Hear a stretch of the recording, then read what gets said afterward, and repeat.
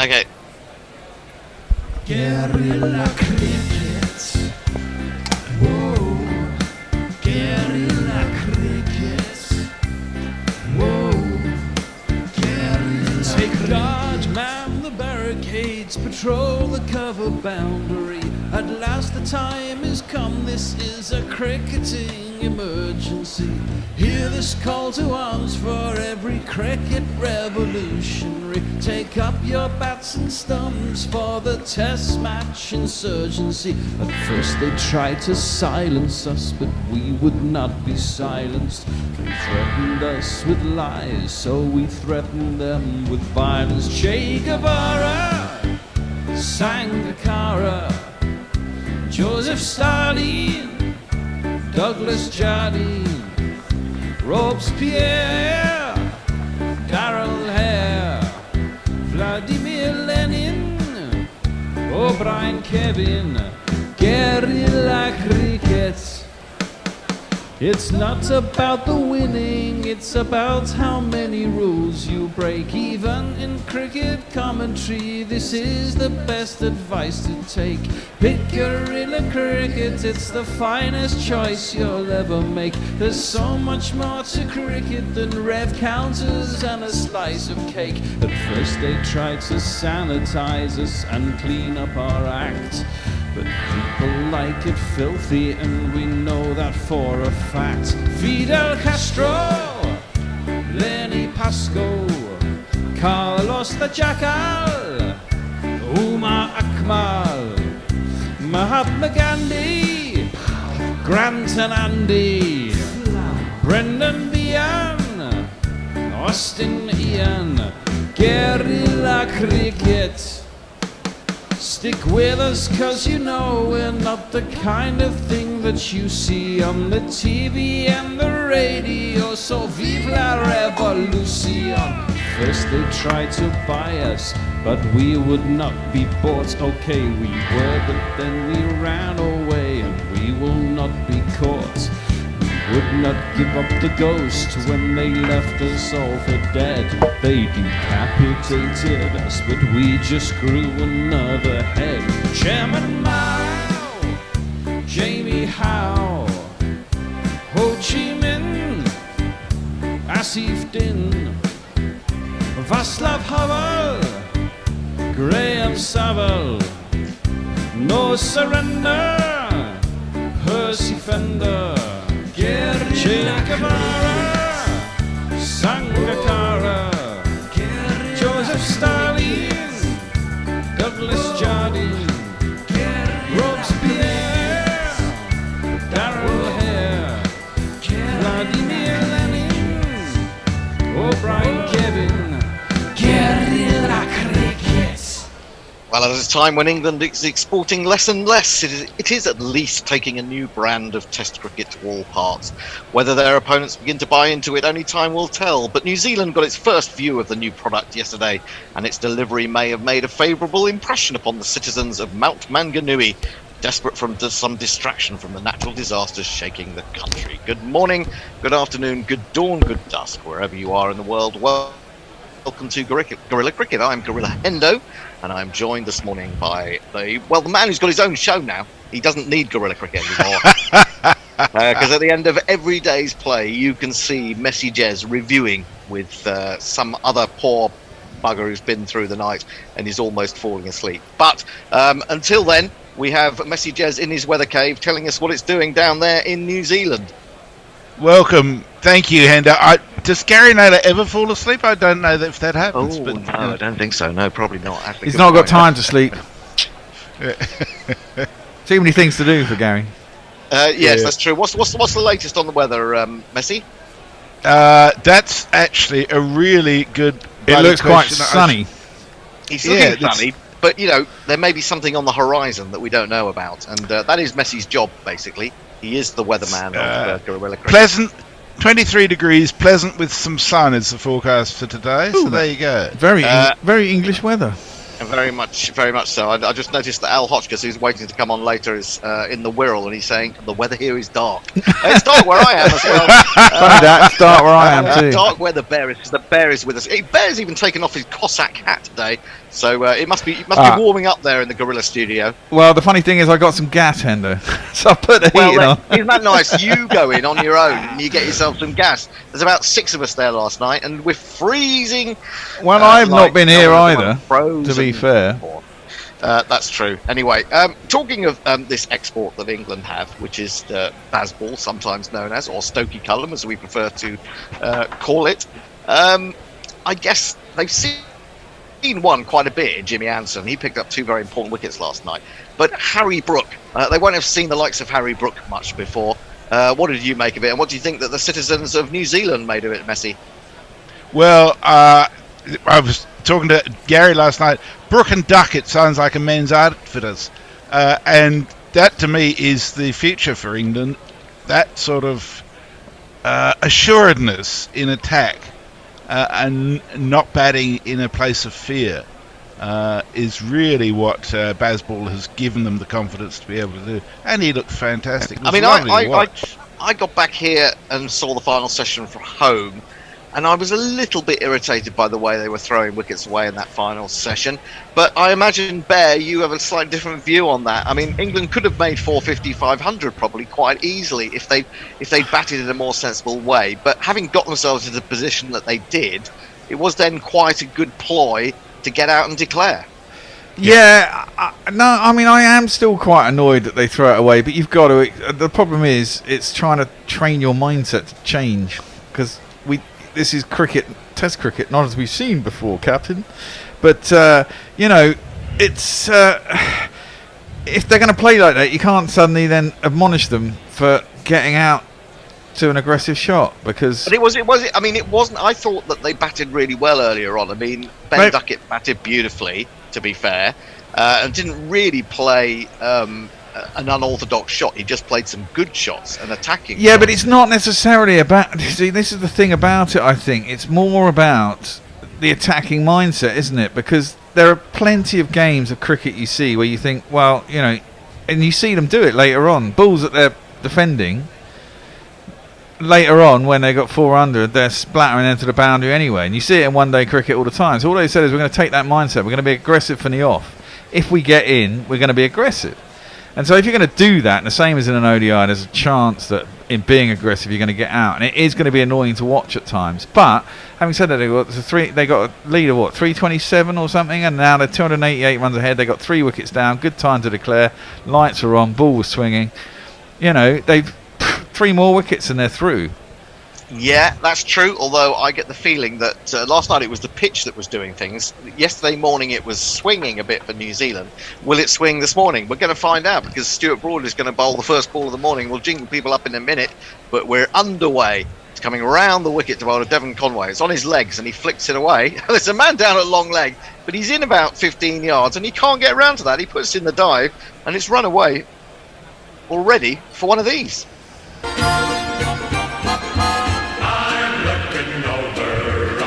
Let me give you a jingle for the batsman. Devon Conway's here with a double tunnel debut. You'll never ever see batting like you get from Devon Conway. Oh, beautiful. 3 slips in the gully for Broad. He's into Conway. Conway comes forward and looks more comfortable in the bright sunshine of the morning rather than the artificial light of the evening. Plays that one to mid-wicket. There is no run. 41-4-3. Shall we have a bit of Stuart Broad we can do music? Can I just say, it's really weird. For all this time we've been in here, your screen has always been in perfect tune with mine, but for the last 2 tests you're about, maybe because it's BT actually, not Sky. That's weird. That could be it. You're about half a second ahead of me. I do like to be first with things. Well, here's Broady. There's also a man catching square on the offside, it would appear. Always beaten by that one on the inside edge. As Broad bowls third ball of the morning. Through it goes to Vokes, and there is no run. Jingle. Your ego ain't gonna be kept down. Got the best headband around. Even though your hair is thinning now. And I have to give hats off to Don Diego Silly Pants. I'm sorry, I'm butting in Messi. But he says, well, if Bear is having a beer and a spliff at 1 a.m, UK time. Then maybe I should have a whiskey at 9 a.m. Taiwan time. Oh, you my word. go ahead. I salute you. Have your whiskey at 9 a.m. Broad in again, jab down to long leg again. And what is the positioning of Jack Leach at long leg? Because that has beaten him again. He's 10 yards in. He's not saving this. He's not saving the single, and he's not saving the 4. I am going to give you the answer to that after I play the jingle, Hendo. It's Nissan She. It's Nissan She. There is a planned Conway, which they are not doing. But yesterday, he flicks quite when it's full on his legs. He flicks and he flicks aerially, and it doesn't quite carry, but it quite nicely goes to aerial down to about where that fielder is. He was out in England to that, and he was nearly out yesterday doing it as well. He clipped it just short on a man, but he doesn't keep it down on that line. He's quite happy to flick it in the air. Well, he's kept both of those down. They've gone for 4 runs, 45 for 3. Wagner, of course, is the man at the other end, the Nightwatchman, not the Nighthawk. Broad in again, bowls into his leg stump once more, and he turns it to mid-wicket. You might be right. I mean, that's maybe why his line of attack seems to be around leg stump at the moment. But I think, for one of those to be picked up and go straight to that man, I think is a little bit hopeful. But anyway, we shall see. It's a plan that Stokes has decided upon, and it remains to be seen how long they go with that. 1 ball remaining in this over, and the crowd is building up on the bank. The grassy bank, the grassy knoll. In comes Broad, fuller, driven pleasantly and straight, and that will bring him the 3rd boundary of the morning. I think that's going to run away from Jimmy Anderson, and New Zealand in the first over have almost made it to 50. 49 for 3. 1, 2, 3, 4. Not the start England wanted. Not at all. And I think, there's an element of people calling me a pessimist. This is what I feared, that this morning the conditions be that much different. That's why I said last night on the WhatsApp group that we needed ideally 4 wickets. 3 isn't bad, but I would have thought 1 more would have been handy. Who's heavy breathing, by the way? Sorry? Someone's heavy breathing. I don't know where it's me, but it could be. Maybe it's Messi. He's been up for all hours, hasn't he? He's been talking so much, just escaping from him. So 49 for 3. Wagner will face up now for the first time. 4 runs from 13 balls last night, and in fact turned down a couple of runs late on to protect Conway. Conway is now raced on to 29 from 60 deliveries. That's going to be Jimmy Anderson, of course. 2 wickets last night, 2 for 10 from 7 overs. He's got a jingle that goes like this. He's got many jingles. I'm going to pick one. I'm going to pick this one. St. Jimmy's coming down across the alleyway, up on the boulevard like as if gonna parade. Lights up a silhouette, he's in some butter net, coming at you on the count of 1.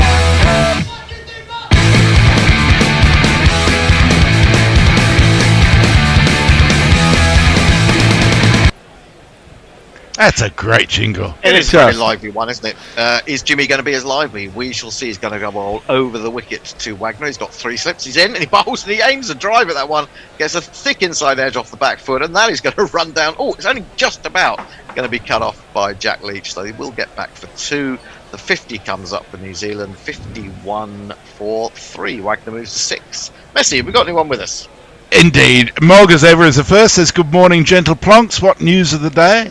Diana Patterson says, lovely to be on time today. Let us have a jolly time together. That was a no ball, by the way. It was a no ball, yeah.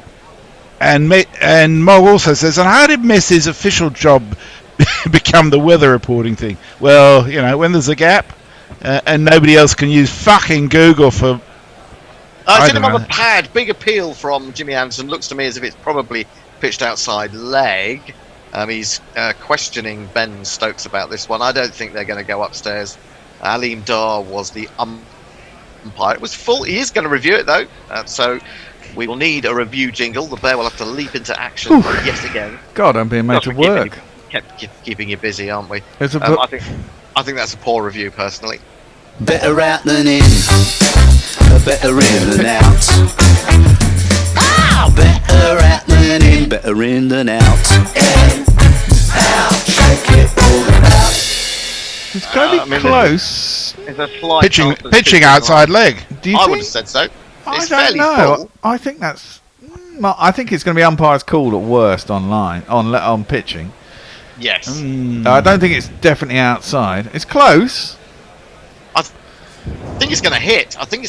I have to say. But I just think it's pitched outside. I really hope it does, because I've gone under 52.5 for the fall of the first wicket, and we're on 52. There's a shock.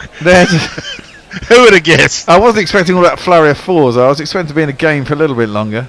It's pitched miles outside leg stump, and so that was a poor review. It was a poor review from Jimmy Anderson, really persuading his captain that they should go for that one, and Alim Dar has been proved absolutely right. England lose a review. So what? They didn't lose any last night, did they? I think that means they'll be down to 2. They got one right last night. Actually, they got Kane Williamson. Yeah, that was an odd decision. I thought that looked out from the very word go, same here. really. But that's odd. And maybe the umpire thought it was a little tickle on the inside edge. Is the only thing I could think of. Maybe so. 3 slips in the gully. A cover, mid-off, mid-on. Man going back at deep back of the square. There's also a long leg. And Jimmy Anderson is coming in with the pink ball. Bowls to Wagner. Wagner plays this much more smartly up to mid-on. And there is no run.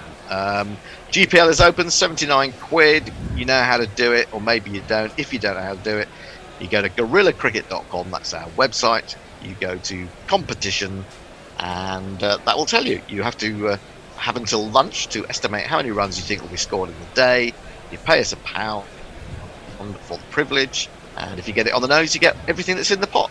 In comes Anderson, pitching this one just on the line outside off stump. Wagner, though, with the full face of the bat, is forward. He's not a mug with the bat, as they say. Neil Wagner, he can slog it, but he can also play decent shots. Got a good drive on him, and he's 6 not out at the moment. Very, very compact.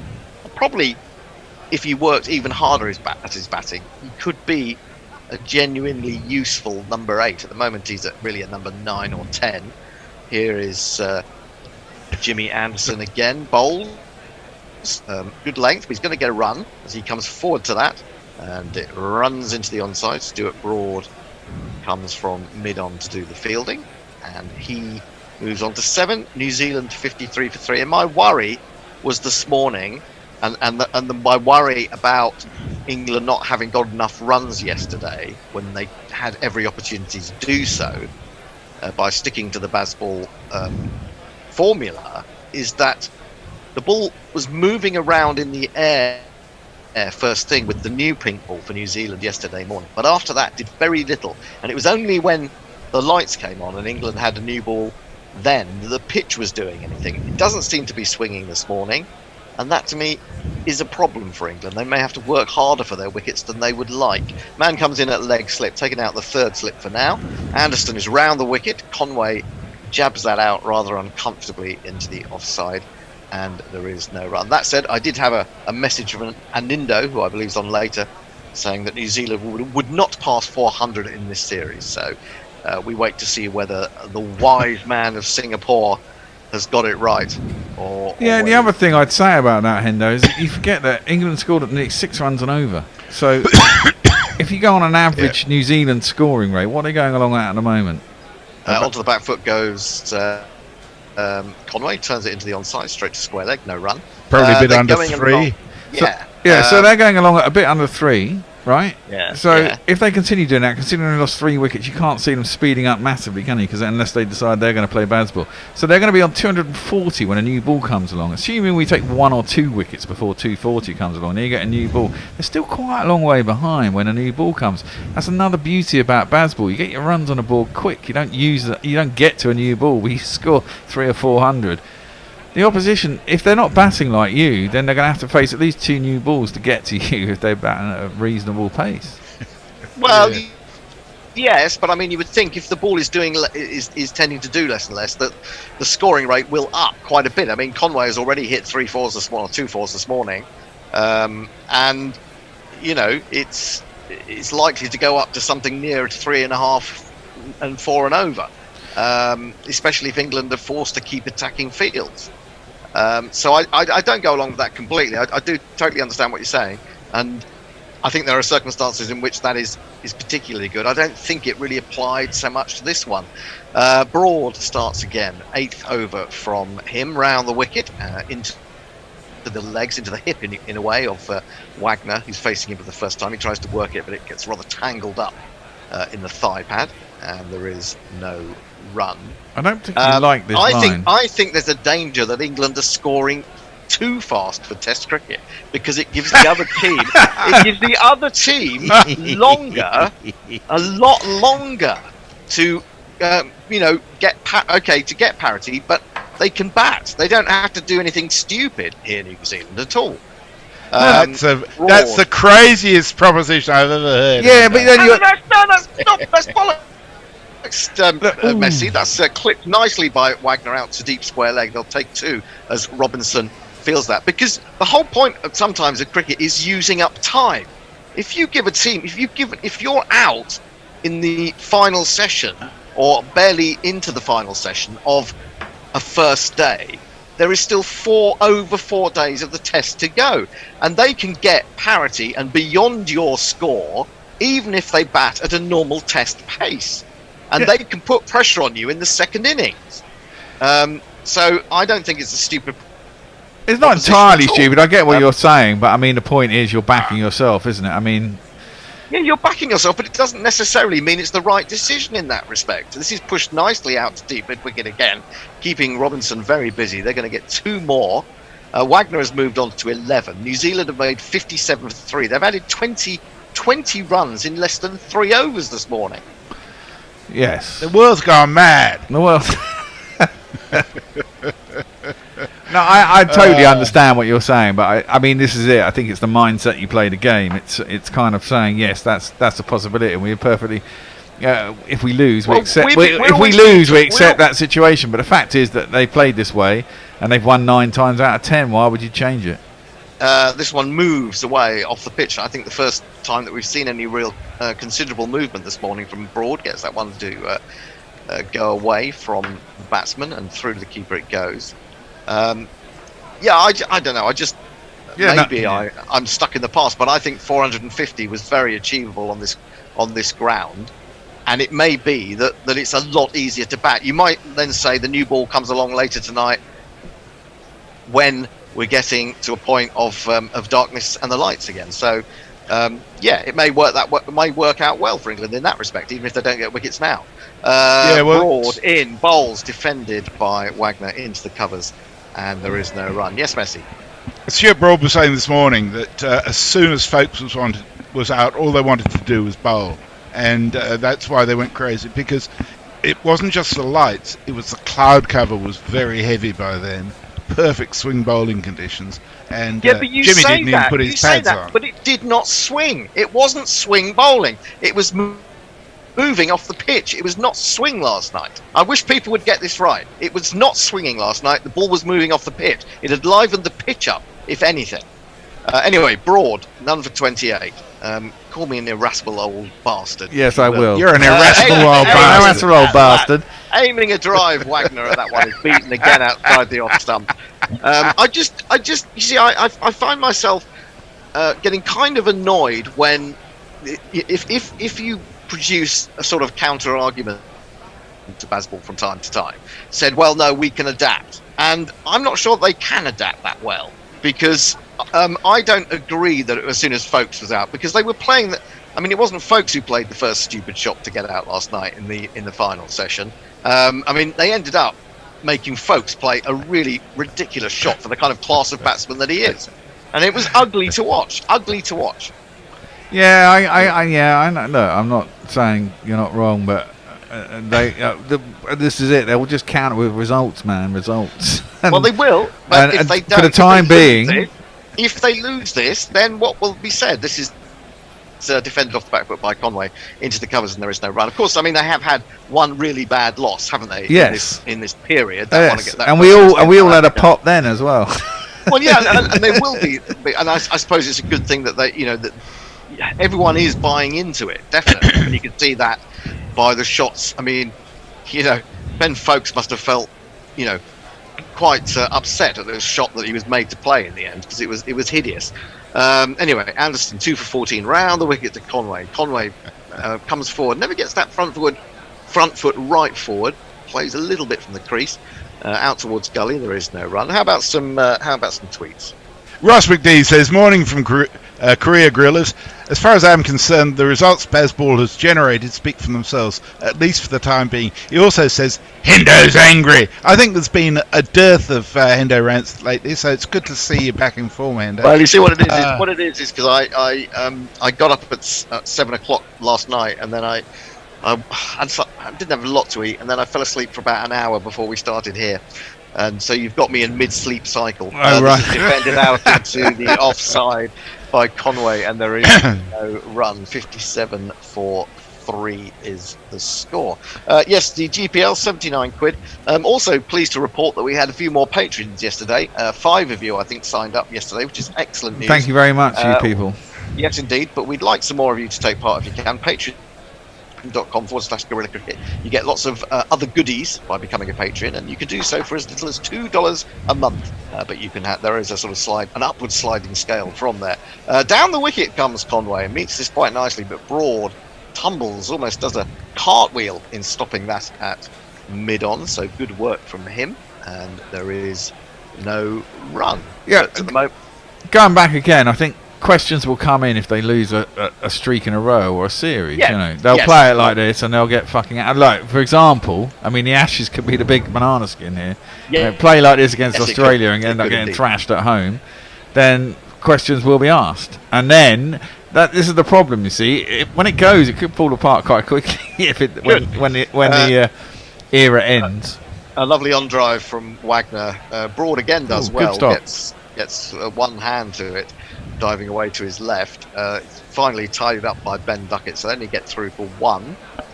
But not very much movement this morning, I would say, under these sunny skies. Nope. Yeah. Dave Wood says, Hendo in trendsetter shock. That is you being half a second ahead of the rest of the world. I think they'll go to Ollie Robinson quite quickly. Yeah. I think they will. It looks like Broady's cut his knee. It seems to be bleeding through his trousers. Wagner aims a drive at that one as Anderson switches to back over the wicket and is beaten by a ball that he's mystified slightly by, that it sort of seemed to jump on him a little bit. Anyway, it's the end of the over. More from Messi. Josie Oak excuse me, says, good evening from Porto Alegre in Brazil. We're doomed. He does all right, does Josie Oak. Gets around, doesn't he? Gets around. Jeff says, why aren't these people Australian, Messi? I tweeted yesterday about In Excess and John Clark and Sam McNeill not being Australian. And I said, well, they are New Zealanders. And he said, no. They're all born and bred in Australia. Janet Hopper says, no Wi-Fi at the moment, but I really need Guerrilla Cricket for company. All others just aren't a patch. Thank you, Janet. 3 isn't bad, 4 would be better, said everyone. Morning, folks. Looking forward to a bit of time with you all. A tune Jimmy deserves, that jingle is. Well, it's going to be Devon Conway on 30 to settle down as Broad starts his 3rd over of the morning. 8 overs, none for 28. He's looking for a wicket, which goes without saying. He's got a leg slip in there, but this is whipped away through a vacant-ish mid-wicket area, and they're going to get another 2. Robinson doing plenty of running from his position at deep backwards square leg so far this morning. They're warming him up in the outfield, you see. Yes. You're not alone in your irascibility, Hendo. Mog says, apropos of nothing, Green Day really shits me. I don't really know very much about Green Day. I don't think I've really ever... I mean, I've never knowingly heard a song of theirs, but I may have without knowing. 3 slips and a leg slip, long leg, mid-on, mid-off, square cover, deep backwards square, Broad round the wicket, a little bit of nibble away, but a good leave by Conway, who watched that one closely, and through to the keeper it goes. 64-3. So we're down to number 5. Okay, albeit that one of these batsmen is actually in a false position. He's a false 9, as they say in football these days. But a lot of left-handers at the top of this. An awful lot of left-handers, isn't it? I mean, Mitchell's a righty. Blundell's a lefty as well. No, Blundell's a righty. Oh, okay, so yeah. Broad again, watchful from Conway. Just leans forward, full face of the bat, defends it straight back to the bowler. There is no run. Wagner 11, Conway 32. There's something badgering away in the back of my mind. Oh yes, I'm talking about the Baz ball and the potential for it to come undone against Australia. I mean, that's the big fear, isn't it? More than anything. Of course. That's the terror. That is the terror. You see, But that's the word fear is the thing. What they're doing is batting without fear, and that's a huge change for England cricketers. Oh, totally, yeah. Turned into the onside. It's now Jack Leach, I think, out there at deep square. So another single for Conway. He goes to 33. But I also think that if England continue with this, and if other teams adopt it as well, that we're going to see a similar response from bowlers that we've had in T20, and then we're going to see a lot more variations. At the moment, we're not seeing many variations. Maybe one or two, but we are going to start to see the knuckleballs and the back of the hand deliveries and various things like that. And so that in a way, that in itself is going to be entertaining as well. Yeah.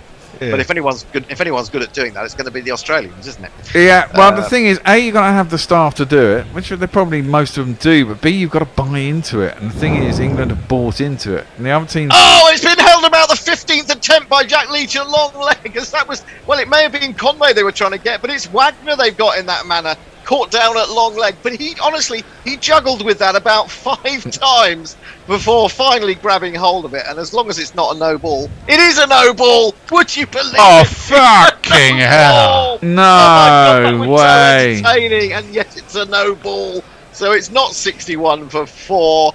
And Jack Leach's juggling act is absolutely pointless now. But I can see how many times. 1, 2, 3, 4.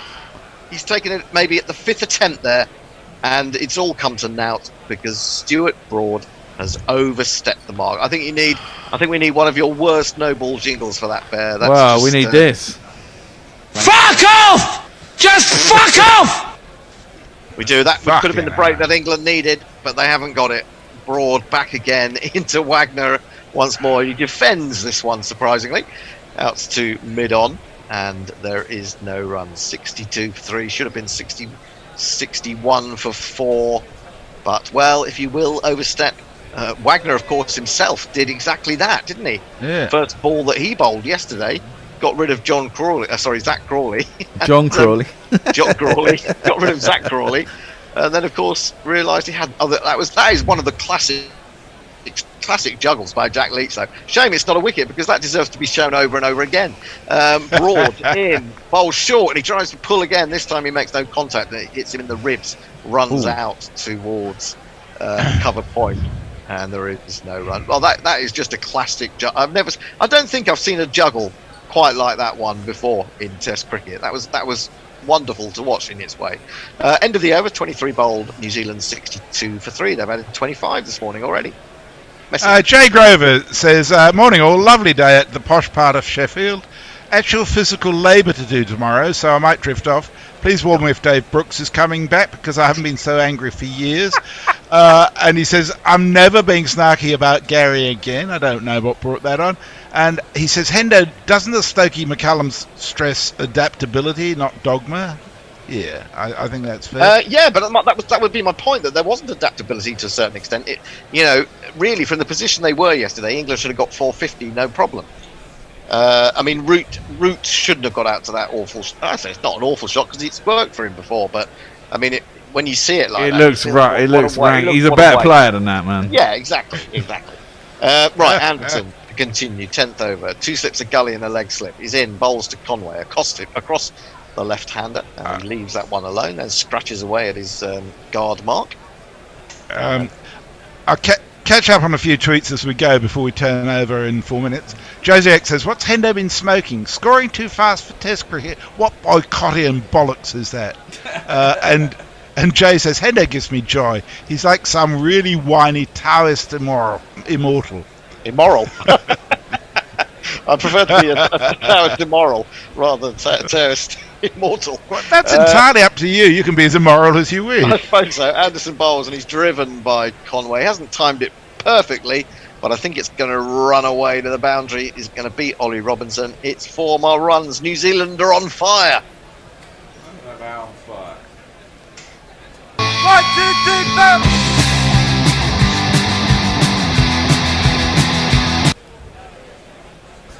Fairly nice shot. Didn't time it perfectly, as you say, but listen. Conway's a very good batsman, and he's looking completely different this morning, isn't he, from last night? Well, yeah, the sun's out. It's a pleasant temperature. Second day pitch. In comes Anderson, bowls, jabbed into the onside. I mean, you could argue that England should have batted through to the evening of tonight and got 550 on the board. And then not only do you have the potentially the conditions to help you under lights, you have scoreboard pressure. I still believe they got a reasonable amount of scoreboard pressure at 66 for 3 if they can get another wicket, especially if it's Conway. Especially if it's Conway, absolutely. Anderson in bowls and defended on the front foot. Back to Anderson, who leans down and languidly picks up the ball. I mean, realistically, England might be looking for a lead of anything from 100 down to sort of 60, 70. A similar sort of score in the second innings, and leave them wanting 380, 390 to win. But having nearly 2 days to get it. 2 days to get them and 2 days to get them out at the same time. Yeah, but do they, and if they get a lead, I don't know, if they got a lead of 60, 70, how do they play it in the second innings? The same way again? Yeah, I guess so. Yeah. Anderson in. Down the wicket comes Conway, struck on the pad. There's an appeal from the man at leg slip. He doesn't know what he's talking about. Conway seems to have been hurt by that one slightly. There is no run. Mog asks, have there been any repercussions from New Zealand's slow-asked over rate yesterday? I suspect that'll come at the end of the game. And Dave Barrett says, can someone give Hendo his meds, please? Please, yes, please. Give me some meds anyway. Dave Wood says, happy first Hendo rant of the day. That's how good Steve Smith is, unfortunately. And look, fucking Lawrence, 92 innings. Devon Conway's had 13 innings and averages about 78 in the first innings. Wow. Defended by Conway up to mid-off, the next delivery from Anderson. That's the end of his 10th over, 2 for 19. However, figures, New Zealand are 66 for 3. Steve Smith has had 92 matches and averages 75 in the first innings. And that's longevity and class, isn't it? Well, Conway's come into Test cricket very late, hasn't he? Yeah. Jay says, Christ, Hendo, I'm in mid-jammies and you're starting a fight in the car park. Yeah, true. Also, I'm not saying you're all wrong, eh? And Mog says, Hendo, you fucking pessimist. Jay says, isn't everyone always in mid-sleep cycle? Well, there's a good point to that. Adam Voges is second on the list, 82.06 in 19 innings. That's and he's another one who started his Test career quite late as well, isn't he? Got found out in England, though. Yeah, to some extent. My aunt confesses that evening all using a dodgy streaming website to watch tonight, which means your YouTube channel is almost 3 minutes ahead. Probably 15 to 20 minutes until I hear this read out. Okay, we'll have one more over, and then we'll have a change. I hope Fourthly is. He's here, coming into the firmament, as it were. It's going to be Wagner to face up to Broad. Should have had him out in the last over. What can Wagner Should have do? had Conway out last night. He's in, bowls to Wagner. Wagner gets a little bit on this and glances it away, despite the despairing dive of Ben Folks. It's gone for another of these. 1, 2, 3, 4. So Wagner moves on to 15. You got Twitter going this morning, Hendo. Jay says, whenever Hendo gets stressed about music, we spray distilled prefab Sprout Aquavita over him. Oh, that would be glorious. I'd love that. Spray me in prefab Sprout. I'd be happy. I'd die happy. Sprout water. Well, I mean, not Sprout water exactly. But anyway. Broad again. In over the wicket to Wagner, who pulls him powerfully. And that, I think, has gone all the way to deep back was square. Wagner has found his range. He can be dangerous. He moves to 21. New Zealand 76 for 3. Crowd enjoying this, eh? Well, yeah. I mean, New Zealand are scoring at a good rate this morning without having, playing any silly shots, really. Dave Wood says, just a quick question. When was the last time Hendo was entirely satisfied? I think it was 1987. 1988 when Wimbledon won the game. Broad in. Bowl short. Oh no, he's gone for this one. It's gone off a top edge, but I think it's going to sail over both the men back there. It's the second consecutive 6 for, would you believe it, Neil Wagner. Wow.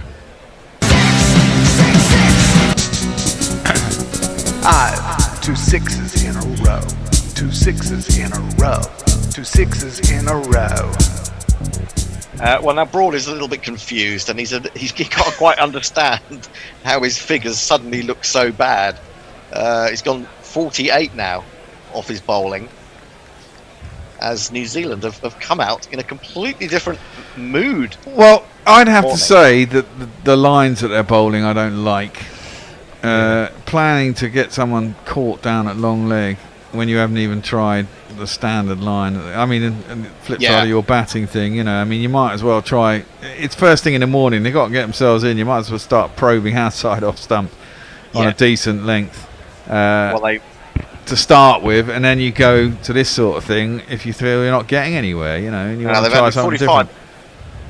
They've added 45 in 33 minutes. They've taken all the slips out now. They've got a gully and nothing else. Broad is in, bowls fully, chips this one. Is he going to be caught at mid-on? He is.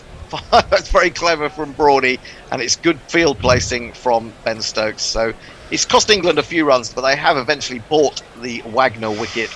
And New Zealand are 82 for 4. How's that? You messed about, I caught you out. How's that? It's a saucer ball.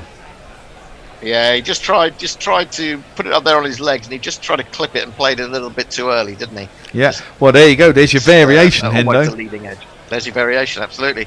Robinson was the man who took the catch, quite simply. Did I say Anderson? I might have done. It's Wagner who's gone, and he's made a very useful 27. Yeah. Indeed. Well, there you go. Is Anindo waiting to get in? He is now, yes. Well, shall we have a swap then? Shall we swap now? You might as well swap at the wicket, I suppose. Yeah, I think so. Okay, well, I'll do the last tweet before handing over to you, Hendo. Right. Which was from Mayank saying, I literally was writing a tweet saying I can't wait for Wagner to score a century when he was caught by Leach, only for it to be a no ball. So I bring my thought back. Can't wait for a Wagner fucking century. Well, I'm sorry, Mayank. You just absolutely jinxed that. And we're up to date on tweets. I haven't done YouTube at all, though, Hendo. Morning, Forthy. See you all later. Good morning to you, Messi. I'm just going to check my volumes for 1 second, Bear, so I'm not screeching you out. All okay? Sounds good to me. Sounds good to me Very too. good. Morning. Okay, well, Morning, good Anindo. morning, Ninja. Good morning, Hendo. Good morning to all of you. This is a multi-geographical trio we've got here. You in Singapore there, Ninja, as per? I am indeed. There we go. Yeah, and Hendo, you're in base there at home. He's in Barbados. I wish I was. That'd be a great place to be watching this from, I have to say. Yeah. But no, sadly, I'm in the dim and dark of southwest London, I'm afraid. Well, we've got Sorry. We've got Daryl Mitchell. That's fine. We've got Daryl Mitchell coming to the wicket, the scourge of England, not too long ago. Although, of course, England did win that series fairly comfortably in the end. New Zealand 82 for 4. Stuart, but I'm a few seconds delayed on my feed, but it's a lot easier to get it off my local big TV screen than the Gorilla feed. So apologies, Hendo. You'll probably you'll know the future a few seconds before. In comes Stuart Broad. First ball to Mitchell. Over the wicket, and it's just play down on the onside, straight to mid-on, little fumble. Dot ball first up. Yeah, Messi has just said I'm slipping down my screen, but I've now sat up. I'll be slipping into bed after this half an hour as well. What time have we got in the UK? We've got 1:36 at the moment. a.m. Okay, we're 12:36 p.m. in Melbourne. Where are you in India? What's your time? 9:30 in the morning. Right. It's exciting, isn't it? We should have those big clocks on the wall like you have in international offices. Well, I run my own firm from home, so no. Yeah, well, that's excellent. Anyway, that's dot ball straight through to the keeper. New Zealand 82 for 4 at the end of the 25th over. What are the Twitter sphere up to, Hendo? Absolutely nothing at the moment. They've gone very quiet now that I've taken over on Twitter, which is fine by me. I've just been wondering since yesterday, since we don't have Twitter, and I don't get live feed of this match, unfortunately, here. But it's just incredible, right? I mean, in 58 overs, you score 325 and declare. I'm not even kept up with that's ever been done on day one before. But the point is, I was just thinking that would this same approach actually work in India? I think we talked about this a little bit yesterday, and I'm not sure it would. I think it's more difficult when the ball is turning, and you've got to make your own power, as it were, in the ball. And if it is doing a lot, I think it's much more difficult. You've got to move your feet a lot more, haven't you? So that's a quality of batsmen who are playing spin as well. Yeah. Quick dot ball for Jimmy Anderson, start of his new over. Carry on. I was just looking at more at the quality of batsmen against spin bowling, and I'm not sure, there's a very high quality batsman in England, except maybe a couple of them. Yeah, agree. From that perspective. Bit of a conference, Jimmy. I've got interesting stat on Jimmy I might get to after this ball. He's coming in now. He's 2 for 19. What economy rates we have here. And that's a classic Jimmy delivery. Just left him a little bit, played out to point. Jimmy Anderson, as far as I can tell, has taken a wicket in each of 21 successive calendar years in Test cricket. I had a quick look at the stats. As far as I could tell, the only other 3 bowlers in history who could have come close. I don't know whether anyone would care to have a guess. Anyway, Jimmy, no, go ahead. Well, I'm first guessing that none of the others have played 100 Test matches at home. That's probably true. And that one's just played. That one's a little wider. Conway comes across. He's looking confident now. He's got the measure. Just plays it down to square leg, dot ball. Could Richard Hadley be one of those? No, he's not. No, okay. 21 years is a long time. It is a long time, yeah. 21 successive calendar years is a hell of a long time, isn't it? Now, I'm not certain whether each of these players took... Yeah, very unlikely. They played for 21 years if they were fast bowlers. They played for 21 years. Someone like Wilfred Rhodes played forever, but there was a First World War, for example. Pretty sure it's not him. Anyway, I'll tell you. Gary Sobers, Mushtaq Mohammed and Imran Khan. I was going to say Imran Khan. Imran Khan would have been the only guess I would have made there, yeah. Sobers and Mushtaq Mohammed. Mushtaq Mohammed I would never have guessed. Yeah. That one's comes down the wicket a little bit, Conway, and just plays it out. Dot ball. No, I'm looking at the replay, of course. The old trick. Conway settles over his bat. Anderson in again. Round the wicket to the left-handed Conway. Plays it down to square leg. Dot ball. Yeah, I mean, aside from the spin part, Hendo, sorry, I was just again thinking of this, that it's just an amazing transformation of Test cricket. I mean, the way these guys are playing. Oh, it is absolutely. You're a long way behind, I have to say, Forty, or miles ahead of you. I don't know. It's about 7 seconds. In comes Jimmy round the wicket again. Forward defensive from Conway. It's about 7 to 8 seconds when I measured it. I can go off the gorilla feed, but it's pretty jerky. Okay, maybe I'll try going off the gorilla feed, and if there's a it's ball, not too bad today, actually. The jerk. Okay, let me get through some tweets. People I like and respect on commentary, says Jay Grover. I can now finish my wine, have a fag, and go to sleep without waking with murder. There was a discussion with Messi Jez and Jeff about Split Ends, who are a very, very good band, as I recall. And in more grave news, says Mog, it seems Warner will continue to open for Australia despite my pleas that they bury him at sea. Right, I'm going to switch to gorilla feed, and the odd ball I'm going to hand over to Hendo if it's between jerks, so to speak. Stuart Broad, between you and me. That didn't quite come out as I intended. Dot ball played down to mid-on. No run. Mrs. Shandy says, heads up, Gorilla Hendo, pay attention, read the tweets, be positive. Jersey Oak says, has Mrs. Hendo ever been entirely satisfied? Well, you'd have to ask. You'd have to ask. Now that is a loaded question. That's harsh, isn't it? That's harsh. I just think she's very, very, very dissatisfied over many, many years.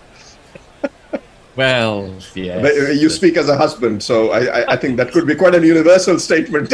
Yes, probably. Broad in again. This one's a bit fuller. Off the front foot from Daryl Mitchell. She's yet to get off the mark. Down to mid-on. But slightly mistimed, but no harm done. Dot ball. Jago says, I reckon Anindo's got a proper high-tech man cave designed in partnership, obviously. And we've been followed by someone called Joel Booth. So welcome along, Joel, if you're listening to us or even just watching our Twitter feed. Thanks for being with us. 82 nice. for 4, isn't it? 82 for 4. So at least England have got the breakthrough this morning, ultimately, even if it was the Nightwatchman. Do Kiwis say 4 for 82 or 82 for 4? I can't remember. But everybody says 82 for 4, except the Aussies. Surely. Except the Aussies. Except the Aussies, yes. Top I mean, we managed to get rid of the 8-ball over, and now that's the next thing you need to get rid of. Well, when was that? When did that's a top ball, by the way? 1938 was that Australian? No, the 8-ball over. Oh, maybe very recently. Very recently. I mean, maybe recently. Even a decade and a half ago, something like that. Oh, it's more than that. No, it's more than that. Two decades. When was it? I remember growing up watching 8-ball overs even in the 80s. So maybe in the 90s. But I don't know. Broad in again. Little wider of the wicket, so it angles it in. No dot ball. Mitchell says no hurry to get off the mark. 8-ball overs in England, was that a thing? No, in Australia. No, it was Australia. I think the 8-ball overs may have gone around the late 70s, early 70s. Really? Late 70s. 1979 in Australia. Because I told you, I remember watching it as growing up. Well. Okay. Memory plays tricks. Wonder why there were Australia and New Zealand. Why were there 8-ball overs in England and in Australia and not England? There's slightly awkward shot. He played across the line at that one. Mitchell did not look elegant at all and squirted it out to point. Dot ball. Jeff says, all good, Messi. I can't stand split ends, so the Kiwis are more than welcome to keep those twats. Loving GC as per usual. I like split ends. I wasn't so keen on Crowded House, which grew out of that. Joel Booth is indeed with us, says, common vernacular for Dave Warner here in Australia is shit truck. Please help it catch on with your audience as his career ends today. My favourite era of New Zealand music is the Dunedin sound and the Flying Nun label with the clean anything could happen would be my favourite New Zealand track. Last ball of the over, Daryl Mitchell. Not entirely sure of himself there again, just gets it down to mid-on. Dot ball, end of the 27th, New Zealand, 82 for 4. Jay says 8-ball overs in Australia seem counterintuitive. No, I mean I did quite like that. I did quite like it when I was growing up, and there were 8-ball overs. I just like the difference of it. I like the fact that they did something a little bit differently. I'm not so keen on the back to front scores, though. I have to say, I'm reading Ricky Ponting's autobiography at the moment, and it says it all the time, and it rankles with me each time I read it. 8-ball overs ended in 1979. Did he say he dropped? Australia. Yeah, 1979. Yeah, 8-ball overs ended in 79 in Australia. In 1939, England experimented with the 8-ball over, including in the West Indies home test series, but it never returned after World War II, so that's fantastic information. Change of bowling, Ollie Robinson coming on for the first time. Let's jingle him up. Let's jingle him if the bear's there. Yes, there's a bear. There's a bear in the house. He's eating some... No, he was there. He's eating some... No jingles for the next 15 minutes. Mog was refusing to let me in here. I knew there was something to do with 1939 and 8-ball overs. It turns out that was the English experiment. Conway swivels on that one, plays it down to deep square where Jack Leach swoops. He's been fielding all over the shop this morning. Well, all over the show this morning, not all over the shop. He did rather well with that noble catch. So Conway single to him. Mitchell back on strike. Might be just getting a little itchy. This is very boring Test cricket. 3.06 runs per over. This is not how Test cricket's supposed to be played. No, Come what's on, going on out there? Kiwis. So here's to you, Ollie Robinson. Dizzy loves you now, you change your tune. You're not a buffoon. How will you bowl, Ollie Robinson? No one took more county wickets than you the last year or two. Ooh, ooh, ooh. I could listen to that jingle all day. Robinson. Yeah. Robinson in again. He's looking trimmer these days, more of a muscular fighting machine.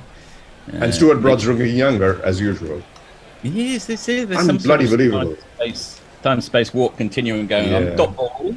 There's a very good cover, while we're on music, of Mrs. Robinson by the Lemonheads, some of you may know. There's a very brisk, sprightly pop-punk affair from 1992. I don't know if you're familiar with it, but I can recommend it. Lemonheads, okay. Yes, from the Lemonheads. Evan Dander. Oh, my word. Something's gone off down in the home counties. In comes Robinson. We're about to find out what. Oh, Hendo, you better describe that one. It was between... It's just nipped back from Robinson, and Daryl Mitchell has left it completely alone, been hit on the pad, has been given out LBW immediately. He's conferred with Devon Conway at the other end, but Devon Conway has no good news to impart. And Mitchell, who was a thorn in the side of England the whole of last summer, or certainly the first part of the last summer, has given it away here, I'm afraid to say. Yeah, that was always going to be umpire's call. There was no point taking that DRS. Well, I mean, there was an argument. It was going to hit the stumps. I mean, it pitched outside the off, but it was going to hit the stumps at the end. It was always going to be umpire's call. It's impacted him outside, but it was going to hit, I think. Yeah. But of course, if you're not playing a shot, that doesn't really matter. Exactly. And, so irrelevant. Yeah. So we're not going to have mildly surprised they didn't review it. Mildly surprised they didn't review it. But, well, yeah, perhaps. But I mean, we need to see it for sure. I'm pretty sure it was going to hit. I mean, there was no hesitation from Alim Dar in giving that out, and Robinson just gets the ball to nibble, doesn't he? Really, from full lengths, and that was another good ball. And the ball's not bouncing much, so I mean, there's no argument for saying it's going to go over or anything, even though it was on the front foot. Yeah, I mean, it hadn't gone very far down the pitch, had it really? No. We're going to look at it now, actually. It's a bad lead. It is a bad. That would have Tom Blundell comes to the wicket. Tom Blundell. So I'm in between jerks and Bear's in between bites. So I don't know whether you wanted to jingle up Tom Blundell. Well, let's have a look at this. This was hitting the off bail, really. Actually, it's probably bounding a little bit more than we thought.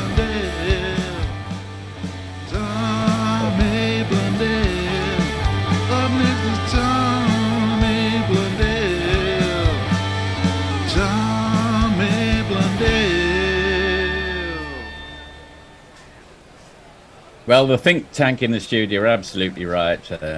Hendo and a Ninja called it. Top of off stump, no problem at all. Would have been a waste of review. First ball in to Blundell from Robinson. Full. Manages to smother it. And he is a dot ball first up. So I don't think he ever did get off the mark, did he? No, he didn't. I mean, actually, look at that replay, and it's gone a long way, hasn't it? It really has. Yeah. It's gone like an off break, to be honest. Yeah. You've got to say you're a bit unfortunate as a batsman. The ball's doing that much.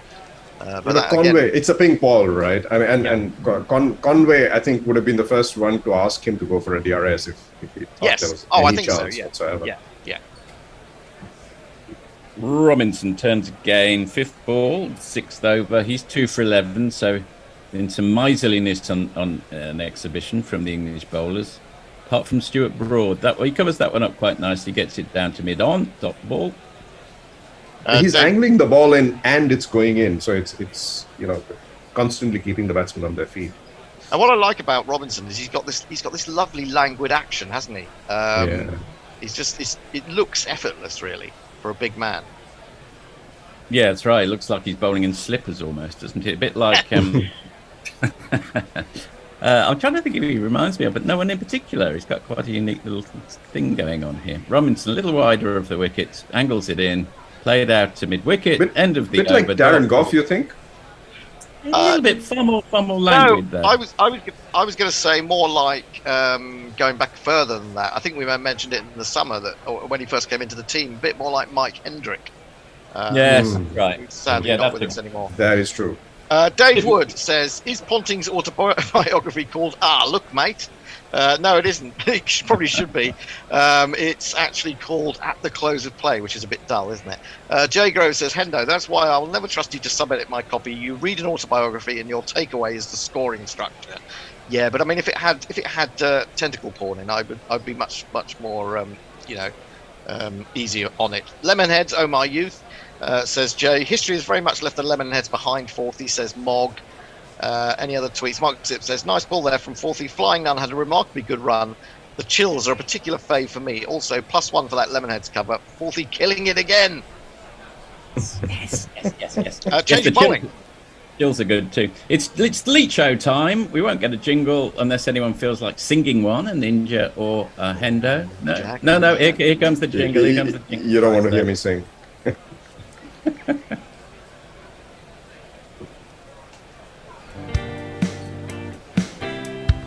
Coming up, here's a face that I know.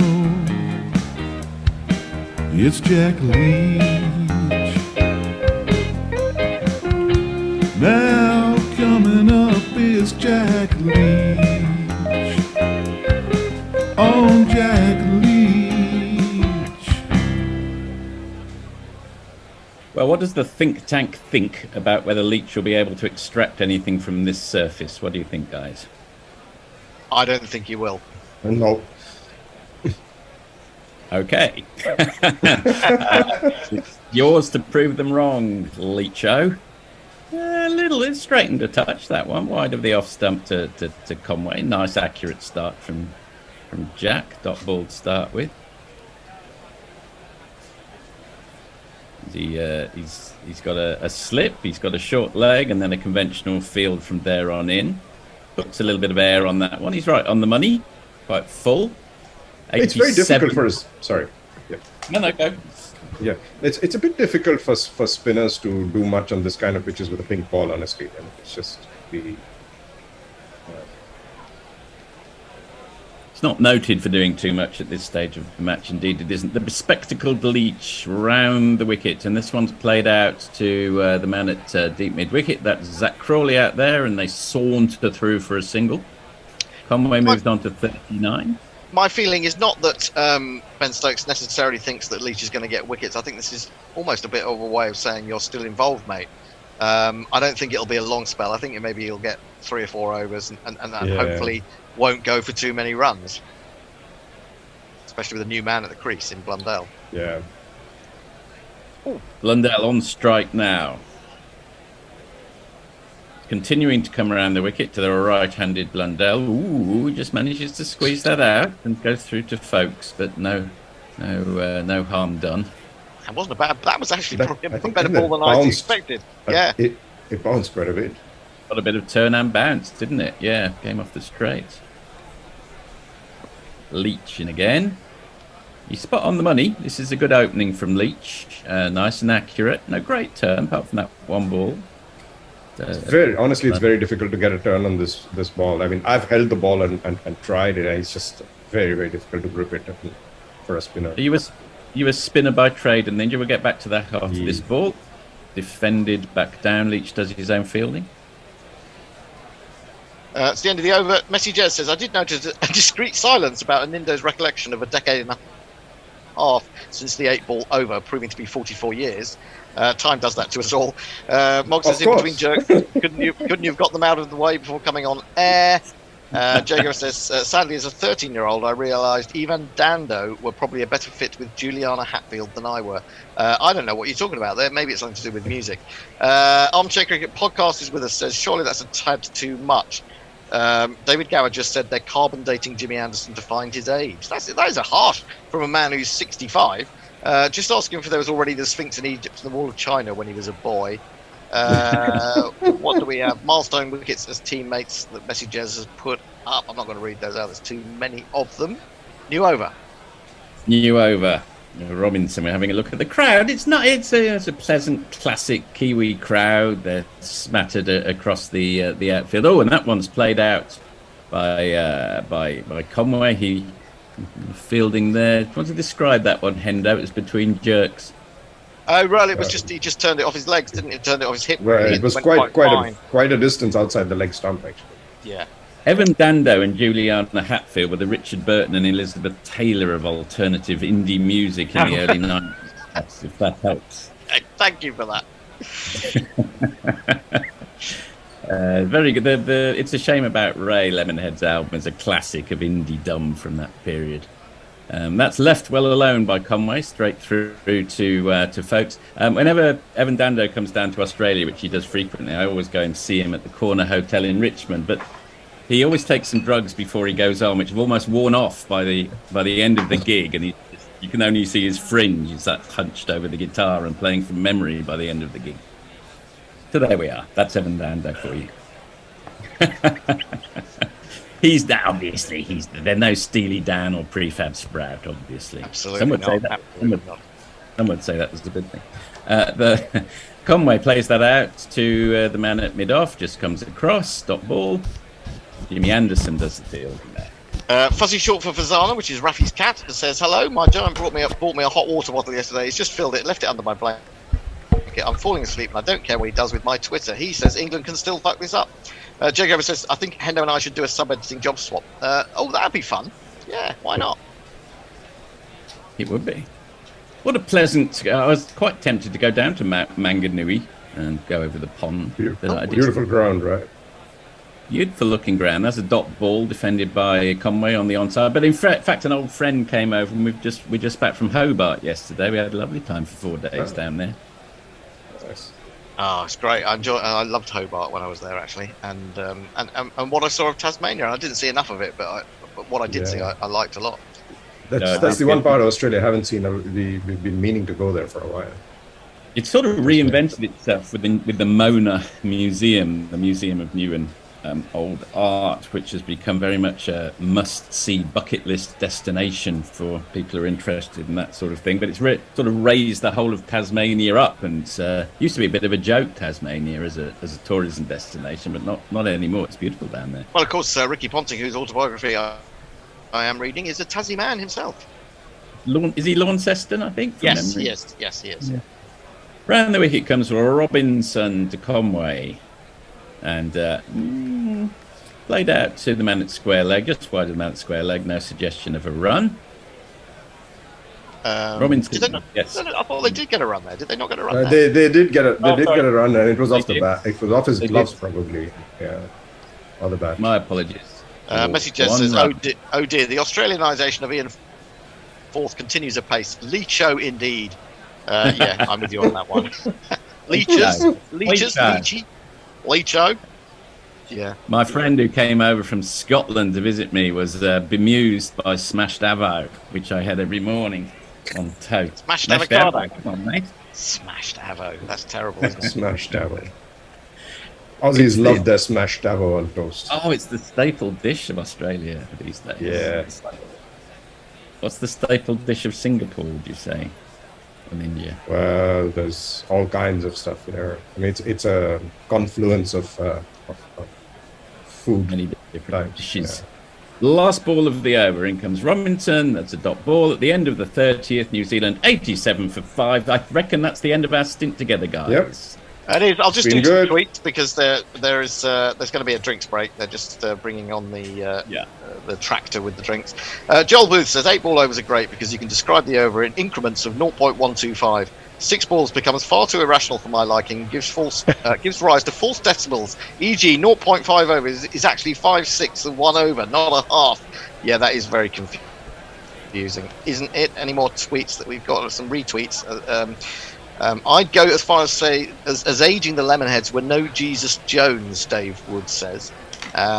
So that's got us up to date. Who's taking over on tweets now? I am. Okay, there's only one person for tweets, really. Of course. Oh, it's Tony. the man whose name is literally messages has to be the man. Messages from messages. Yes, and Perko did me a jingle about messages in a bottle. Oh, yes, I can perfect. do that one. That's fantastic. Perfect. Well, we like Sounds that. good. Yeah. All right, guys, I'm going to leave you then. Cheers, guys. Thank you, Hendo. And Gary Naylor. Yeah. I'm wondering if Gary has finished that sentence that I cut him off on at the end of our broadcast last night. It's probably been going since whenever he's finished. Just before Daryl Mitchell padded up, I just want to complain about the last tweet, though, because there's nothing wrong with 3.4 overs or 47.5 overs, unless you're basist, unless you only believe in base 10. When we're counting overs, we count in base 6, and so there's nothing wrong with 3.4 overs, meaning 3 overs and 4 balls. 4 sixths. Gary, I have a question. I'm sorry to butt in, guys. I just wanted to compliment Messrs. and Gary on your wrap-up video, which seems to have gone viral because I saw it on an Indian cricket group which never listens to guerrilla cricket. They do now. And they had posted it there. They do now, exactly. Oh, thank you, Anand. I appreciate it. All over India, there's people going, God. And they compared you to John Arlott and someone. Okay, I think the guy. Now I know you're lying. Well, I know how Indians. I know how Indians are about betting. They're probably open a book as to when and how exactly Gary will stop talking. Even now there'll be odds on it all over India. I reckon that's what's really happening. I've watched a little bit back myself. I couldn't bear to watch the whole thing, so I just did the first 3 minutes, or indeed the first sentence, and I think I'm delirious. About 3 minutes. Yeah. I think I'm delirious. Lack of sleep simply just made me delirious. Well, I've got a quick question. You did really well. I've got a question for both of you. England's declaration yesterday, right? Yep. What was special about it? Unusual? What would come to mind to you for it? The first day declaration before Stumps is most unusual. It's only the second lowest score, is it? Yeah, bang on.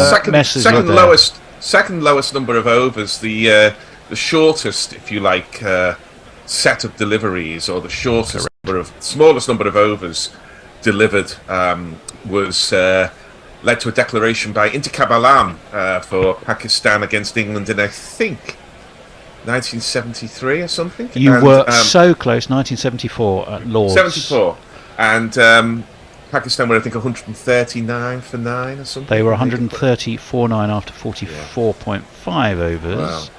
Wow.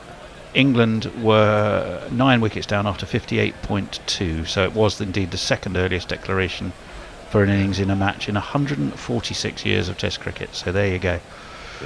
87 for 5. It's been a crackingly eventful morning, I have to say. Neil Wagner teed off, got caught off a no ball by the man who's now bowling, Jack Leach, whose left arm over, and he's immediately sweetly driven away through the covers for 4 runs. Tossed it up, bit wide, nice and loopy.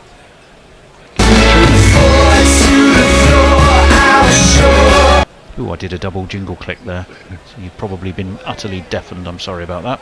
Well, let's see how Leach goes here. I know I'm a bit anti-Jack Leach, but I really think this is a Sam Curran pitch and he should have played. But let's see how he goes. Ben Stokes believes in him. Was that a no ball as well? Surely can't be a... Oh, no. No, I sincerely hope not. Leach in again. That is a much better ball, which Conway has a little flick at, trying to work it away to leg. He's unsuccessful. It's 91 for 5. Yeah, starting on 137 for 3. Yeah, I was fooled by Leach's figures being none for 5, but he'd actually bowled an over earlier. Leach again wide of off stump, and again same treatment. Jack Leach, he's thrown it up. It's not going to quite make the boundary, not the same power this time. Harry Brook, very much a hero of yesterday. Just 11 runs short he was of equaling Ken Barrington's 4 centuries in 4 consecutive Test matches. I'm sure he would have had that. Barrington did it twice, if I'm right, in the 60s. Twice? Yeah, he did. Yeah, Ken Barrington did it twice in the 60s.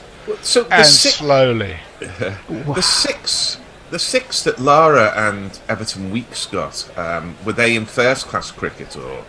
Because I recall in '94 that there was lots of talk about Lara equaling Everton Weekes' record for 6 consecutive runs. We have a slip, we have a forward short leg, and Leach is coming around the wicket to the right-handed Blundell, who thrusts forward, and it does just gets enough bat on it to push it away into the offside. We're 4 balls in to the 31st over. Remember, 37 for 3 is where they started. They lost Wagner eventually, despite having been caught by Jack Leach off the bowling of Stuart Broad, but it was a no ball. Back steps Blundell, opens the face, glides it down past third man, which is Stuart Broad, and it's gone for one of these. And it's a lovely shot too.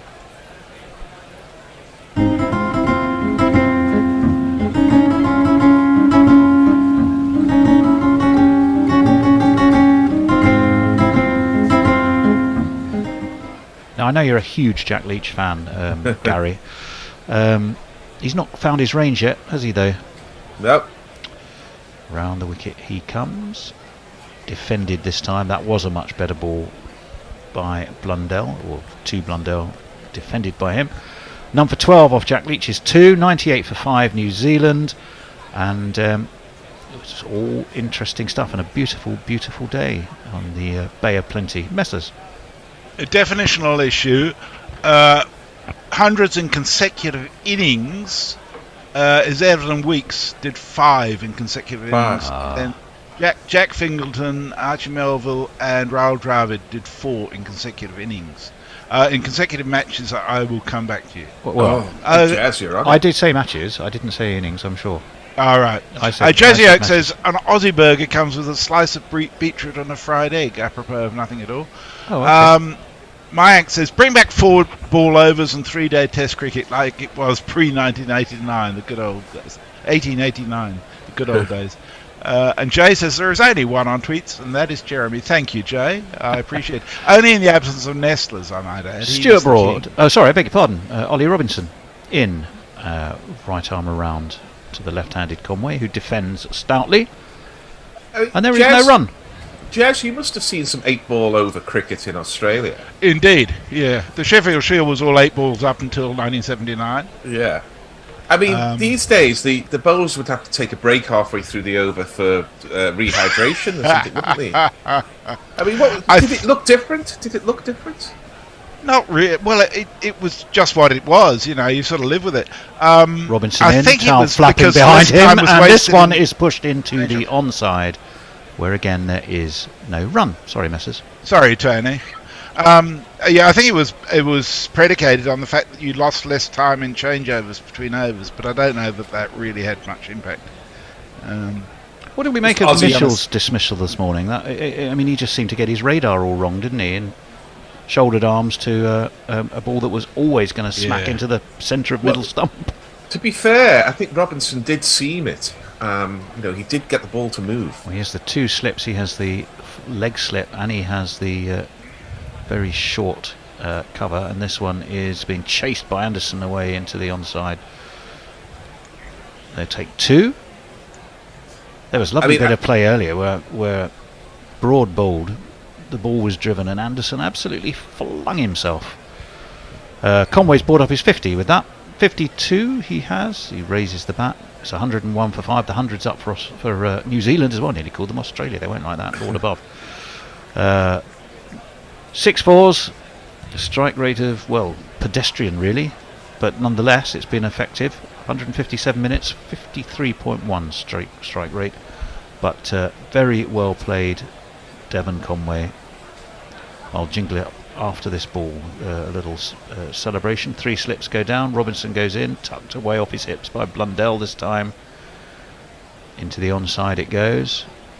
Jimmy again is called to trot over. And they will get a couple. And well done, Russ Conway. 50, 50, 50, pretty nifty on a bowler's pitch. I mean, my feeling about Daryl Mitchell's dismissal was that he was a shade unlucky in that there isn't a huge amount of movement in this pitch, but if anybody's going to get it, it'll be Ollie Robinson. And he did get it to seam back in a little. Break Robinson over the wicket to the right-hander, who shoulders arms Blundell. Through it goes to the immaculately coiffured, perfect dentistry, fine posture, Ben Folkes.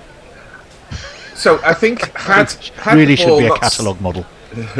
Had the ball not seamed in a little to Mitchell, I think it would have been in that category of, oh, he's got away with one there. That's a very tight padding up there.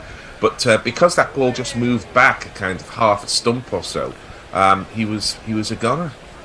Well, in comes Robinson to Blundell, who defends. Still the 3 slips, the leg slip, the forward short leg, a pretty short point. They're looking for the ball that pops up, trying to crowd these batsmen. Can I ask a question? Because I haven't seen all of the day's play so far. I was busy writing the review that I ought to have written last night. Oh, so, that one, yes. Yeah, so at least I've got that out of the way. But has Ben Stokes bowled at all? No, not from what I've heard. I came a little bit late to this party as well. Have we got any news? Because he was quite well bandaged up around the, I think, left knee yesterday. He was indeed.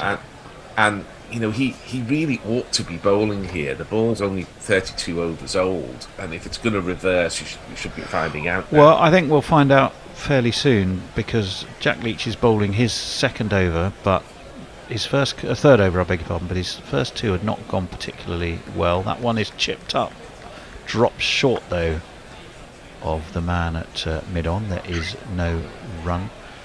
Gary, you know what Douglas Adams said about deadlines for writing, don't you? What did he say? I'll tell you in a moment. Go on. Well, just let's wait while the Leach is into Conway, who tickles it round the corner. They will take a single, backward a square. He said, I love deadlines. I like the whooshing noise they make as they go past. Yes. 104 for 5. Conway there with that little nudge single, moves on to 53. Blundell is 6. Both Terry Pratchett and Douglas Adams, I'm not a huge fan of. I've never really got them. It falls into that English whimsy, which I don't particularly care for. So I've Douglas tried Adams, both of them. I've always loved. We have a slip. We have what would you call it? Silly point, I guess, wouldn't you? Yeah, it's a slightly forward. Slightly forward, silly point. As this one's into the onside, they won't run.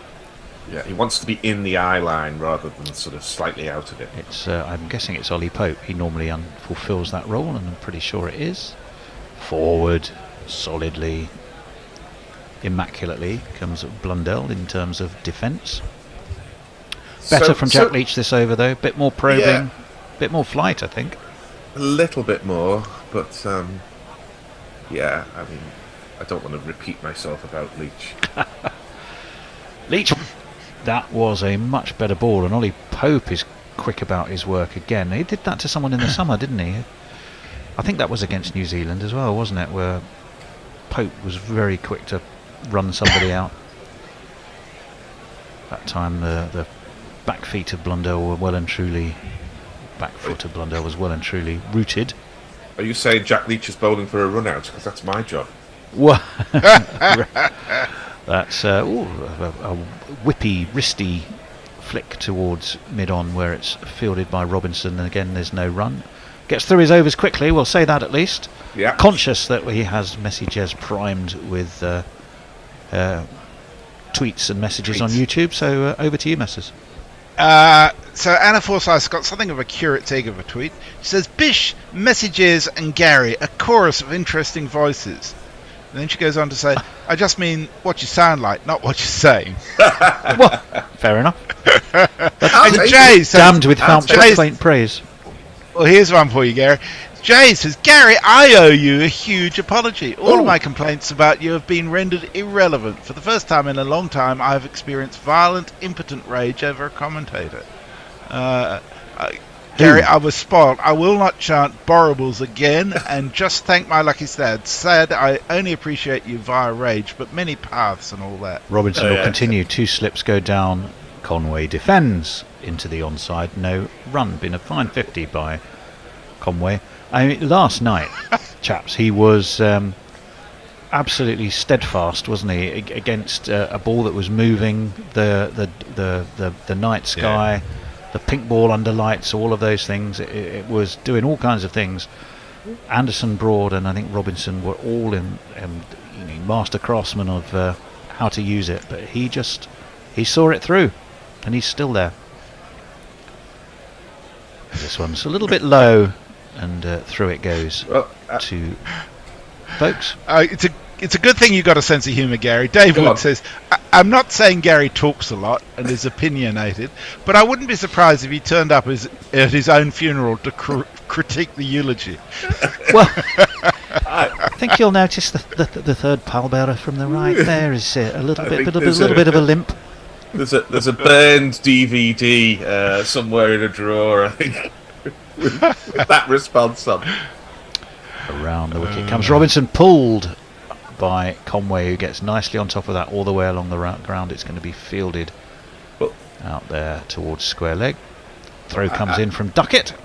I feel a bit like Jeff Boycott never really felt he was into an innings without a sort of squirt backward of point for a single. I never feel I'm really into a day at Guerrilla Cricket without a tweet from Jay. So I'm indebted to both of you, Jay and Jez. JJ's. Well, I mean, who is it? What's his name? James Corden does carpool karaoke, doesn't he? Yes. I think honestly, every day I pick you up, Gary, it's carpool theatrical review key. Have you told him about the earplugs, Tony? Worked off his legs nicely by Blundell down towards Jack Leach, who is down there at fine leg. They take a single, 106 for 5. Hendo and I actually were doing carpool karaoke the other day. Yeah. We were driving in. It was very sad. It was kind of rather sad circumstances. It was the day that Burt Bacharach had died, and they were going through Burt's greatest, finest, most wonderful songs, and suddenly Hendo and I just off we went. It was a joy. Oh, dear God. Well, my singing was all right. I mean, Hendo's, what's he say? All the right notes, not necessarily the right order. As this one is wide and left outside of off stump and through to Folks it goes. And again, there's no run. You were doing shock the look faces all along the streets of Sydenham. We were in the car, to be fair. You were doing the look of Martin Love, and perhaps one less Ian Bell to answer. Oh, very God. good. Here we go. Why did Dickie Bird suddenly appear every time you on here? There's an invitation, Twitter. There's an invitation. Raindrops keep falling on my Travis head. Oh, very good. Ben Stokes was warming up. Ben Stokes was warming up. This one's slightly fuller, driven, but not really got hold of Anderson. Again, a sprightly 40. What is he? 41, 42 now. He's looking grumpy, but that hasn't changed in 20 odd years. But he was very, very smart and lively about his work there. Fielding away to his left. I feel it's something everybody should know is Jimmy Anderson's age. Like, how old was the Queen when she died, for example. All of these things, but let me just see. I'm going to have to check. He's 40, I think. He's 40. Yeah, he is 40. Yep. Yeah, he's Mog says, I don't know this for sure, but I've heard a rumour that the highlight of the Guerrilla Roundup is the theme music. I've got to say, Mog responded magnificently within 2 hours of me asking him. He did. He had provided a theme song. He's just amazing. All our tweeted. And he said, what a joy you were to work with. Or something like that. 106 for 5. Jack Leach back into the attack. He's coming around the wicket. Back steps Blundell. Cuts backward a point. That's a gorgeous shot. And it's broad. Never really looked like going. And I didn't look the most determined of chases either. It's one of these. 1, 2, 3, 4. That was a gorgeous shot, wasn't it? I just want to say something about Mount Manganui, really, because I think Forthy was extolling its virtues earlier, and I'll come to it after this delivery. So we have the slip, the forward short leg, defended by Blundell. Gary. I think it was a couple of years ago, and it was, I think, the first cricket that we'd seen with a kind of full crowd in after the sort of tests behind closed doors and stuff like that. Break off. Round the wicket again comes Leach, defended in tidy order by Blundell. And I remember just feeling this joy, this sense of joy that real life was just around the corner, because they had all these people sitting and talking to each other and drinking tea and coffee and a beer or two, watching the cricket at Mount Manganui. Down the track comes Blundell, but really just steers it straight to captain Ben Stokes, who was, as I said, just doing some limbering up. Maybe And he is thinking it is time. I wasn't affected much by the lockdown. It was pretty easy for me. But if I felt that sense of joy, I just wondered what other people felt when they saw the cricket from New Zealand in normal envious, times. I think, would be the answer. Back, that one turns quite appreciably, but slowly, and the ball is just there to be spanked away into the offside. It was not going to make it all the way to the boundary, though. The much maligned Crawley goes chasing after that. Not a great match for him so far with the bat, nor indeed in the slips, although he did take one of the slip catches. Wow, that nearly took poor old Ollie Pope's head off. He was already ducking out the way, though. I always wonder if somehow you just threw your arms up when you duck and just hope the ball might actually land in one of your hands, as this one is nudged to backward square. No run. It's another over from Jack Leach. It's 112 for 5 New Zealand. You say you throw your hands in the air. Oh, God. You throw your hands in the air like you don't care? Well, I think you do care. You do care about not having your head taken off. Well, there is that. True. Even when Gary says something predictable and annoying, I want to give him a US sitcom-style punch on the arm and give him a freeze-frame wink. Hate unites me like a compromised Chinese warlord and Jian. Mog says, not a fan of Pratchett, Gary. Dead to me. And Jay says, wee bit rich for someone who looks like Roderick Spode complaining about British whimsy. Well, I'm a fan hello. of... Whoa, gentlemen. Sorry. Yeah. We have some very interesting news here. I'm not putting Woodhouse in whimsy. Woodhouse isn't whimsy. Woodhouse is verbal jousting. But yes, I'll get off now. Well, look who's on to ball. It's this chap. Oh, well, that worked well, didn't it? That big intro. Come on, there. This is like pitched and ginger hair like a picked, but massive runs he has hit. So there's that. Introduce yourself. Joe Root. Introduce yourself. Joe Root. Introduce yourself. Joe Root, actually. It is Joe Root, actually, round the wicket too. Left-handed Conway, who's straight back down the track, but pushes it straight to Ollie Robinson, who's fairly straight there at mid-on. And there's no run. We can call that a looseness, seeing as it ended up at sort of full toss. We still have the slip and the forward short leg for Joe Root. He's very round arm, isn't he? This one is steered towards Duckett, who's at short extra. I'm prepared to say that he'll get more spin, more flight, more dip, more deception than England's number 1 spinner at the other end. Yes, but what else is going to be better about it? As this one is a much better ball and really bounced up on Conway, who was looking to cut him away into the offside and wasn't able to. We'll have a look at that. There's plenty of dip, there's plenty of bounce, there's flight, there's a lot of things that Gary was predicting there, but was it more than Jack Leach? I don't know. That one's looped in to Conway, right on his middle stump, defended. See, my point is that if you had Sam Curran in, Joe Root would be perfectly acceptable as sort of 6 or 7 overs of spin each day. Root again.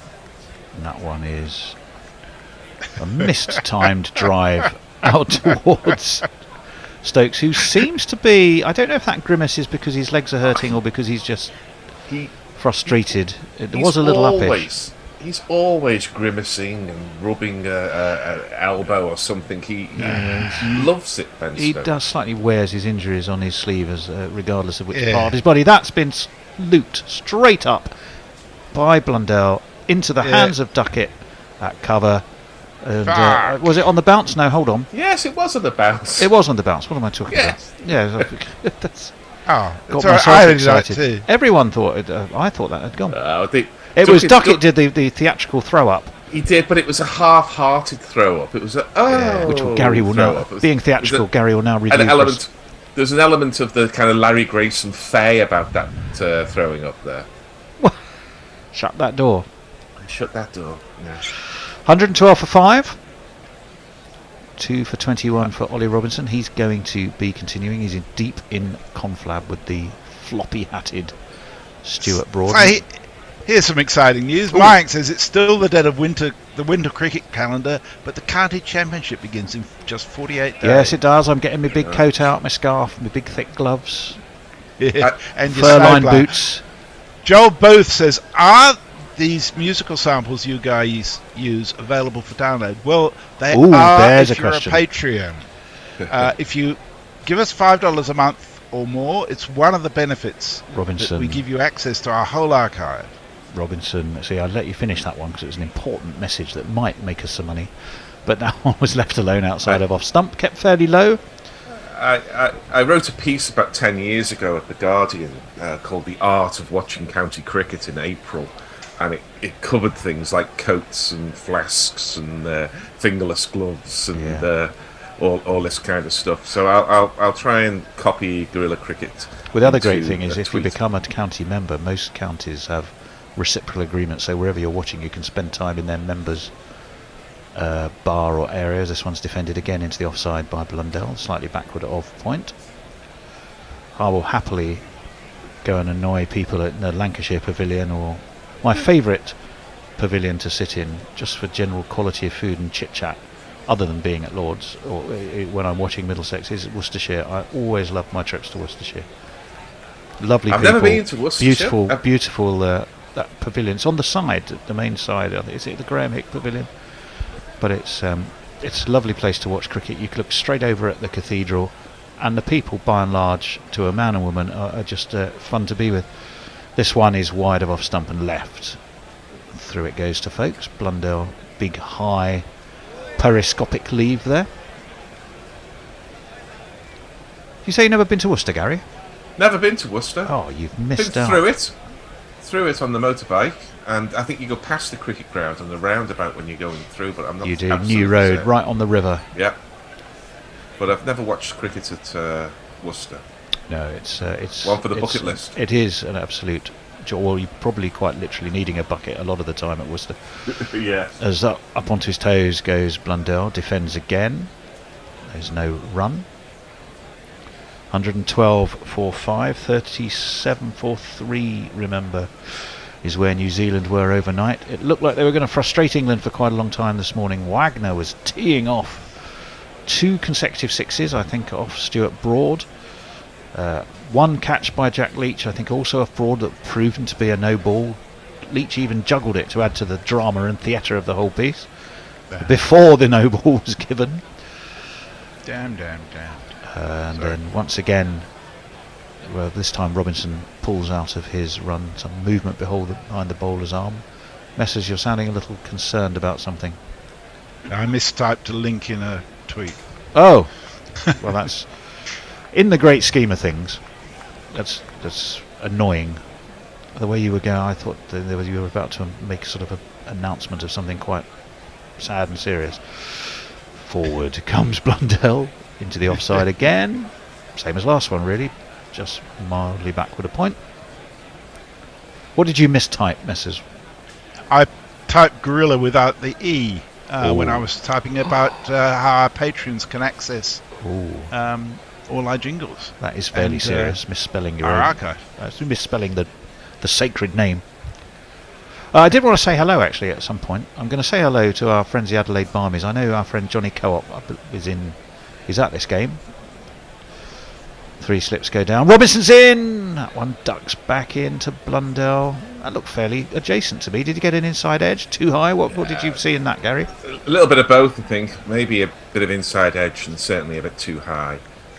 We saw with the one that the ball that got Daryl Mitchell that it was only just clipping the top of the bail, so Robinson with his extra height and his bounce is going to get the ball to go over the stumps at times. I just wanted to say that I've tweeted my piece, was 10 years ago at The Guardian, to @Guerilla Cricket, the art of watching county cricket in April. So if anyone wants to get your preparations in order, there's your advice for it. I've retweeted it on the Guerilla account. Thank you very much. I think we're due a change, aren't we, chaps? I think we are. We are indeed. Well, Gary, you're just metaphorically changing seats. Yeah. Shall I see this route over through? Oh, actually, you pick up this route over at 112.45. Root's in, and that's defended by the left-handed Conway, and there is no run. He's round the wicket and round arm is Root, bowling his off breaks to the left-hander, and Conway comes down the track, and he hits the ball very, very hard back to Joe Root, who has taken it on the foot. And then the ball has gone into the stumps, and everybody's a little confused now because they're going to have a look here. And if Tom Blundell is out, it's going to be that most unlucky way of getting out by the ball being deflected onto the stumps. Nobody looks that bothered though, except for Joe Root, who got one on the end of the toe. But we'll go upstairs. These can often be a bit surprising. Sometimes everybody looks cool about it and they're a foot or more out. But I think they are going to. Did Elin Dar not signal that they were going to go and have a look? Yes, they are going to have a look. So the ball is smashed back there by Conway. The ball, well, I can't see there whether it hits the toe of Root or not.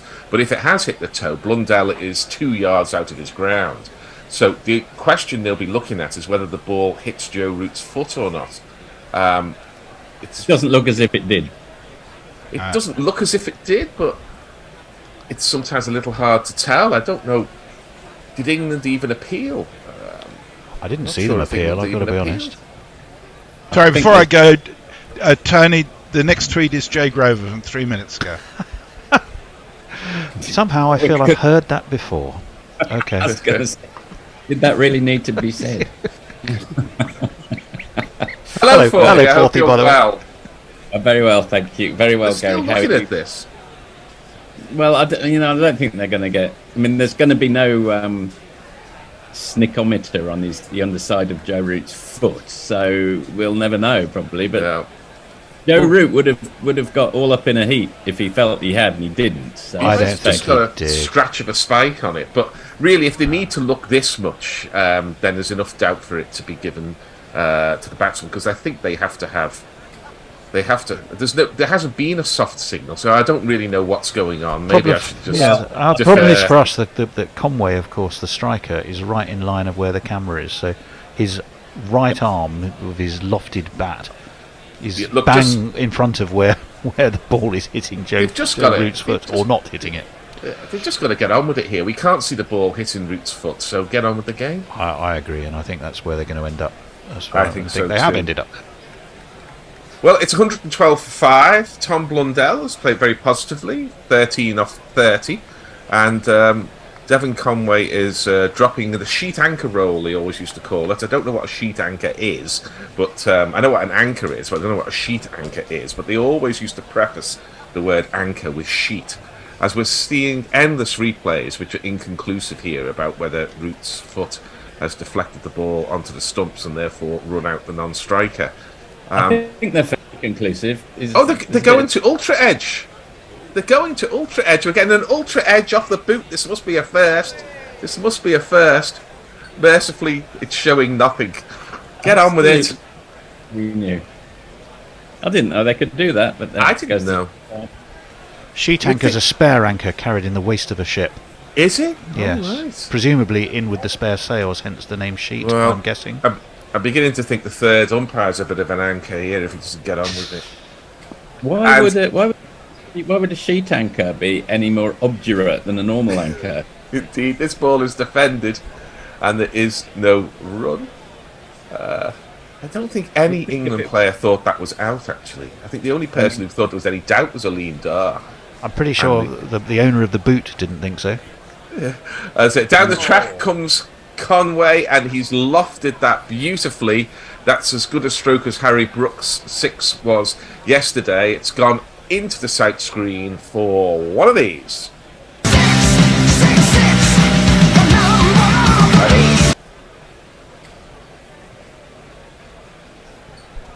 Yeah, I reckon there's a hint, don't you, Forthy, of frustration there with Conway. How dare you try and get me out through such nefarious and skullduggerous means? It wasn't him. It would have been Tom Blundell who was out. But I think, his side would lose a wicket. So Conway goes to 60 after that burst of aggression.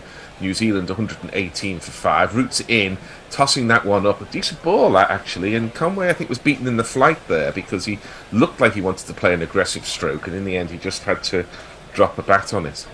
Bit of a look there. That one, he really flirted that one up. Yeah, and he got some turn. Mike Breed, the last great lob bowlers, wasn't he? That ball is punched through extra cover. There's 2 men at extra cover, but it beats both of them, and the captain runs round to the boundary and flings the ball back in. So that ends a pretty good over for New Zealand. They got 8 from it, 120 for 5. I think Mike Atherton was the last English player to bowl lobs in a first-class match. It's outlawed, I think, now. I thought it was Brearley. I'm obviously wrong. Brearley did essay a few. Mog says Tony seems somehow naked without those enormous reams of note. Mayank says sounds like mistyping is a quite serious issue for Messi Jez. Jay Grover says, and now Gary's narcissism seems like a kitten playing with a ball of yarn. Comrade Bear with his Russian hat is about to go off into the Sydenham night. Sorry, hold on. I missed that. Say that again. I'll figure it out. I'll call you if you're not and wake you up. Robinson, who has 2 for 21 off 10 overs and has bowled splendidly, is in. And a little bit of an inside edge. You know, he reminds me of Glenn McGrath. He just gets enough movement to keep troubling batsmen, doesn't he? Yeah, there's a lot of similarities. I think if he carries on his upward curve, by the time he gets to 32, 33, he could be as good a bowler as McGrath.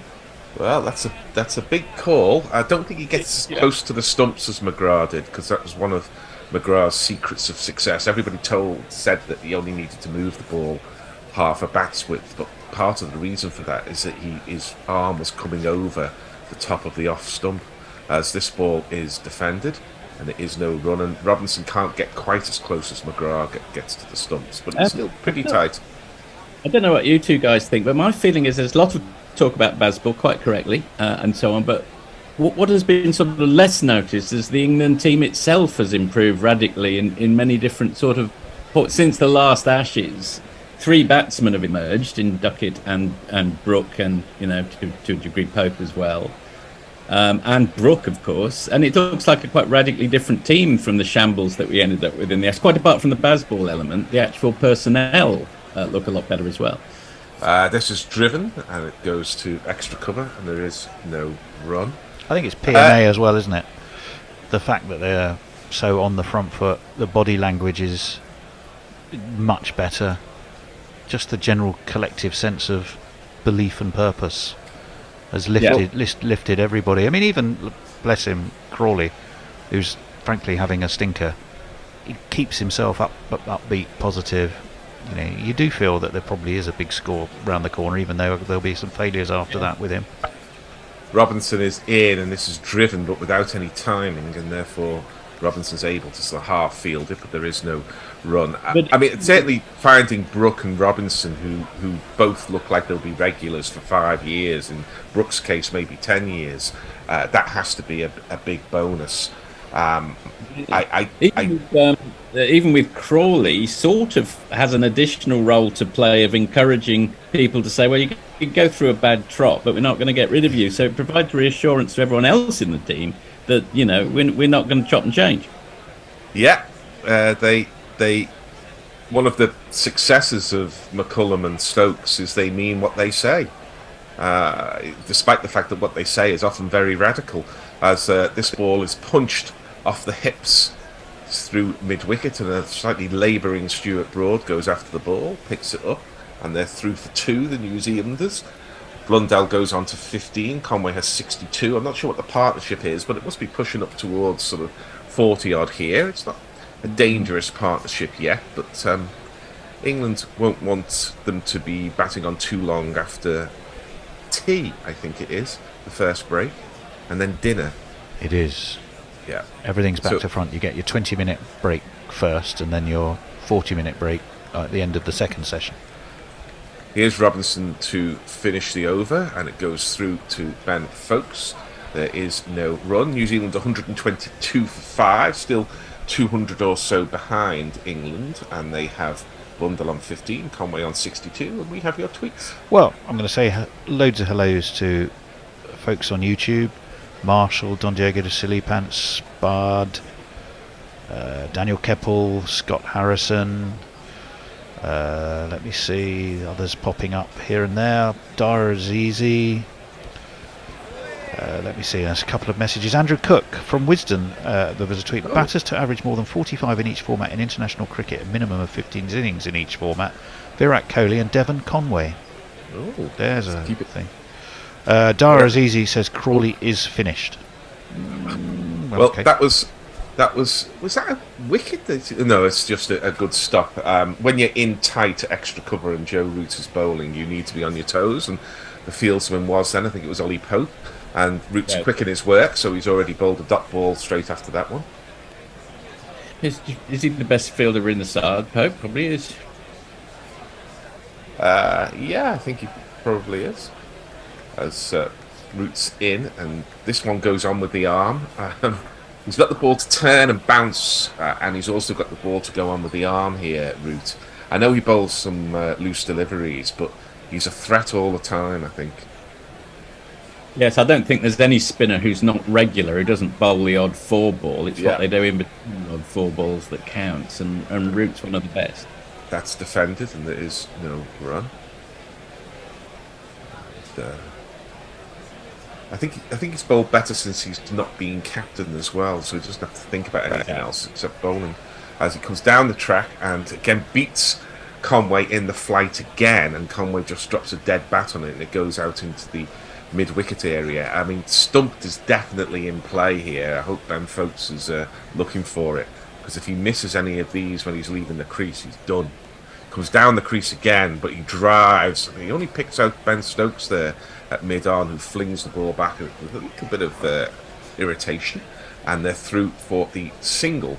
New Zealand are 123 for 5 after 40 overs. Then Devon Conway has retained the strike on 63.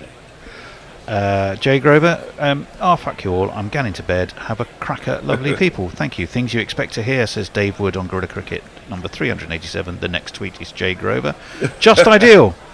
Cannot imagine a more delicious Friday afternoon experience than listening to the musings of Tony Bishop, Gary Naylor, and the ever erudite Ian Forth 3. Forever in your deck, Gorilla Cricket. How very kind, and we are delighted to have your company.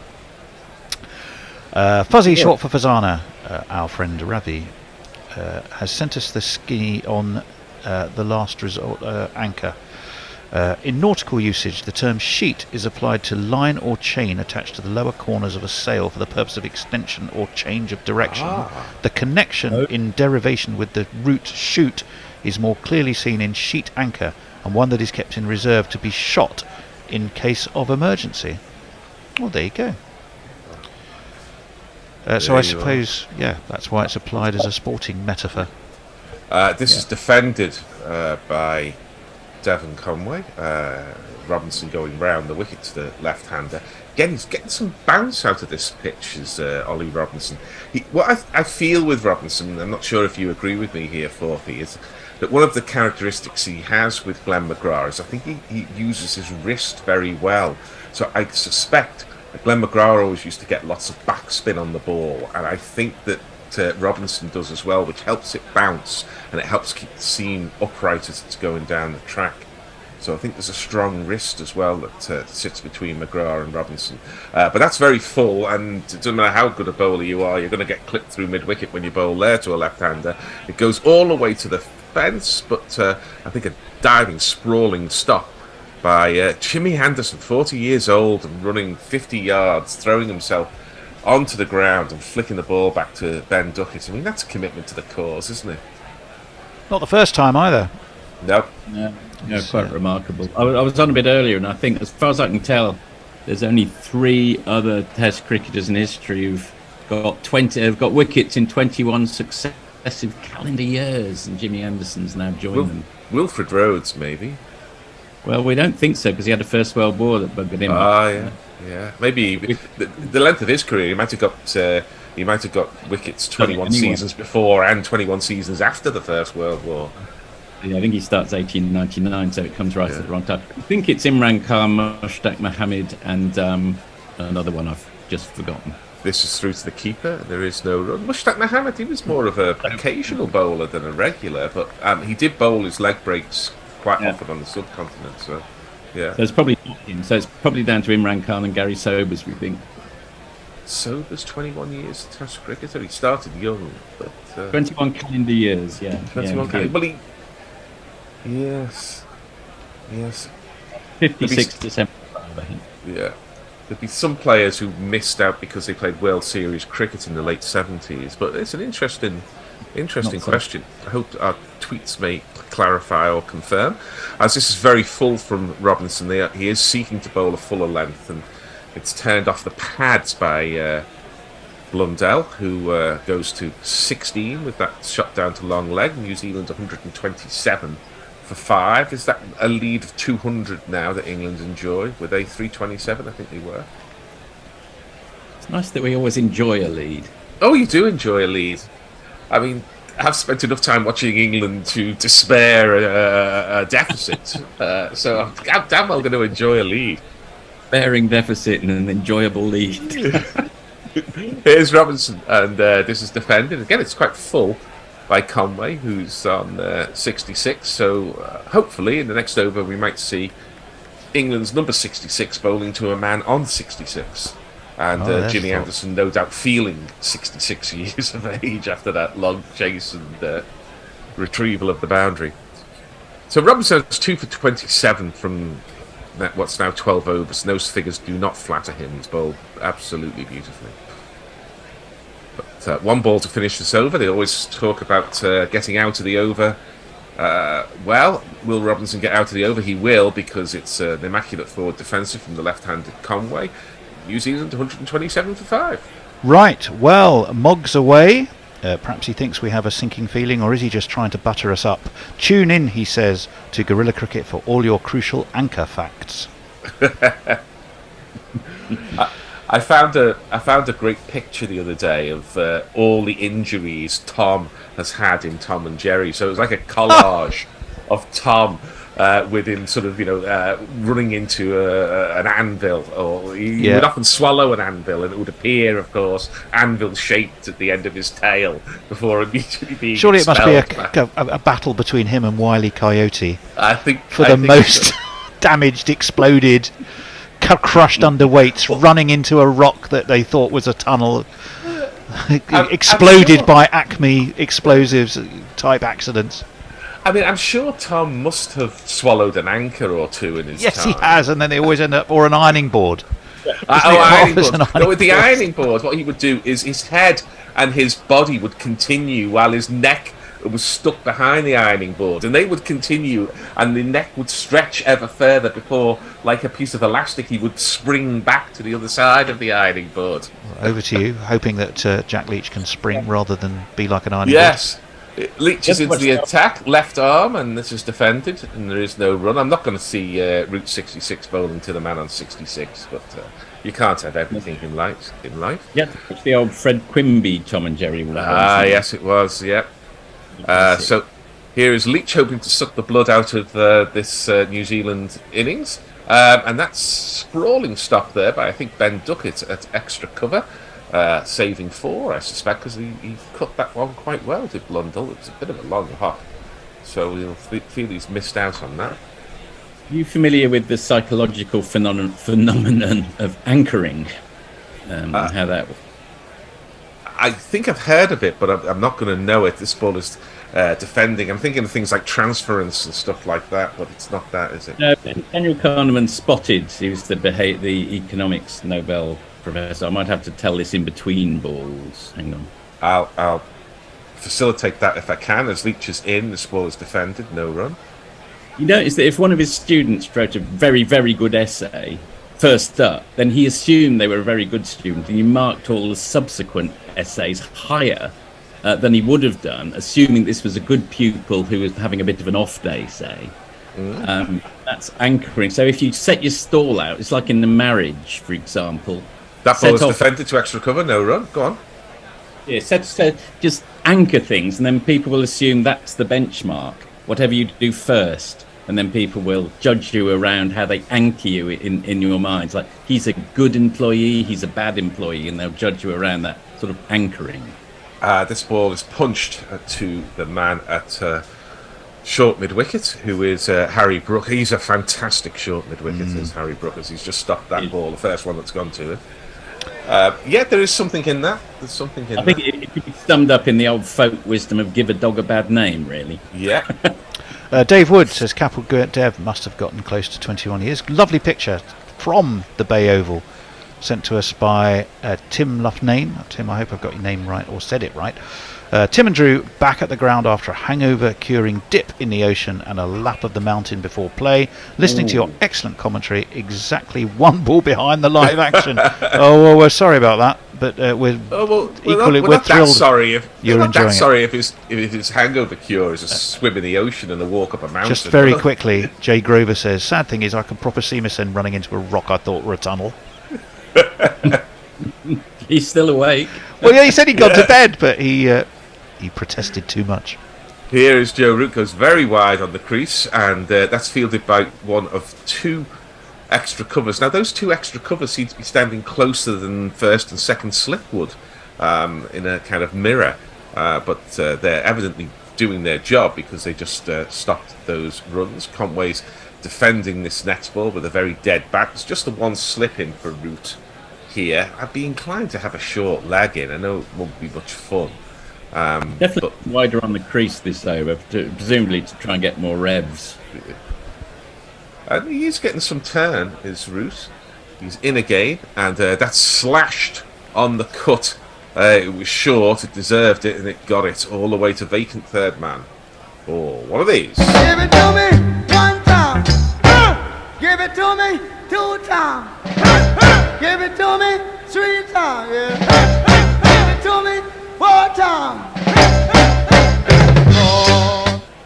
I mean, there's so little margin for error on a slow wicket that the batsmen can really help themselves once they see it a little short. But that's defended back to Root, and there is no run. Getting through his overs very rapidly is Root, so a bit better than the shocking over rate we had yesterday. He's in again, and that was almost a kind of round arm sling there, and Conway saw it coming into him, and he just happily hit it into the vacant space on the leg side. Helps himself to 2. Fairly undistinguished stuff here from Root. I think he'd be better bowling like he did at the start, tossing it up a little bit. I agree with you on probably most things, Gary. I've got no interest in the over rate. I don't care. Okay, this ball is defended, and there is no run. That's fighting talk. Yeah, well, I'll just say briefly, one of the things it does is that Michael Bracewell, who's very much a batsman playing as a little bit of a kind of part-time bowler, he only needs to bowl 3 overs yesterday because the over rate was so slow. If a side bowls its full 90 overs, they have to play a 5th bowler who has to bowl sort of 8 or 9 overs. But if you take 5 or 6 out of the game, your 5th bowler only needs to bowl 3, and therefore we end up with 7 batsmen, which makes the game more boring than if we would have 5 bowlers, which they would have to do if they've got through 90 overs in a day. Yeah, right. Oh, was that the end of the over? We've done with that. Quick, West Aussie leads. Good morning from the land of Oz. Is Crawley trying to take up the mantle of can't bat, can't bowl, and definitely can't field? That's the question there. Well, he can certainly bat. He got 100 in Pakistan. This ball is defended, and there is no run. So it's not just about kind of, value for money and stuff like that. It's about the balance of batting and bowling in a game.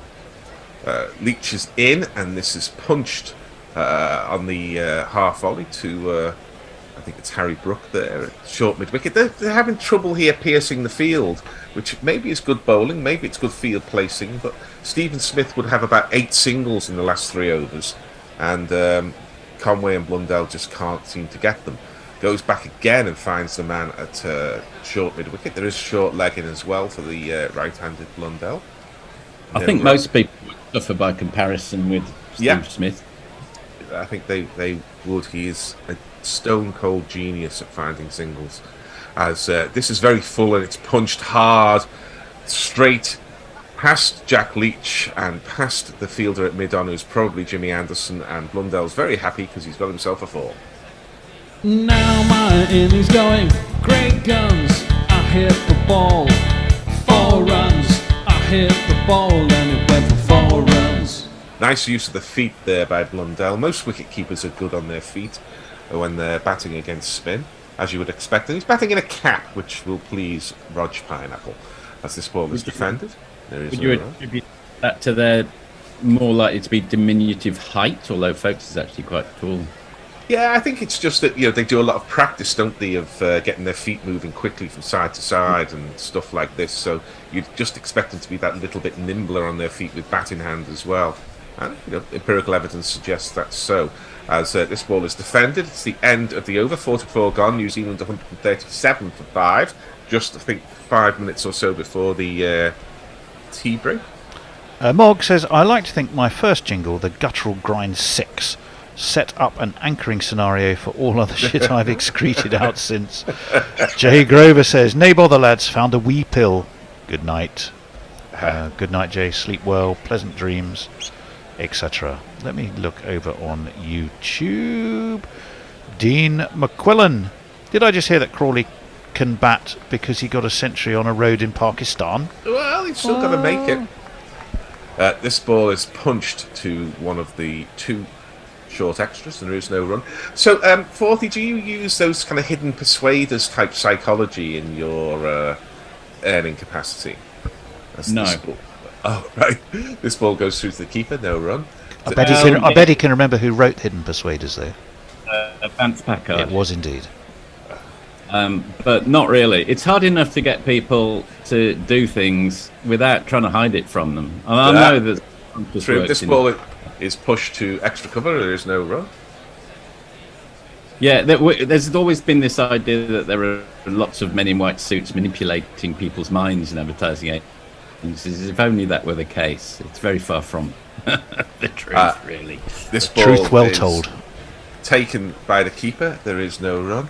I was very disappointed to hear my brother, with whom I was at the theatre earlier this evening, at the National Theatre on London's South Bank, as this ball is defended, there is no run, use the phrase change up.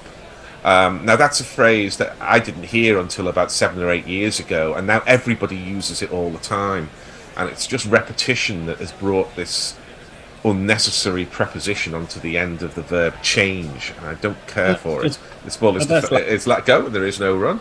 New Zealand 137 for 5.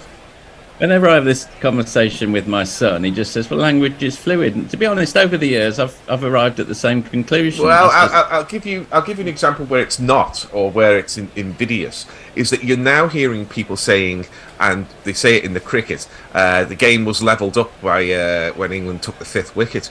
And level up is a Tory phrase. That's the name of a government department. It's part of Tory propaganda, because there is no evidence that there is any levelling up going on. In fact, the reverse is true. The poorer are getting poorer and the richer are getting richer. But because they've used this phrase repeatedly, people believe there is a phrase called levelling up. And I don't want to come over all Antonio Gramsci, but that has got into our culture, and they've done it. And it's a lie. And this is what happens, I think, when we just think it's benign, because it's not benign. At least, end of rant there. Quick tweets to... Well, I'm not sure if I've got time. The next one's rather lovely, though. It's Mayank has forwarded Dr. Farbod, who says, today's a good day, and it looks like Mrs. Farbod has just had and Dr. Farbod have just had a lovely new baby. So if they happen to be listening, many congratulations. This ball is semi-seriously from Gary. If you go back to Aristophanes, or for example, you'll find him bitching about the demagogues in ancient Athens, but this ball is defended, no run. The perils of having a democracy is you're at the mercy of the rhetoric of orators and demagogues. You can't have one without the other. So that's the price of being in a democracy, effectively. I take some of that point, but I think it's also therefore incumbent on us who wish to use democracy's platforms to point this out when we get the chance, and hence I was trying to do so. And quite right to do. Yeah. Here's Leach again, and this is punched off the back foot, but New Zealand are playing a little bit for the tea break, so it's fielded and there is no run. So I've got to sleep for a few hours, then get up and write the review of a 3-hour musical last night at the National Theatre called Standing on the Sky's Edge, set in a huge housing estate in Sheffield, which is now apparently listed. This ball is back and defended. There's no run. Well, speaking of Sheffield, Jay Grover's just said, no messing now, I'm going to bed, please don't talk about advertising. Don't make a middle-aged man cry himself to sleep. What a beautiful segue that was. It was. Last ball of this session, which I think has probably been England's session, has it? What would you say? I'd say it was Two wickets. Yeah. I'd say even. One of them was the Nightwatchman, if anyone's. Maybe even. I think that's a good call, and that's fielded somewhat inevitably at point where quite a few other deliveries have gone. I thought that was the last ball, but there is still one to come. England have controlled the over rate. New Zealand are going at 3.01, which when we were growing up was tremendously fast, but these days is rather slow. And Devon Conway also batting in a cap. Roger McCann will be very pleased. And as is sometimes the case for the last ball, the bowler tries something different, so he's going over the wicket as the left arm leach to the left-handed Conway, who's on 72. He's got a slip, he's got a short leg, he's got a kind of silly mid-off, quite close. And we'll see if this takes a wicket, but it doesn't. It's defended by Conway, who's very pleased because he's batted through the session.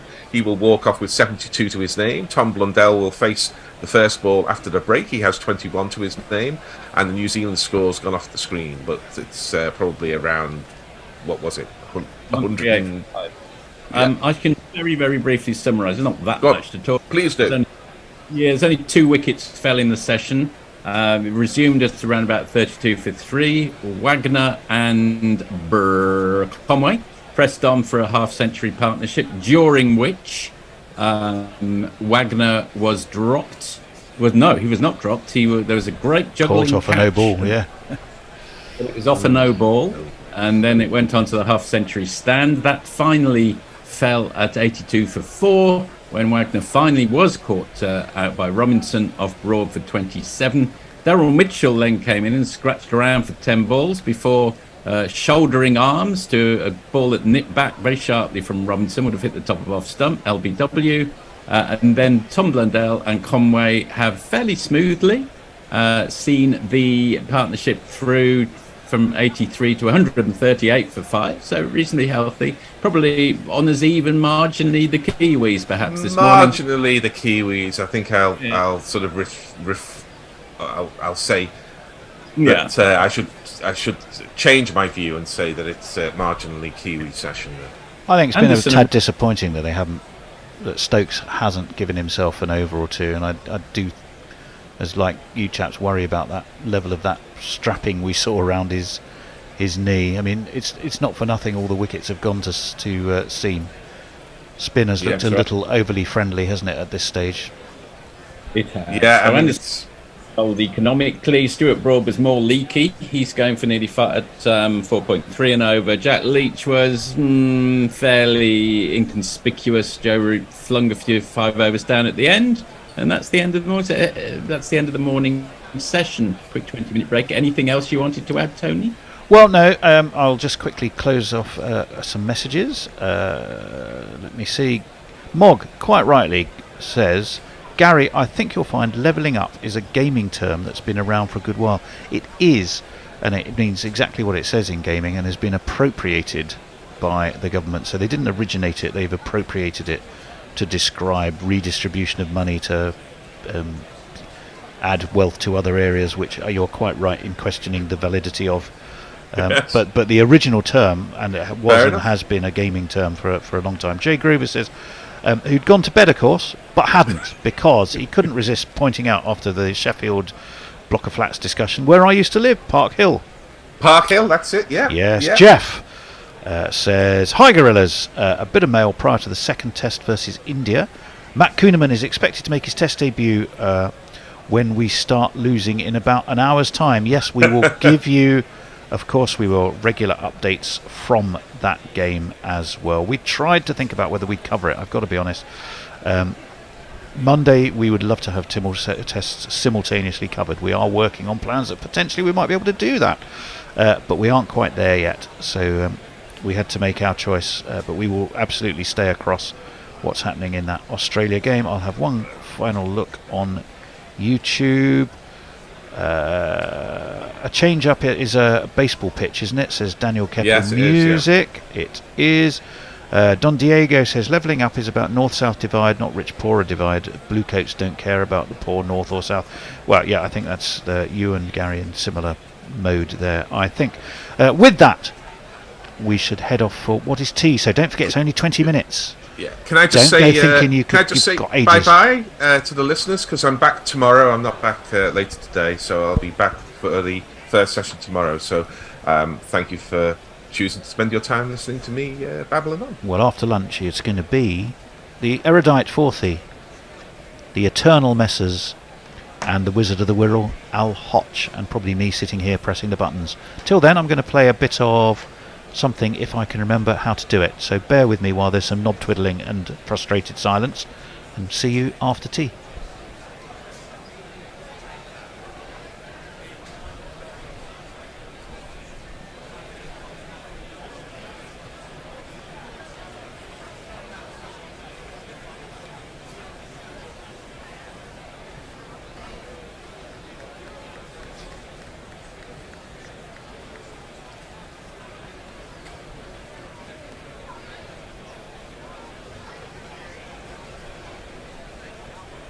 Tragic. And there is more tragedy, as Tony will tell you. Well, he died after a day's cricket, rather sadly.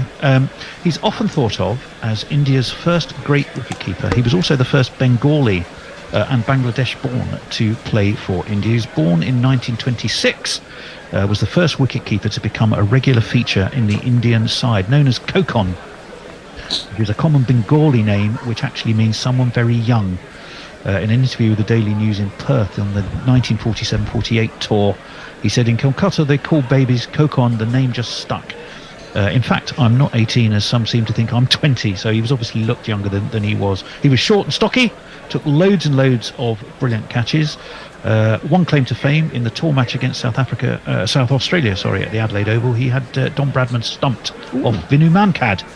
Wow. And he later rated that as the most prized scalp of his career. My greatest thrill, he said, was when I stumped Bradman at Adelaide, because he was the greatest genius we have ever met, he said later. He was a pretty useful late order batsman as well. He played first class cricket until 1958, and he was playing club cricket right up to his sad death of variously reported as either a stroke or a heart attack, but nonetheless rather sad, in 1970. So there you go, a rather sad and sombre ending to what's been another absolutely cracking Who's That Weirdo contest between Emma John and Kit Harris. But I have to say, at the end of it, Kit Harris has just forged his way into the lead with 11 points to Emma's 9. Kit Harris takes the title for this week of Who's That Weirdo. How do you feel about it, Kit? I mean, can you articulate your feelings having forged victory? I want to know if there's a leaderboard, like on Top Gear for the fast laps. How did I do compared to all the others? Well, I think you're right up there on the. Although Messi Jez did get 20, but then I did give him 7 extra points just because I fancied him beating the Bear. So that was. He's an outlier. I suppose I could just give Emma a couple of extra points to beat you. The Bear's now getting very annoyed in the kitchen, I can tell you. So yes, you have. Well, I mean, what we did think of doing was keeping the winner on each week, but that's proved too difficult to get people on. But I'm sure we'll have you back at some point in the Basically, what he's saying is feel validated, my friend. Feel validated. Absolutely. 11. Emma, your thoughts? Are you disappointed? I mean, you ran him hard. Yeah, I think I did a lot better than I thought I was going to. I'll be completely honest. And I also managed to avoid. I think I managed to avoid saying the W word, which, yeah, I was. You did. Damn it! I'm going to have to take some points off you. Yeah, it's a weird. I mean, I don't mind the word weird.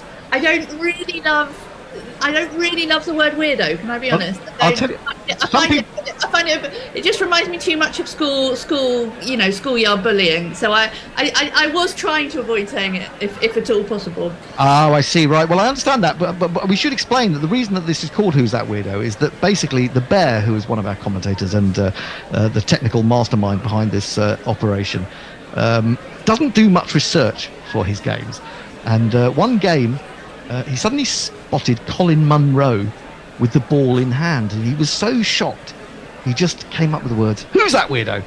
And we had to explain that Colin Munro does bowl spin, and so that's why it's called Who's That Weirdo. But you have done well. You've managed not to say weirdo, but you haven't managed to knock Kit off his perch. He has triumphed with the score 11-9, and I'd like to say thank you for your contributions. I hope you enjoyed the show. Hope you had a lot of fun, and that you'll be back in the future for more gorilla shaped cricket commentary or something like that.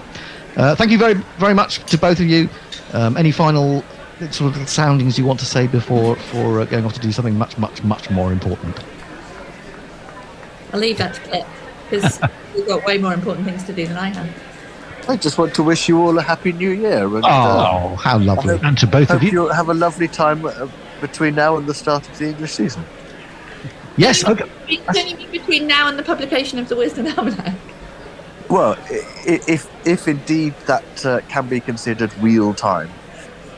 I was going to say, what are your? I mean, we should probably do what's your hope for the next year of cricket is, Emma. What's your big? I mean, if that's not too big a question to suddenly land on you at the last minute, what are you most looking forward to this year from the great game? Oh, just watching Stokes' England. I mean, of course, absolutely. I don't care what they do next. You know, I'm enjoying the ride. Yeah, me too. Absolutely, I'm a convert for someone who is a very, very slow, boring batsman. I'm a complete convert to what's going on out there. Kit, any final words you wish to say? What could be your highlight of this year? Same as every year, Somerset Championship. Ah, that would be nice, wouldn't it? That would be very, very nice indeed. I'm afraid to say that Ian Payne will not be taking part in that attempt. As you know, he only played for Gloucestershire. But thanks to both of you for being with us on Who's That Weirdo, and hope to talk to you again in the not too distant future. Thanks, guys. Cheers. Take care. Bye bye. Greg Matthews, Alan Knott. Who's that weirdo? Daniel Tidder, Neil Mackenzie. Who's that weirdo? Dwayne Leverock, Shahid Afridi. Who's that weirdo? Chris Harris, Kevin O'Brien. Who's that weirdo? Greg Matthews, Alan Knott. Who's that weirdo? Daniel Tidder, Neil Mackenzie. Who's that weirdo? Dwayne Leverock, Shahid Afridi. Who's that weirdo? Chris Harris, Kevin O'Brien. Who's that weirdo? Good morning, good afternoon, good dawn, good dusk, wherever you are in the world. Welcome to Gorilla Cricket. I'm Gorilla Hendo, Nigel Henderson, and welcome to a whole new form of radio. It's part podcast, it's part quiz. Let's just call it a quizcast.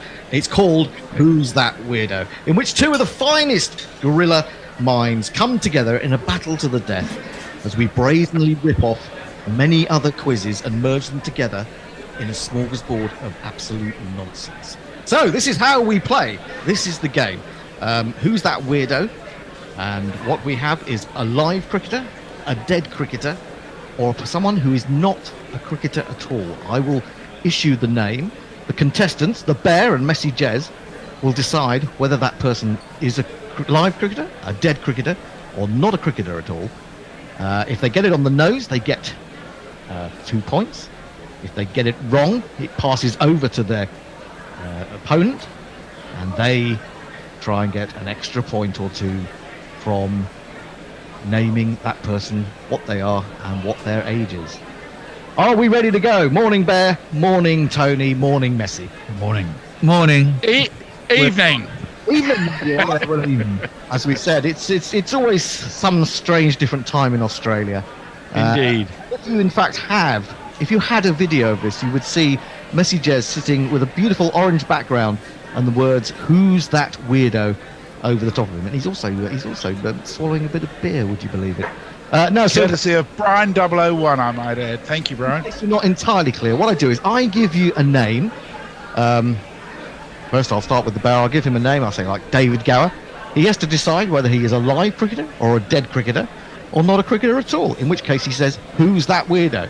And if he gets it on the nose, he gets the points. Messy Jez will be his opponent, and Tony Bishop in the corner will be telling you lots of interesting details. In the naughty corner. I'm in the naughty corner. Lots of interesting details about the various people that you will probably never have heard of.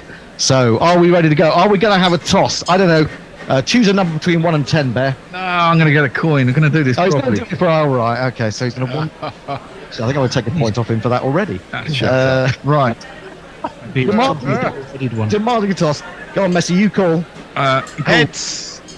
It's landing, and it is. I can't see it. I think it's a tail. It's a tail. It's a tail. What do you want to go first or second, Bear? No, I can't remember how we decided this would work when we did the run through. So, I'm going to play. You're going to play. No, there's no play or passes. It's just alternate. Oh, right, okay. And then I have to just find the original name. It's very difficult to do when you're trying to do about 4 different things at once. Anyway, never mind. Let's get underway, and you will understand before too long, possibly better than us, what is actually happening. The Bear is going to play, and the first name I'm going to offer up to the Bear is Amit Majumdar, Bangladesh. Is he a live cricketer, a dead cricketer, or not a cricketer at all?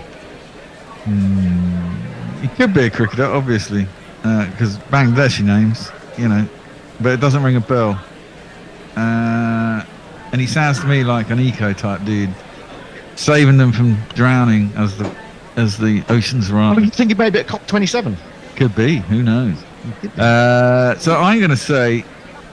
Are you going to say... Who's that weirdo? Yes, I am.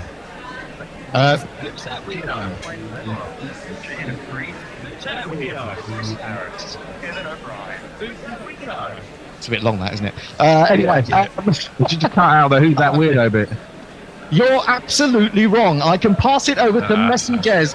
Is he a live cricketer, a dead cricketer, or who's that weirdo? Well, he's not a weirdo. So is he a live or a dead cricketer? I think he's a live cricketer.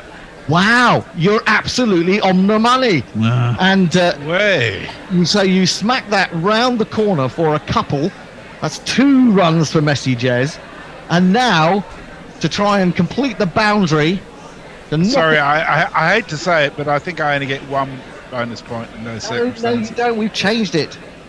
We discussed it in the car. I'm sorry, you get 4. You get 4. So I'll take what I can get. Take what you get, absolutely. I make the rules. So, how old do you think Amjad is? So he's a live cricketer. I reckon he's up and coming myself. I think he's only 23.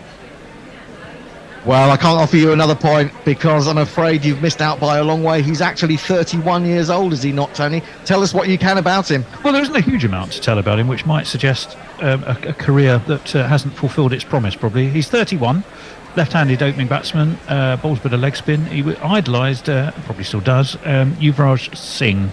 Took up cricket in 2000, part of the Bangladesh squads for the Under-19 World Cups in 2008, 2010. And he, at the time this was written, but on Cricinfo, I think it was a while ago, it did mention he was also interested in becoming a doctor.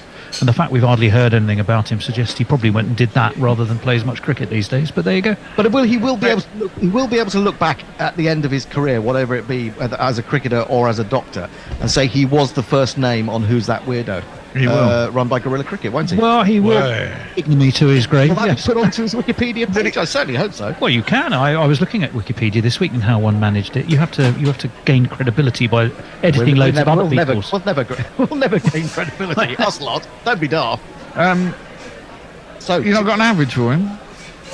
No. Okay, well there you go. Would it help you if I did? You really jumped up. There we go. We're moving on. This is for you, Messi Jez, to see if you can strike a couple of runs behind square on the offside. Okay, I'm all warmed up. You're ready for Francis Quinn, Ireland. Francis Quinn, Ireland. Live cricketer, dead cricketer, or not a cricketer at all, in that case, a weirdo. Francis Quinn of Ireland. Well, I think he's probably an Irish politician, so I shall say, who's that weirdo? No, you're absolutely wrong. It's not a Who's That Weirdo. So it goes over to the Bear. You're not doing very well on your own with your own spells, are you? Francis Quinn is Francis Quinn a dead cricketer or a live cricketer? Francis Quinn could be a woman, couldn't she? How is the Francis spelled? That's what they're asking. Wow. Is it with an E? Is it with an I? Well, can I ask that question? No, you can't ask that Damn. question. I'm afraid not. No. And in fact, for asking or trying to ask that question, I'm going to take 1 point. What the? After it. I'm sorry. Rejected from this fucking game. Hi. I'm sorry, you must learn to know your place. I am the Francis Quinn Ireland, dead cricketer or live cricketer? I'm going to say dead cricketer. Dead cricketer, yes, you're absolutely right. He, she, it is a dead cricketer. And can you tell me what age Francis Quinn was when they died? When they died. Man. Okay. For a 4, this is for a boundary. Could have died in a potato famine. Could have. Cricket's been going on a long time. It's been going on a long time. Has it been going as long ago as the potato famine? I don't know. Probably 1800s, wasn't it? It was going to turn in the 19th century, wasn't it? So, turn of the 20th century, just shy of. I can I'll give you. Oh, the tension. Oh, the tension. We are back. I don't approve of 20-minute first breaks. Do you I've not? got to say, why can't we have 2 half-hour breaks? Wouldn't that make sense? Oh, Sorry, this is they're trying to rip up hundreds of years of tradition. My goodness. You know what? Honestly. Is that the hill you want to die on? Oh, I'm not fucking dying on anybody else's hill. Welcome, Al. Welcome, Forthy. Yeah, well, can you imagine the topography of the hill that Gary wants to die on? That's interesting. I've got an interesting YouTube thing. It's got my head directly above Tony's body. Tony's body's gone now. I feel more comfortable. You don't want me underneath you, Messi. That's for sure. No. That's a bit scary. Even at 3:30 in the morning, that was sinister, Tony. Is that what it is? 3:30. Bloody hell. Well done for being on duty. Hey, listen. This is what cricket's all about.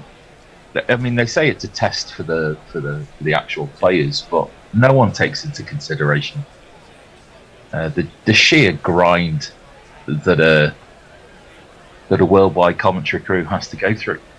Absolutely. While I think of it, Al, I should just let people know that you are going to be my co-contributor on Gorilla Roundup this evening.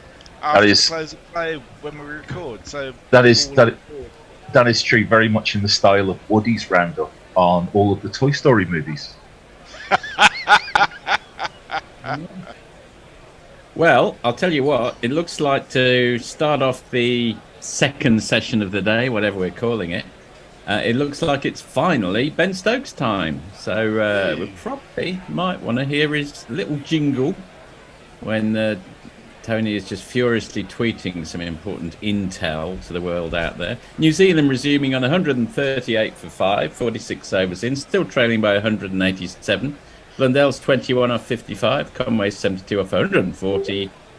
And there's a jingle. Ben?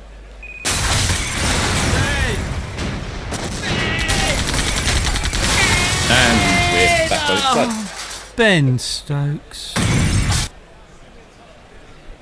Yeah. In he comes for the first ball of the second session, and he digs it in a little shorter.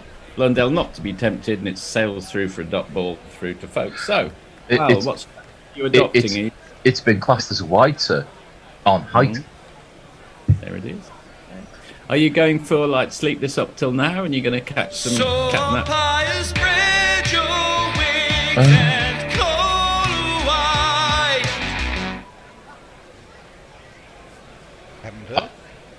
I'll let you bowl the next ball. Here he comes, Ben Stokes in again. I've got a very slight delay. And that one is a bit fuller. And this one's also left alone as a dot ball. Back to you, Anne. By fuller, in the batsman's half. I've got a bit of jerk going on. I'm going with no sleep. I'm on till the opposite play. Then I'm doing Woody's Roundup. And then I've got a telephone call with my new boss at 10 o'clock. Oh, you'll be fresh and lazy for that. In comes Stokesy. And this one is smothered just by Blundell. No run. Oh, my goodness me. Well, I hope it's not, I don't know. What is it? What's the nature of the call? I start a new job at the end of the month, so I think there's some deets being given to me about what the nature of that new job actually will be, who I'll be working to try and assist. So hopefully you'll just be in receive mode. Stokes again. And again dug in shorter, again into the rib cage. Well negotiated by Blundell, off his ribs. Just down on the onside, no run. So that's 4 shortish balls from Stokes, obviously a plan. Is Ben Stokes' hair getting lighter? He seems like he's more blonde, less ginger. I don't think it's a matter of it getting that way. I think it's sort of being made that way. Wow, that is quite that light. is that's a strong statement, that just. Well, You're after absolutely the stuff right. about Alim Dar yesterday. Well, his hair's not getting lighter, is it? That would seem very. No, unlikely. there was a suggestion he was dyeing his beard, and somebody said, "Well, that's haram in Islam, so he probably doesn't." Okay then. Fourth ball of the over because of the wide. Stokes in a little closer to the stumps, but again dug in. This time pulled to the man Joe Root. A little bit of teamwork out there on the deep square leg boundary. They come through for, I think, just a single, possibly 2. I know it's only 5 balls, including the wide for height. But Blundell's had all the time of the world to deal with this half-track stuff from Stokes. I'm not entirely convinced that this might be a long-term strategy. Well, there's 5 men scattered like a Croatian flag in chessboard fashion all over the on-field for various manners of miscue. But again, that's played down into the ground without too much difficulty. Do you think maybe they're just hoping it'll stick in the pitch and they'll mistime it rather than it'll hurry him for speed, as it were? I don't know. I mean, there is a popular convention at the moment, I guess, because the axis of Stokes and McCullum has been so successful that whatever they think must be brilliant. and I don't think anyone bats 100% for that. No.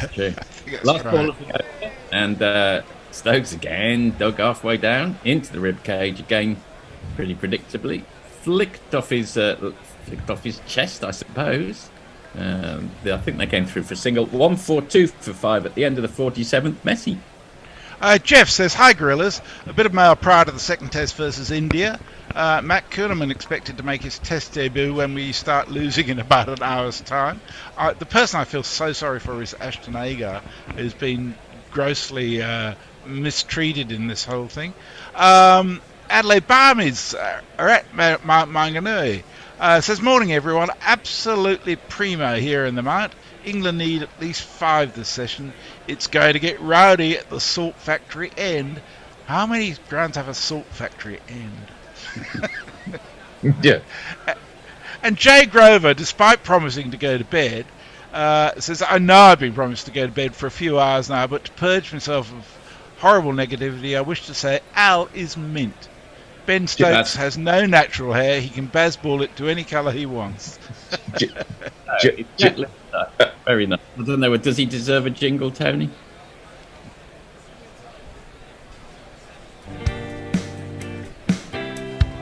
Coming up, here's a face that I know. On the money first ball to Tom Blundell. Smothered with a nice forward defensive Now coming up is Jack Leach. Oh, Jack Leach. And that one's played down by Blundell to mid-on. Again, a dot ball. So he was okay, but no more than that before lunch, Jack Leach. One gets the feeling that at various times in history, Jack Leach may not have actually played at all for England, but there's a little bit of a dearth of spin bowlers out there. We've had worse, but we've certainly had better, put it that way. Nice forward defensive from Blundell. Dot ball. And there definitely seems to be, I mean, I don't know whether it's sort of captain's deference from Stokes that I'll be the last to bowl, but it was encouraging to see Leach was an option for Stokes. Yes, absolutely. Yeah, no, he's a good manager, isn't he? On the whole, even if perhaps he didn't fully merit getting on before the captain. That one is a little short and stroked away very nicely by Blundell, bisecting the two men in the offside for 4 of these. 1, 2, 3, 4.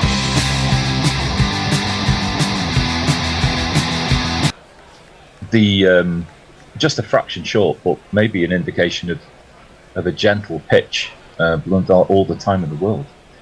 Absolutely, and that one is fuller and floated, and Blundell comes down the pitch, gets to the pitch of it, but smashes it straight back down all along the ground to Leach, who does all his own fielding.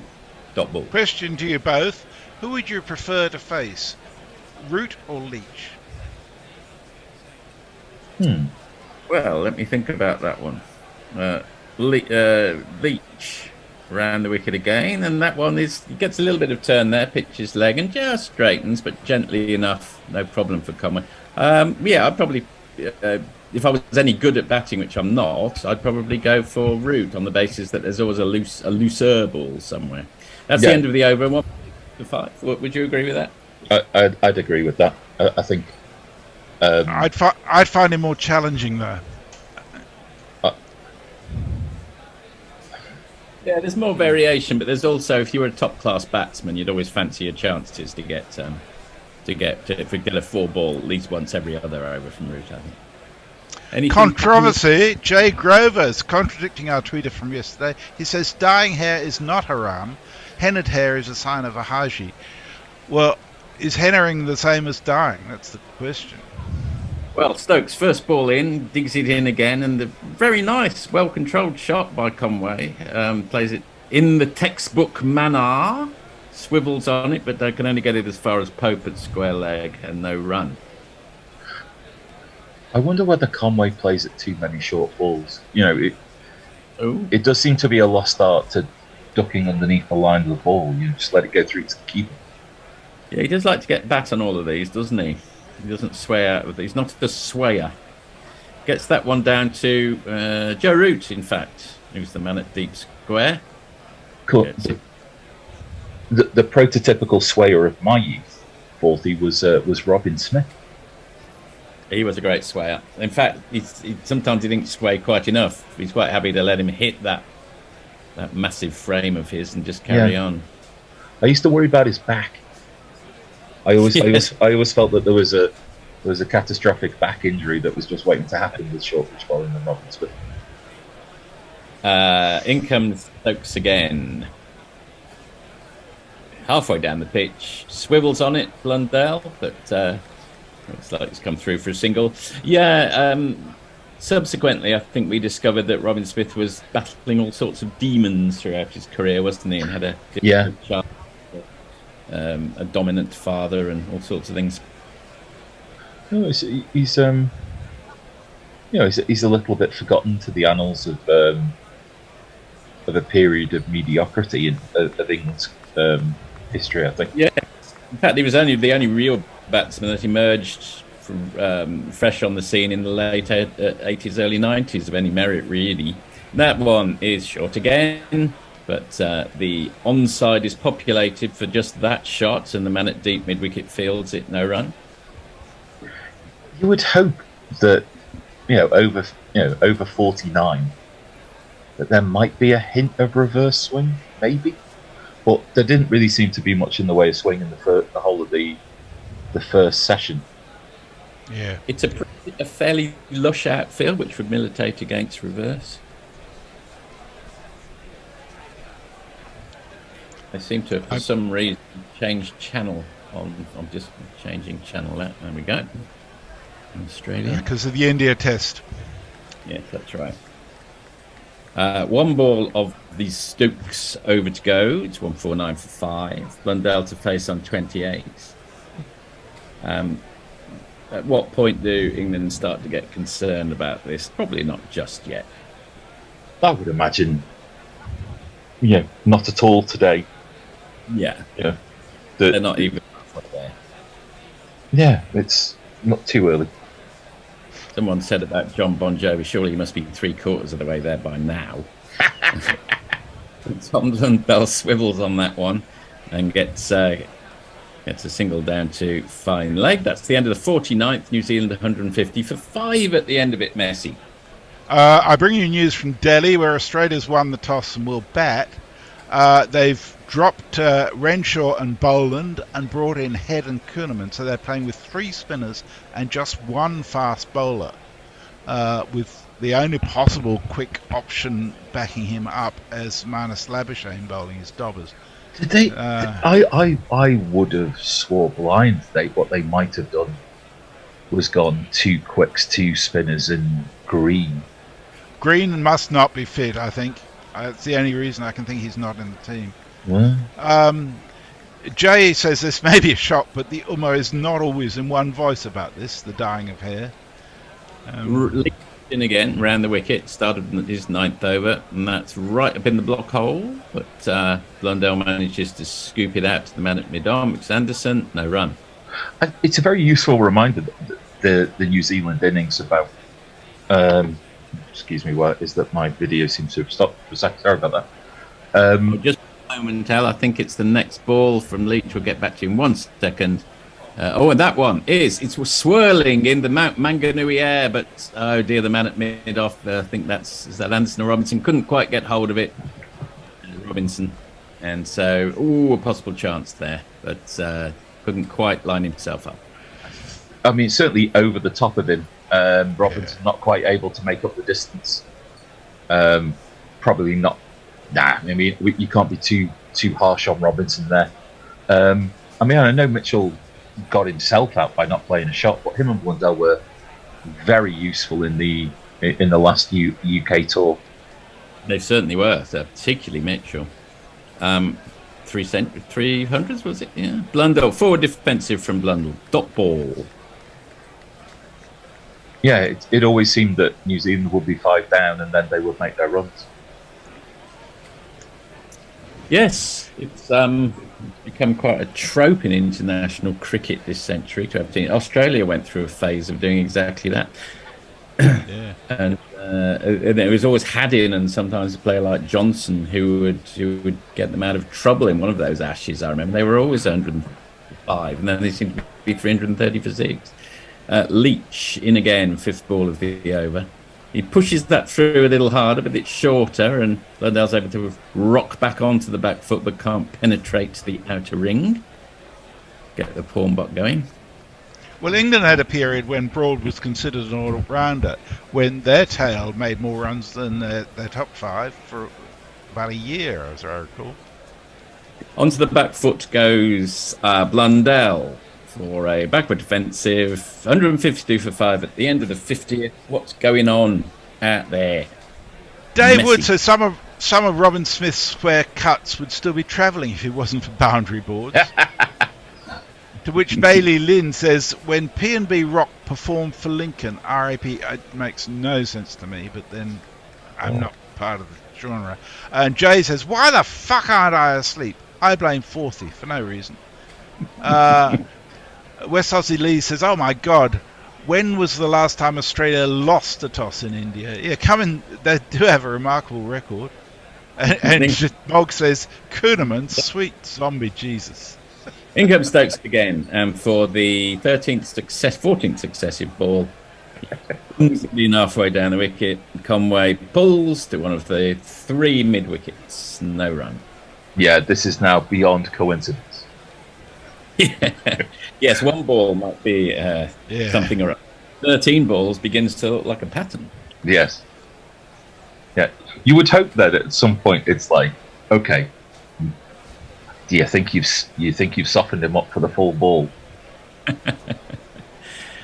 the thing he'll least expect. There's another short ball, of course, and again, of course, he slightly mistimed that one, Conway, which is slightly surprising because he's on 75. And it goes to the man at the wicket. Because Conway's, your traditional opening bats. But I don't know, maybe it's a 21st century thing about the idea of the feel of bat and ball. Maybe it's well directed short pitch stuff from Stokes. Another well-directed short pitch ball. Another swivel from Conway. He's got used to this now. Manages to elude the fielder. Comes through for a single. Gets for a change. We get Blundell back on strike. Oh, yeah, I think I do think no ball as well. Oh, for fuck's sake! Messi not happy. Very unhappy. I just think no balls are just so. Has no cause.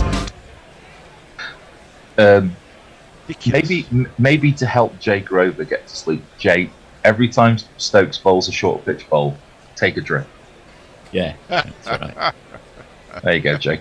That'll help. I don't remember any sort of. I do remember in recent years people getting out off no balls and things, but I don't remember when I was young.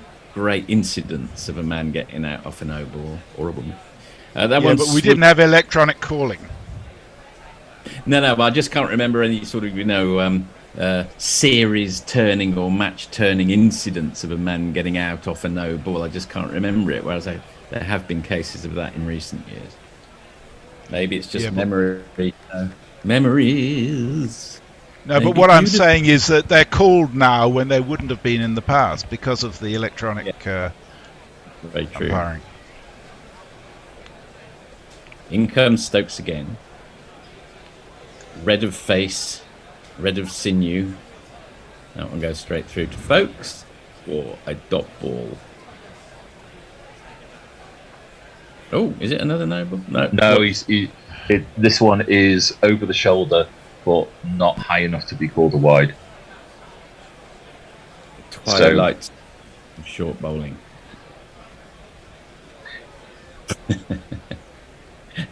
You look like you've got Manganui behind you, Messi, actually. What have you got? We'll come back to that. It is. Oh, well, there we are. Stokes in again. Ducks himself in again.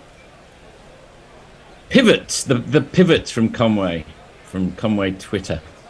And he gets it down to the man at a very square long leg, almost deep square leg, really, for a single. Move on to 156.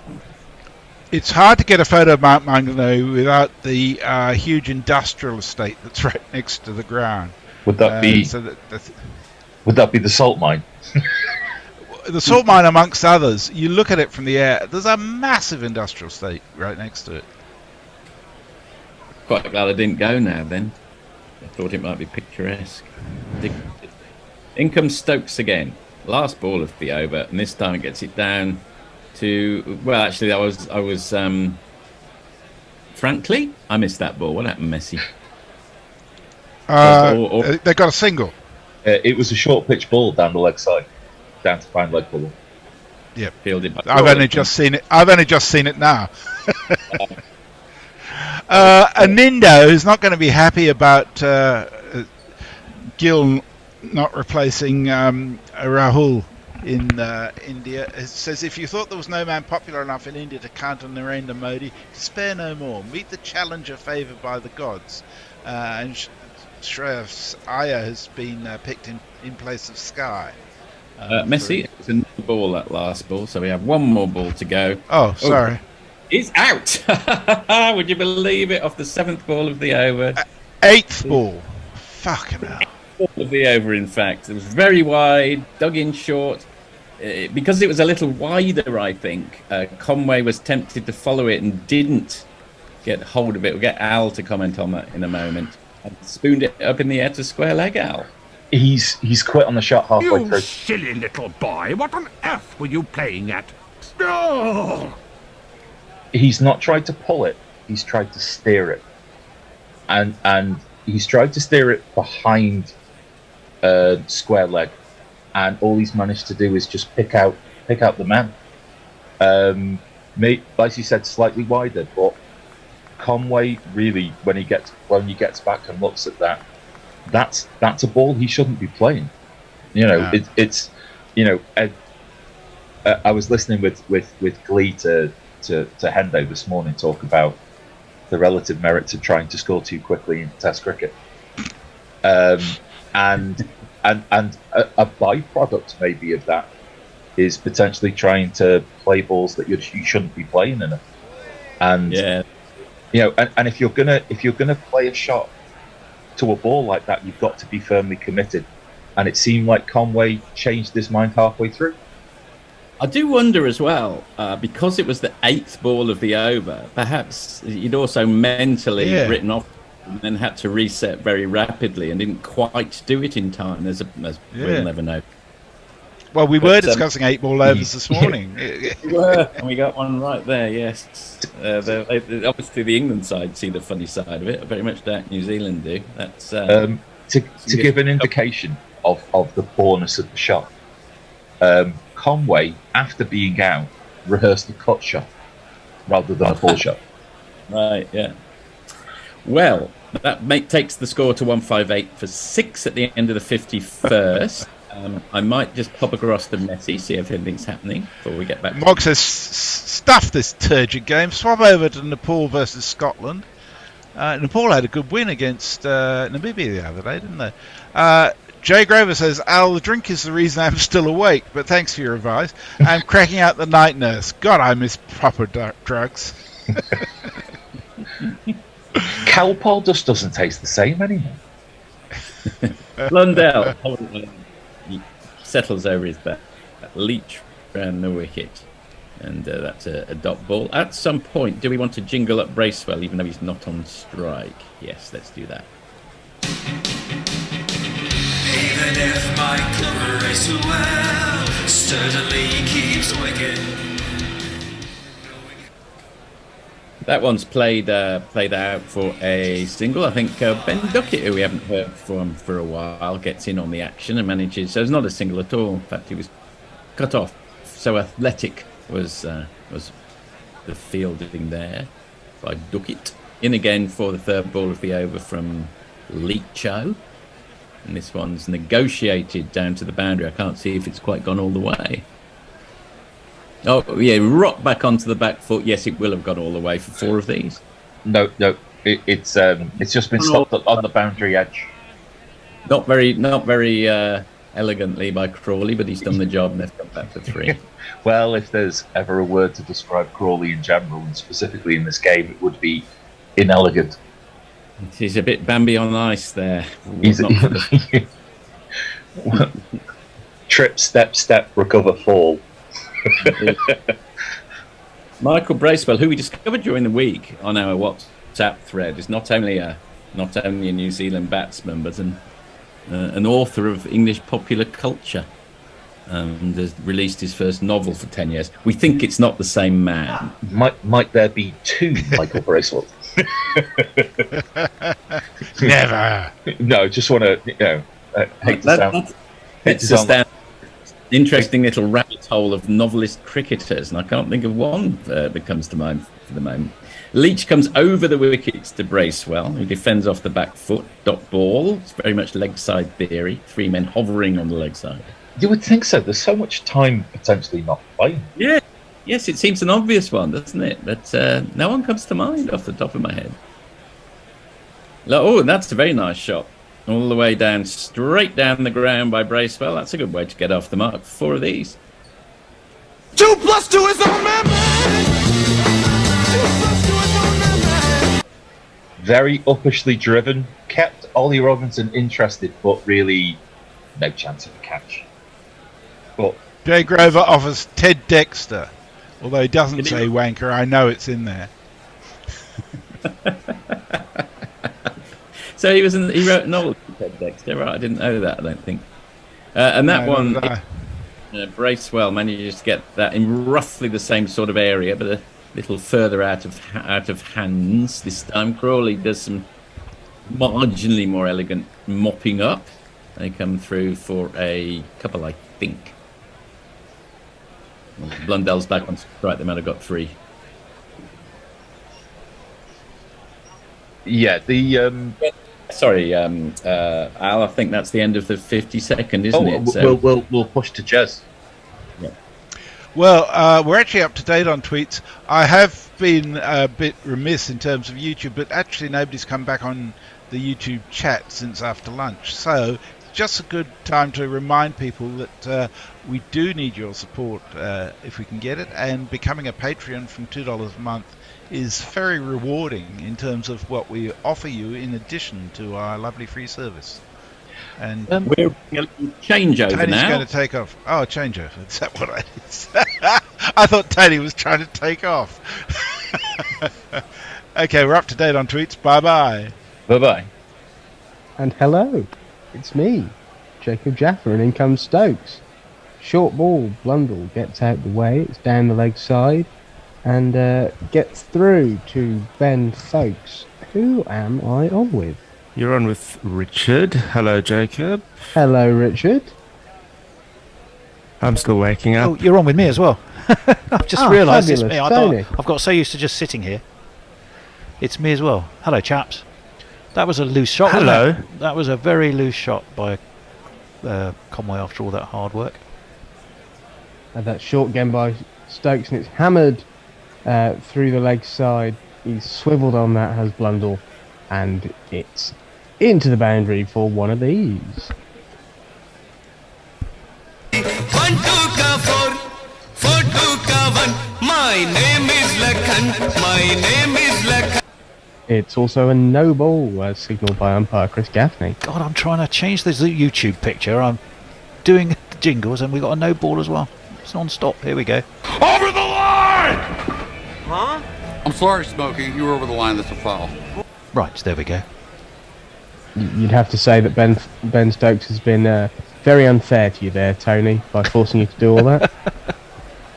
As he's in again and again, it's short. Oh, that's looped up a little bit actually. Blundell, a bit edgy there. He didn't quite follow through with the stroke. He just kind of turned it round the corner, down towards third man, and it was in the air for a little while, but nowhere near as long as it needed to be. How are you, Richard? I too am waking up. Yeah. It's an hour later for me, but that hasn't helped a lot.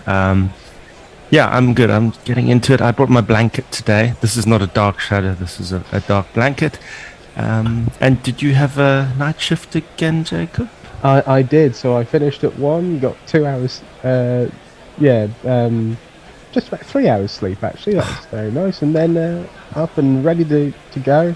And then after this, I'm going straight back to bed. How about you? As that's down the leg side from Stokes, who's over the wicket to the left-handed Bracewell, so he's basically just bowled a straight one. I think 3 hours sounds like an absolute treat. That's about all I managed to cobble together yesterday, which resulted in me being able to get a quite solid 6 hours, going to bed at 9 o'clock last night. Yeah, all over the place. These are the sacrifices we make for. It's only temporary, Jacob. I'll let you describe this ball. As that's short and ducked under by Bracewell. It's only temporary because once we have all the Patreon support in the world, we are all going to be flying to New Zealand and doing this in the right time zone from the ground. I'll tell you who is in New Zealand. Right outside the gates. Our friends, the Adelaide Barmies, are there. They've been saying hello to us, sending us pictures and stuff. So they're thoroughly enjoying themselves. Well, you know what they say, pain is temporary, guerrilla cricket is forever. As in comes Stokes, again short, and Bracewell got in a bit of a tangle there. He didn't really play at it, he didn't pull, he didn't sway, he didn't duck. He just kind of jabbed his bat out there, a little bit of a wobble, and it might have been off the glove. Yes, it was, and it just came off the glove, out into the offside, but nowhere in the vicinity of a catcher. He's been relentlessly persistent, hasn't he, with that short ball as Ben Stokes. It's quite a typical Stokes innings, isn't it? Innings. What's it called when a person bowls? A spell. Sorry, yes. It's 5 in the morning. I haven't slept. we all understand. Don't worry. To be honest, it's a miracle that I'm forming full sentences. As Bracewell ducks out of the way of that one, it's down the leg side and no run. It's the end of the 53rd over. New Zealand are 173 for 6, with Blundell on 41, Bracewell on 6, and I can't see anywhere how much they're trailing by, but I'm sure that information is available to you if you wish to find it. Must be about roughly 150 mental maths. Very bad mental maths. Maybe someone on the socials can tell us. 152. Well, I can tell you, Jay Grover is saying, flink, you bastards just think dwunk, twat, but I know yes, I think we just about get that. Oh, fucking heckers, a serial killer. No, Richard's not a serial killer. He's very lovely, and we're delighted to have him with us. But am I looking particularly? I think it might be that you've taken your blanket off. Yeah, you're like a racehorse. You're like a racehorse. You come out blanketed up, and then now you've been sort of unblanketed for action. As Blundell defends a nicely flighted ball from Leach. It's been quite a graphic illustration that commentary makes your body temperature go up in very little time. I can save on heating bills by doing this. Oh, that's an interesting thought, isn't it? Especially these difficult times. At least you don't have our bloody government costs of heating, gas and electrics and what have you. As Blundell trots down the track and gets it only as far as mid-on. Yes, that's right, folks. Guerrilla cricket may make you warmer. However, we're not regulated by the Trade Descriptions Act, so we can't guarantee that. We are pay as you go, unless you're a Patreon. As in comes Leach, and Blundell's had a go at that one. He's got hold of it, actually. It's a nice straight drive down past. There's a wide mid-off, and it's gone towards the onside of him, and just straight as you like into the front.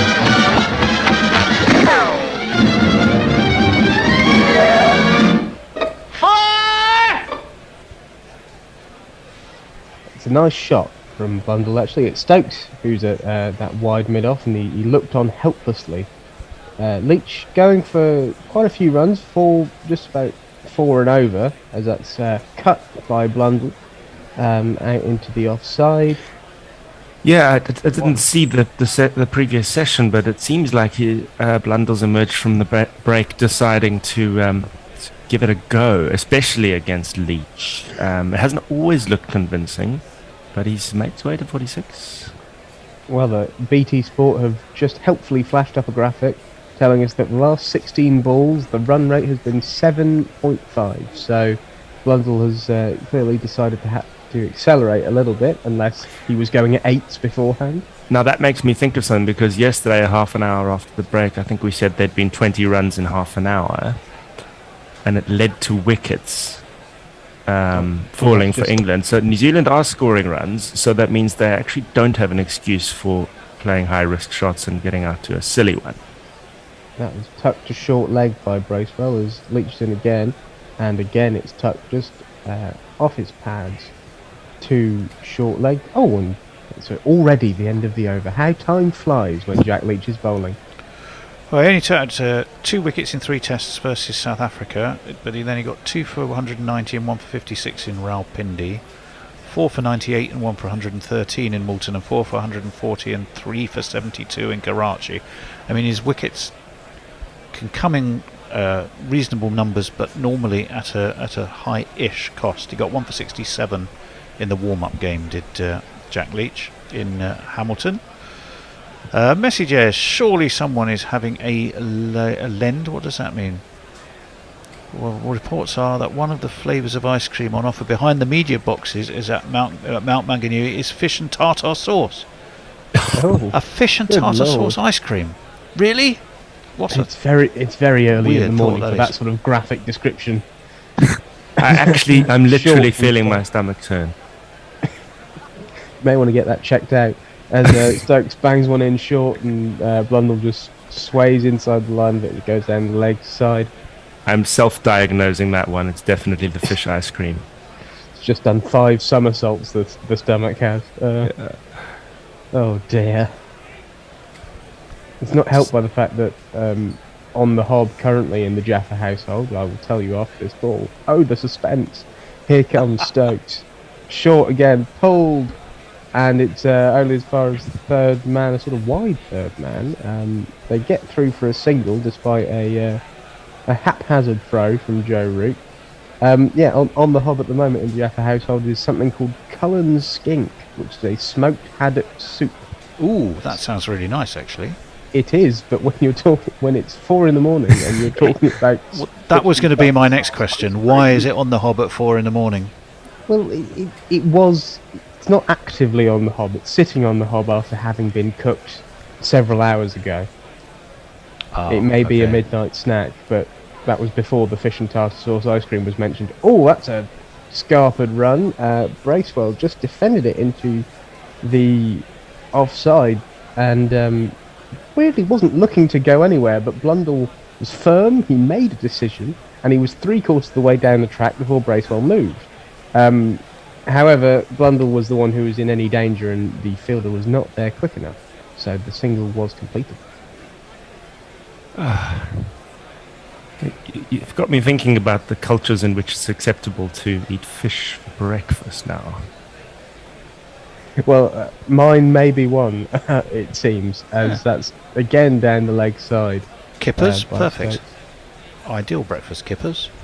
Yes, I was going to think of kippers, but it can't be a really early breakfast. You wouldn't have kippers at 5 a.m. I think there must be a certain cut-off time from which kippers are acceptable. Parts of Scandinavia, it's fish for every meal. And of course, in the east, herring. it wouldn't be a problem. Now we're getting into the very esoteric discussion about what is the cut-off point between breakfast and midnight snack. Ooh. I think This this is a line that has never been demarcated. You have to have gone to bed or to sleep between the two. I think must be the the distinction. And Stokes has come round the wicket now. He's dug that in at the ribs, and it's tucked off said ribs by Blundell, and they get through for a single. I also feel like it's something to do with whether the sun has come up or not. I mean, if you've had a really enormous night out, you can have a kebab until it's light, and then it feels wrong. I would just go to sleep. Not that I do that very often nowadays, about once a decade, but if memory serves. Does that make any sense? Just about. Then again, I've had just as little sleep as you have, so I don't really know. The viewers may tell us that we're talking absolute nonsense, but to me it made sense. As in comes Stokes, back over the wicket. Oh, he's hit Bracewell. I don't know where that's hit him, but in fact, has that shoulder or helmet somewhere? Is that a uppish. run? He didn't play a shot. He's looking at his helmet in a way that suggests that's where it struck him. Let's see what the umpires are going to say. I'm sure they'll take a bit of time. Quite rightly these days, if you get hit on the helmet, they will check the equipment, they will check the player, and it's the right thing to do. That's got people fired up, by the way, the whole idea of ice cream for breakfast. Dave Wood, with respect, I think he's referring to the fish and chips ice cream. That's a fucking abomination. Having a lend message, as tells us, is pretty much an Australian equivalent of taking the mickey, or in more common parlance, taking the piss.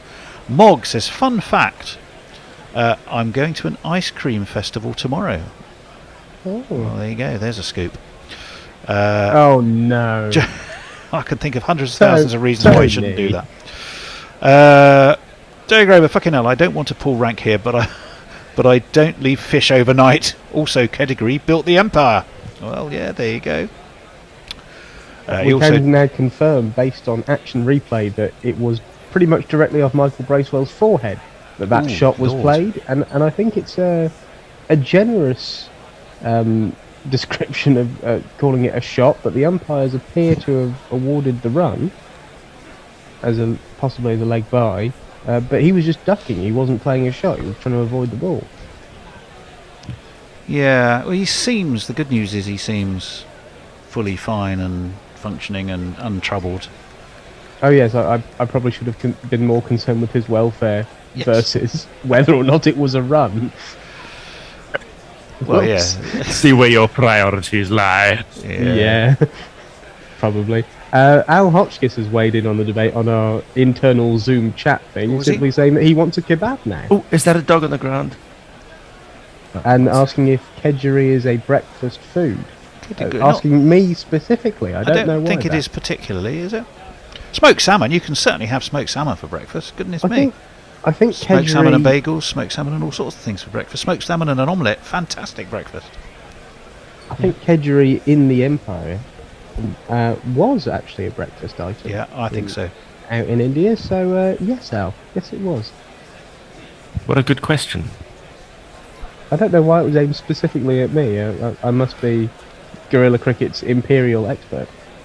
Well, while this is going on, what we should certainly do, I feel, is do a quick check-in over in Delhi, and I saw a tweet that said Warner might have gone first ball.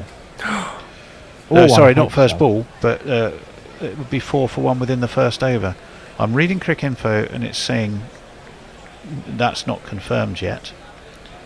However, Tony, it's 4 for no wicket at the end of the first. Is it? Yeah, Mayank may have been ahead of himself. He said Warner's gone for a duck in the first over. Australia 4 for 1. It may have been reviewed, but Warner remains at the crease. Yeah, that's rather what I thought. All the runs are extras there. Mark Zips asking me to drop a cone of silence over any future ice cream puns. Which is probably fair enough. Jay Grover, specialist subject, yes, a breakfast food. Oh, well, there you go. Jay Grover is that on Mastermind. When Jay appears on Mastermind, his specialist subject is going to be Kedegri, I think, or Kedegri. How do you pronounce it, Aidan? Is it Kedegri or Kedegri? Kedgeree. Kedgeree, that's it. Mog. But what cuisine is that? Is it from India, Kedgeree? Well, I better ask Jay. He's colonial fusion. Yes. It's in the same is a sort of reverse version of the tikka masala, as in we went over there and came up with it.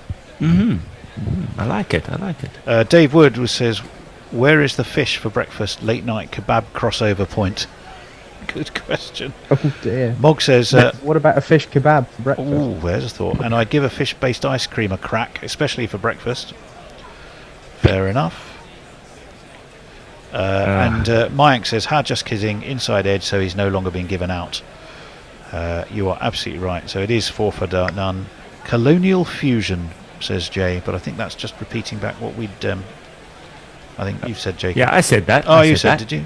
You did. It's my term. Copyright. Fair enough. If we ever open a restaurant, Richard, then I can already see the theme for it. I tell you what, I think I'm gonna make a kedgeree at some point this weekend if I can find some fish. It's not going to be in the early morning hours, but I'm going to give it a go. I haven't had that for about 25 years. Wow. So is it any fish? You can make it out of any fish you choose, can you? I believe it's smoked haddock usually. Yeah, that's what I rather thought. Which I'm very partial to. Distinctive in like yellow colour. But if you weren't feeling strict, I guess you could go off piste with the fish species. Well, you know, if the laws of colonial fusion break down, then society crumbles, Richard. There's nothing left for us. It's true, that would be awful. Well, let's have a look at what the Fish Society has to say. Yes, there is one. The Fish Society. Ingredients: smoked haddock, basmati rice, butter, onion, coriander, lime, black pepper. Quarter teaspoon of each of curry powder, crushed cumin, and crushed fennel seeds. Ooh, I've got to say, that sounds fabulous. It also sounds like it is, as you were saying, so strongly Indian influenced, or at least Asian influenced, but it does sound fabulous. Oh, I'm not sure about the rice for breakfast. I think rice is a bit stodgy. Very popular in Asia. Yeah, always quite disconcerting when you're staying over there, isn't it? And you go to the hotel buffet and you have the Western side and then the Asian side, because in Asia it's quite normal to eat exactly the same food that you would have for lunch or dinner for breakfast. I cannot get used to that, having been brought up as I was. Well, where were you brought up then? Cape Town, South Africa. Yeah, probably more on the colonial side of town, I have to admit. I have found a quote on the German Wikipedia page for kedgeree. I don't know if this is on the English side, but apparently William Somerset Maugham said, to eat well in England, I'm just translating as I go here, to eat well in England one should have breakfast 3 times a day and not without kedgeree. There you go. Jay's right. In terms of it building the empire. I personally am a big advocate of you're able to eat the same food for lunch or dinner as breakfast, and I think the key to this is the humble sausage, which is one of the most versatile of foods and can be eaten at any point throughout the day. Absolutely. Oh yeah, absolutely. Well, who was it who famously said that when you talk about keeping, healthy eating, is it breakfast like a king, lunch like a prince, dinner like a pauper?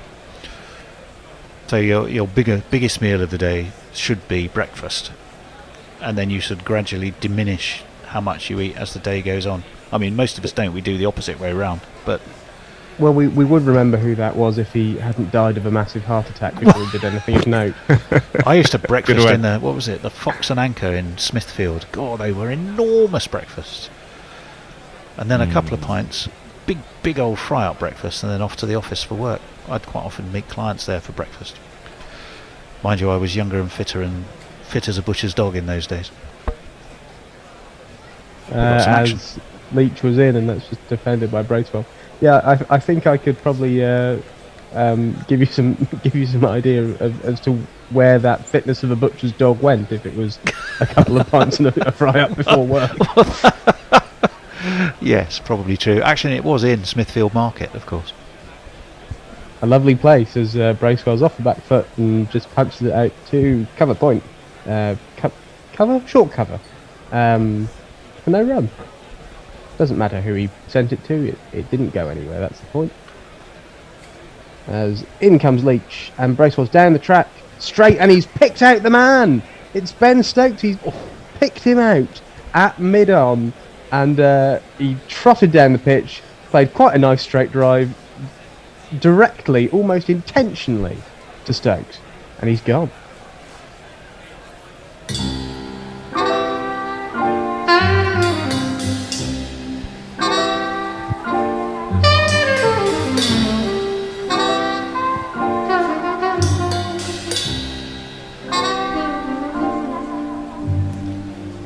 Willow, weep for me. Willow, weep for me. Bend your branches. It just felt like a bit of Billie Holiday to celebrate that wicket. I mean, always, like the humble sausage or kedgeree, appropriate at any time of the day, is Billie Holiday. I'm sure she'd love that.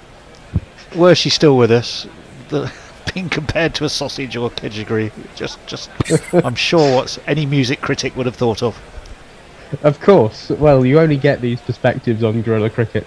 But Michael Bracewell, he probably couldn't have picked Stokes out better if he was trying to. And Ben Stokes had a little point and a smile at someone. I couldn't see who it was, but it suggests it was someone else's idea. Well, it's probably saying, yeah, I told you that Leachy would bore them out. He played with the spin, but it didn't help. Well, he gets a bit of an inside edge on it is the thing. He's trying to play it a lot straighter, basically directly back over the umpire's head, and it hits the inside half of the bat and skews out towards mid-on. And, just straight to Ben Stokes. And I think he has a little point at Jack Leach and says, there you go.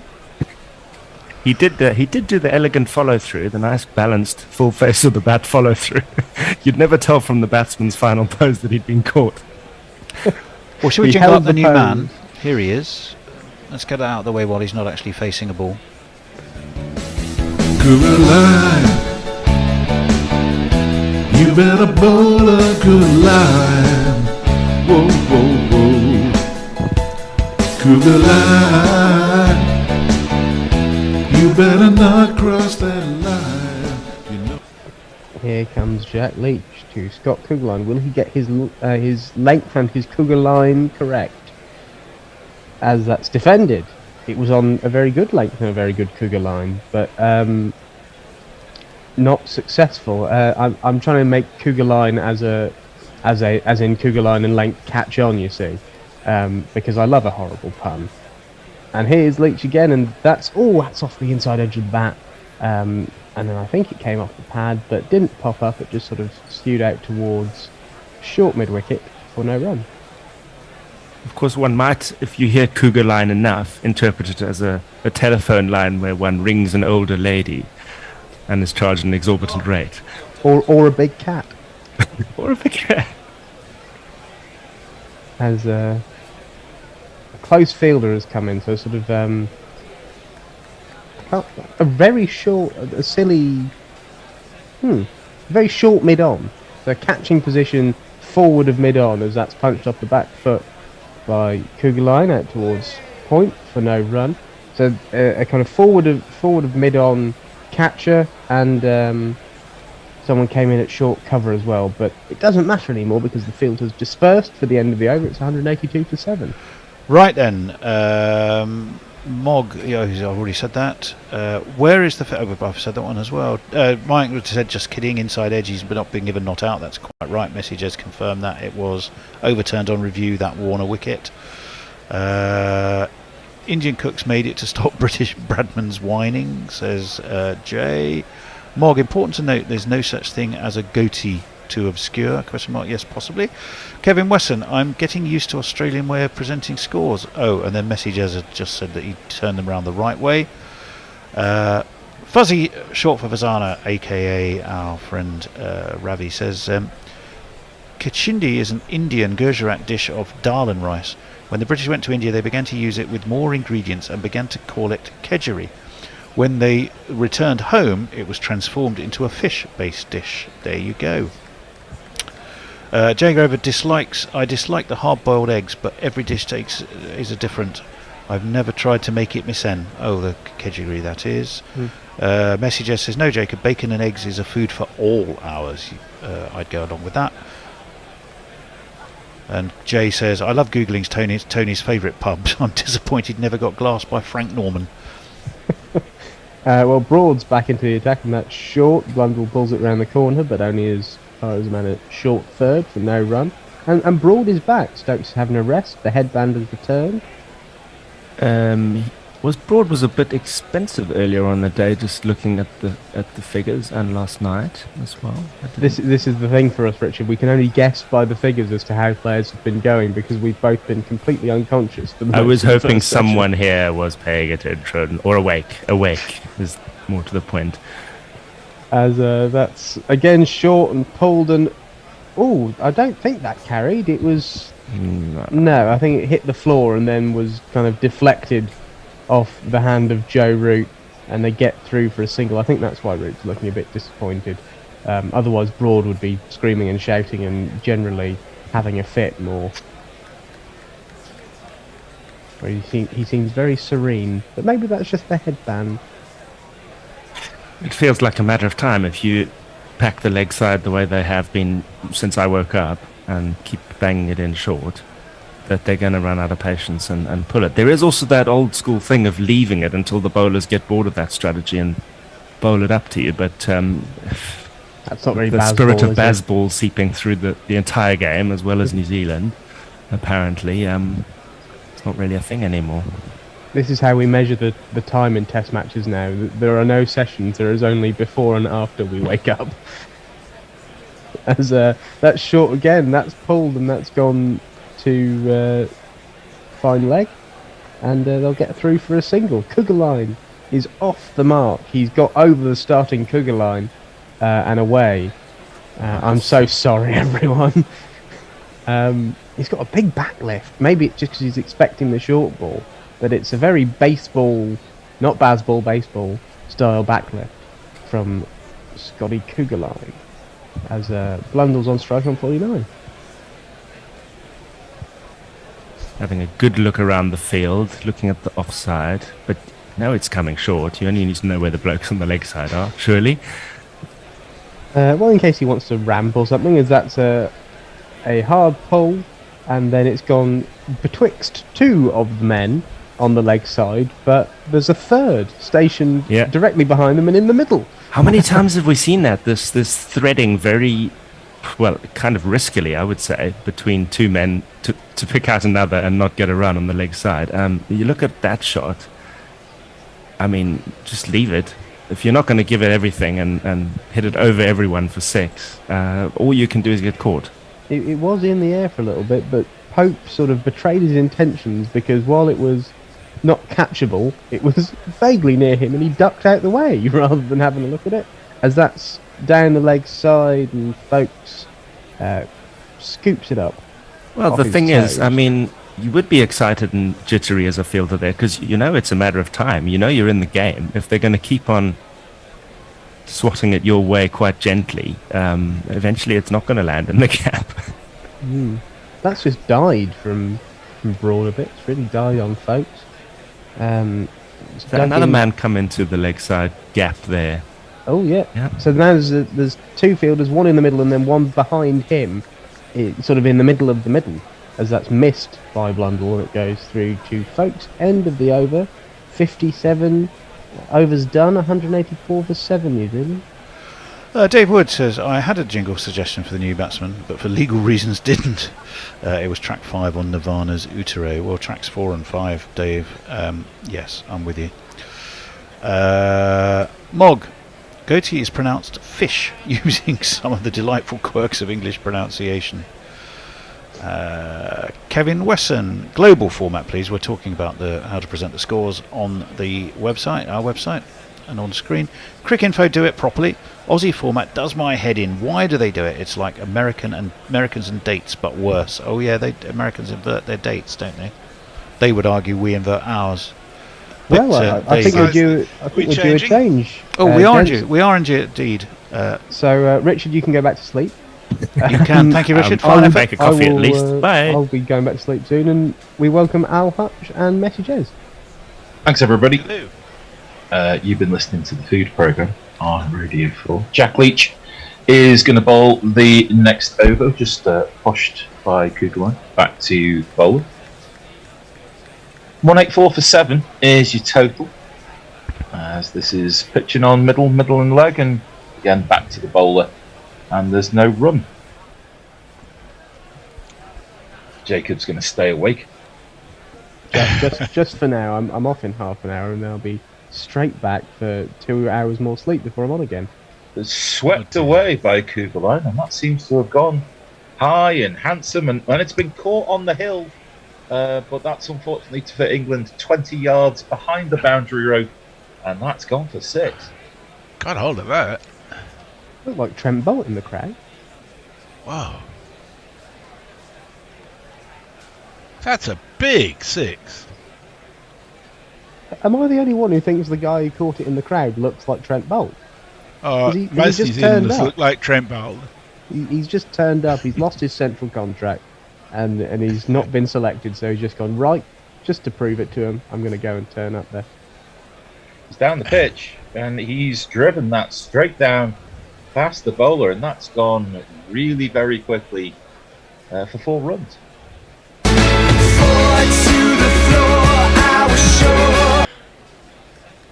A well-timed shot there, Jacob.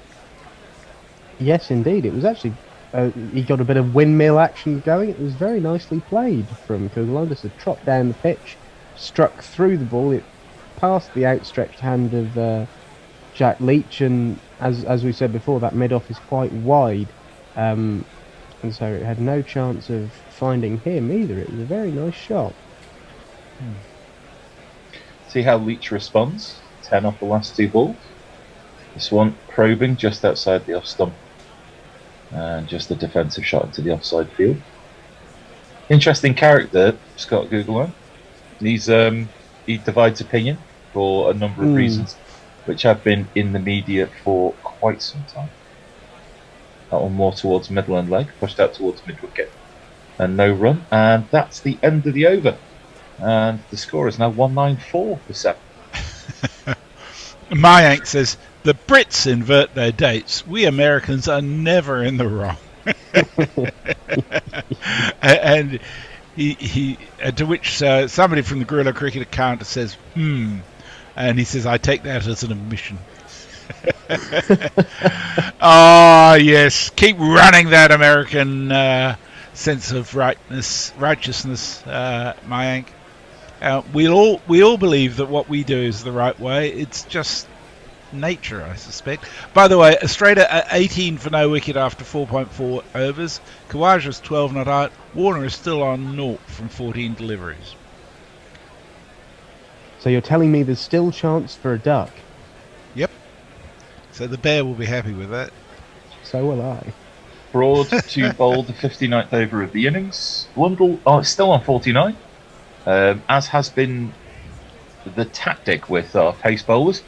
That is short pitch delivery, too far down the leg side, guided down to fine leg. A single taken and Blundell reaches his 50.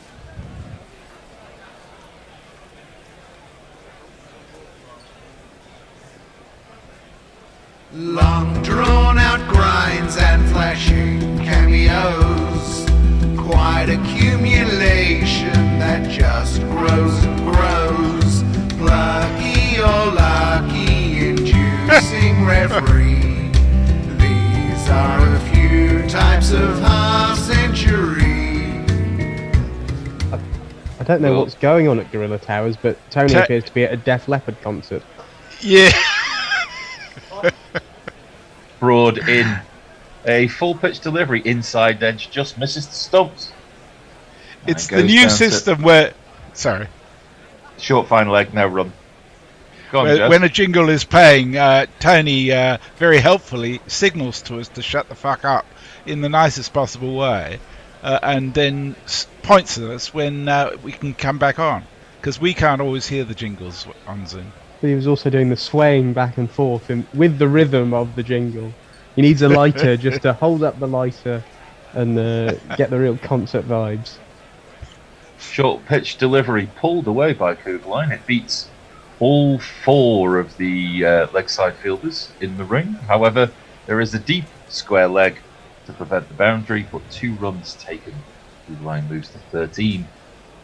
You must feel slightly redundant being Ben Duckett out there at deep square leg with all about 4 or 5 fielders in front of you, and you kind of must be thinking, what have I got to do for the ball to come to me?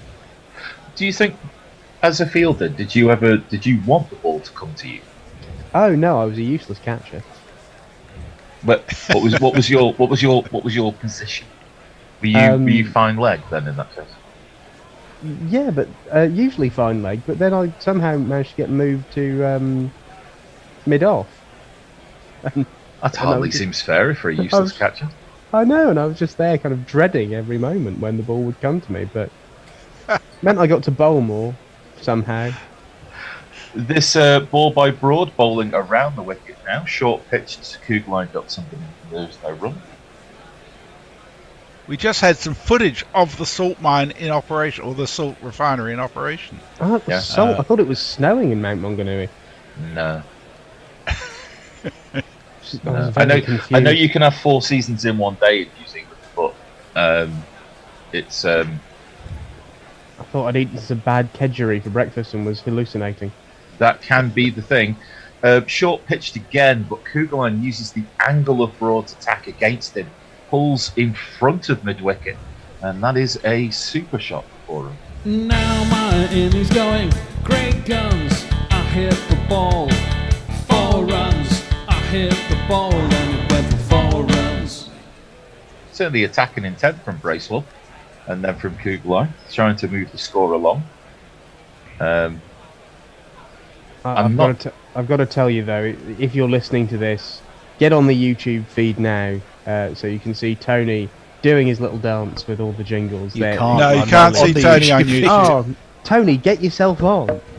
No. You'll end up just showing his body underneath your head, which would not be a happy sight. Short pitched again and attempted to pull again, but this time through the sort of mid-wicket-ish area. Can't beat the fielder, but the 200 is up for New Zealand with that last 4. New Zealand at the end of that over 201 for 7 as Broad continues to be expensive. Jez. So Twitter's up to date. Stan Weasler on YouTube says Ray Broad's figures. Wagner went after him, got a couple of 6s in consecutive balls. Adrian Bourne says got Kiwi on the run, and Daniel Keppel says I'm hoping for a 100 run lead after the first innings. Well, it really depends what happens here, isn't it? I mean, my sense is that this is likely to be a short but happy innings from our friend Scott. So, Joe Root, former captain, is chief complainer about the ball to the umpire. It's gone through the requisite hoops and has been thrown to Jack Leach to bowl the next over. Blundell will face. Some say that's a more senior position than England captain. Ball complainer. Yeah. Umpire warrior. Umpire botherer. Yeah. Seems like it's a part-time job at best. Blundell takes a step forward, but then goes deep in his crease, back in his crease to defend his first ball from Rich. It's almost as prestigious as being the guy with the least sweaty hands. Is that a big deal, is it? Yeah, so you can shine the ball, especially when you're trying to get it to reverse swing. Alistair Cook apparently was famously had hands that didn't sweat and could get the ball reversing in no time. Blundell just pushes forward, man, hands away from the body. Duckett swoops in the covers of the field, no run. Yeah, after that whole Prince Andrew interview, you don't really want to be associated as a guy who doesn't sweat. As long as it's just the hands. Sure enough, that is a extravagant drive down towards Midon. However, no run. Maybe Alistair Cook fought in the Falklands as well, and that was the cause of it. Yeah, well, now we're stretching along there. Yeah. And as our liable lawyers have another conniption, Blundell goes deep in his crease, plays the ball to mid-wicket, no run. Is Tony all right? Tony looks like he's trying to do a very slow forward roll from his chair. I know they called old Sir Alistair chef, but I didn't realise he was in the kitchen in the Pizza Express in Woking. Well, that is wow. That is, a little bit of a mix and a run up and an attempted run out, and Ollie Robinson is going to let the ball go to the boundary sponge, and that is 4 overthrows. Buzzers.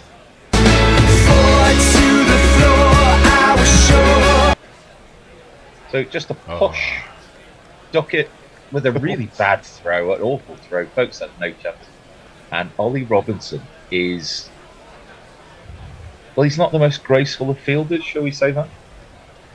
I think that's fair. Is that fair? And this Leach very quick about his business. Blundell, a lovely chipped drive, perfectly safe over mid-on, and that's gone 2 bounces into the sponge, end of the over, 209 to 7. Jay says, I knew Tony secretly loved Sheffield. I'm not sure Def Leppard would be my band of choice as city ambassadors, but each to their own. Dave Sarasa... Do you reckon he's more of a Human League fan? Oh, God. They're a Can't Sheffield see fan. Tony. ABC, I think they were Sheffield as well. God. Heaven 17. They got a lot to answer for, haven't they? Hey, no. Dave Sarasara says, salt or unnamed white powder. There's been great drama in Western Australia in the last week. A small boat sank with a whole lot of eskies, that's coolers, full of cocaine, 350 kilos of cocaine, which apparently has a street value of about $1 million a kilo. So lots of drama in the town of Peaceful Bay, which has a population of 70. All of them mass drug dealers, and a 300% increase in the attendance of their open water swimming club.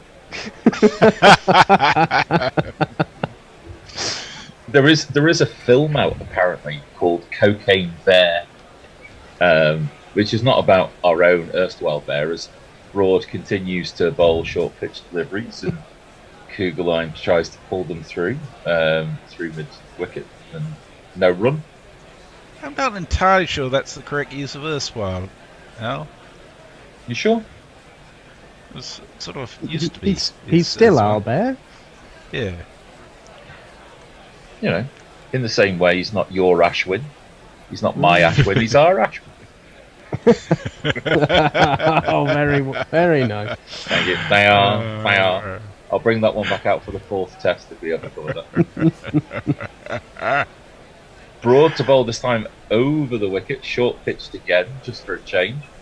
Kugelheim plays that ball down. There's 2 men in the sort of the fine leg vicinity. Stokes stops it, but uncleanly, and allows a single to be taken. Kugelheim 18, Blundell 58. I found it very upsetting that Cocaine Bear, despite being about a bear on cocaine, is nominated and kind of talked about for all these awards, whereas Winnie the Pooh, Blood and Honey gotten nowhere in awards season, and that is very upsetting to me. Not even the Razzies. I don't know about that, but it was a brilliant film, of course.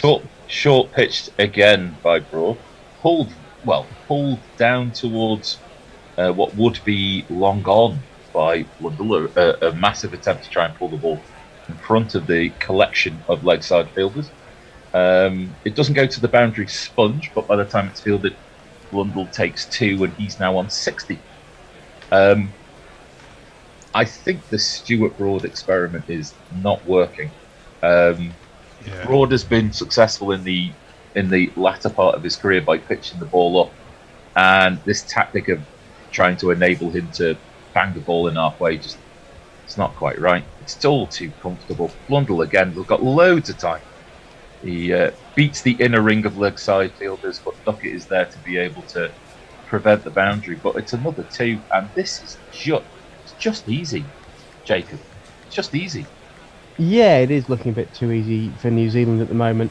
I was just thinking that the Stuart Broad project was Stuart Broad experiment, was a prog rock band from the 70s about to release their missing 3rd album, but clearly it's the short ball tactic and it's not really working too well. I think the worst... Blundell backs out. Someone obviously behind the bowler's arm fidgeted a little. Sorry, Jed. Bad news for Jacob. Warner's on 2. No! Well, he's basically got 100 now, doesn't he? That was very spoiled teenager, Jacob. I didn't get my way, and I was not happy about it. There you are. There's the industrial estate. Is he going to? No, I think Jacob's going to hold his breath until Warner gets out. As Broad eventually comes in, that's a Yorker length delivery, which must have terrified Blundell because it was in his arm. Squirted away down towards fine leg, and Blundell's going to scamper a single. But just goes to show that maybe, just maybe, pitching the ball up might have some results here. Whoa. Blundell was clicking his heels like Judy Garland in The Wizard of Oz there. Yep. There's no place like the non-striker's end. There's no place like the non-striker's end. Oh, dear. 1 ball left of this over. 2:15 for 7, trailing by 110. Broad in. And this is short pitched. Attempted to be pulled away. It goes as far as square leg. Fielded on the bounce, I think, by Joe Root. Cougline's on 18. Blundell 63. 215 for 7. Jez. Jay says, for reasons you're all aware of, I'm pretty jaded, Ray Pornography. Tiny twerking might reawake my erotic cynicism. Do it, Bishop. Mike. Jay, just for your satisfaction, he's twerking right now. Yeah. Mike says solid delivery from Al, didn't break at all after that joke. West Aussie Leeds says working from home today with Gorilla on the radio and Australia versus India on the TV. Have England ever gone into a game with 1 quick and 3 spinners like the Aussies have today? I would imagine in India at some stage they might well have, but I can't recall. I think maybe as far as the last Indian series there might have been that sort of lineup. If I may alert our jingle meister that there is a change in the bowling, and it's Lancashire's finest who's going to come back into the attack.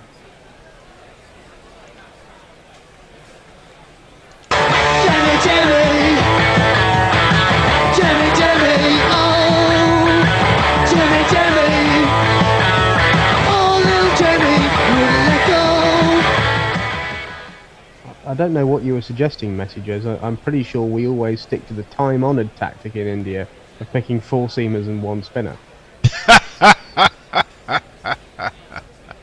It's proven to work 100% of the time at some of the time. 60% of the time, it works none of the time. and David Warner has taken a nasty knock on the arm from Siraj, so hey! He's having a timeout at the moment. Now that's mean. Anderson in first ball, slower ball, maybe just a loosener. A little bit of movement off the pitch, Blundell defence. You know what else is mean, Messrs? David Warner. No, you're a bit feral there. I No, think I think this is a bit sleep deprived Jacob talking. Yeah. I think you'd sit back and regret on that a little bit later. Unless and if it's actually serious enough, of course we don't wish anyone injury. But you just kind you of just did. saved yourself. Defender to mid-wicket. Disclaimer on Gorilla Cricket. Yeah, the words spoken by Jacob are not actually the thoughts and opinions of Jacob.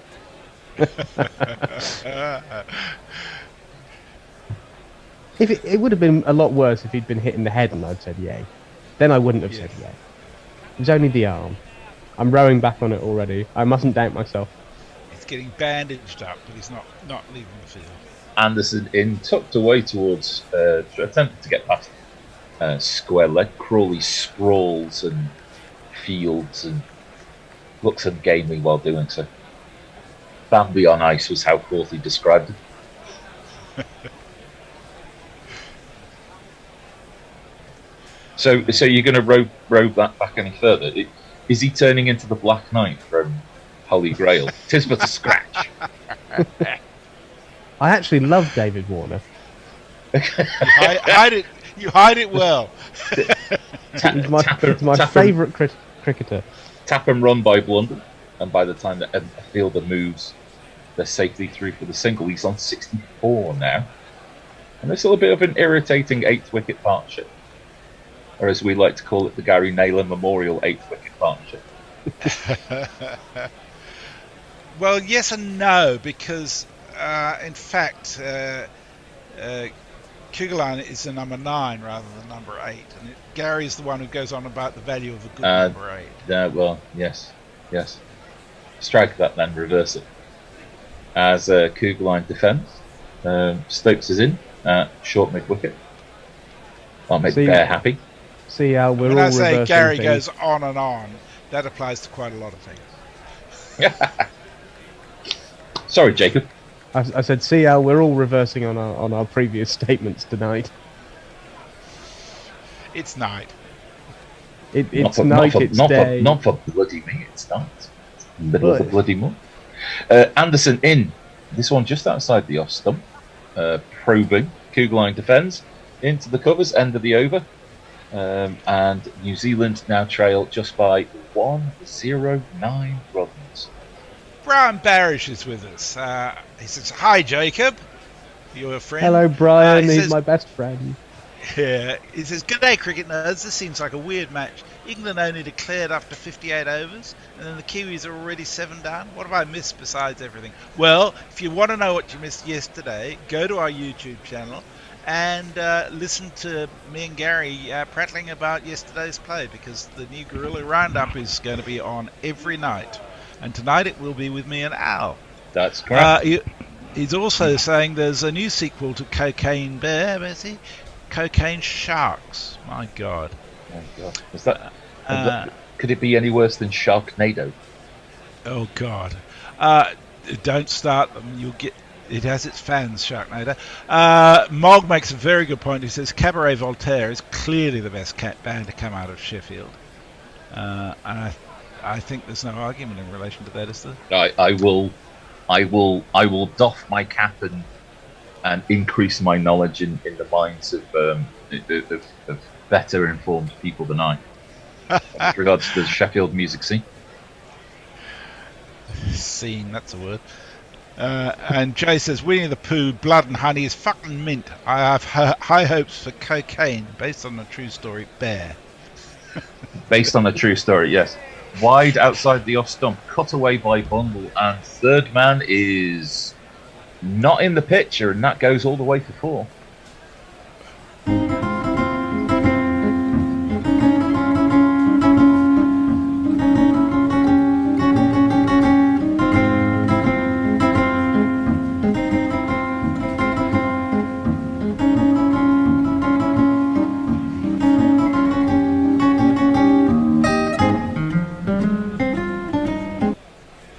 I love that jingle. You can't rely on Harry Lime for anything.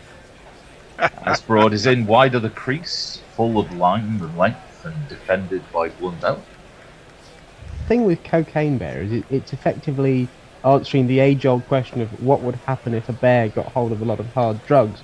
But we at Guerrilla Cricket have been able to answer that question for years now. Well, hard drugs is a leading statement that might be soft drugs. Sorry, soft drugs. I don't think we should shit any more in our own nest, to be honest. Yeah. Like to thank Jacob on his last appearance for Guerrilla Cricket. I won't be writing anymore. As that is pushed to mid-wicket for no run. I'm going to be pushed to deep fine leg. Yeah. Or off deep fine leg. The deep end. Sorry, Bear, we love you. Has there been an unfortunate accident at the salt mine end?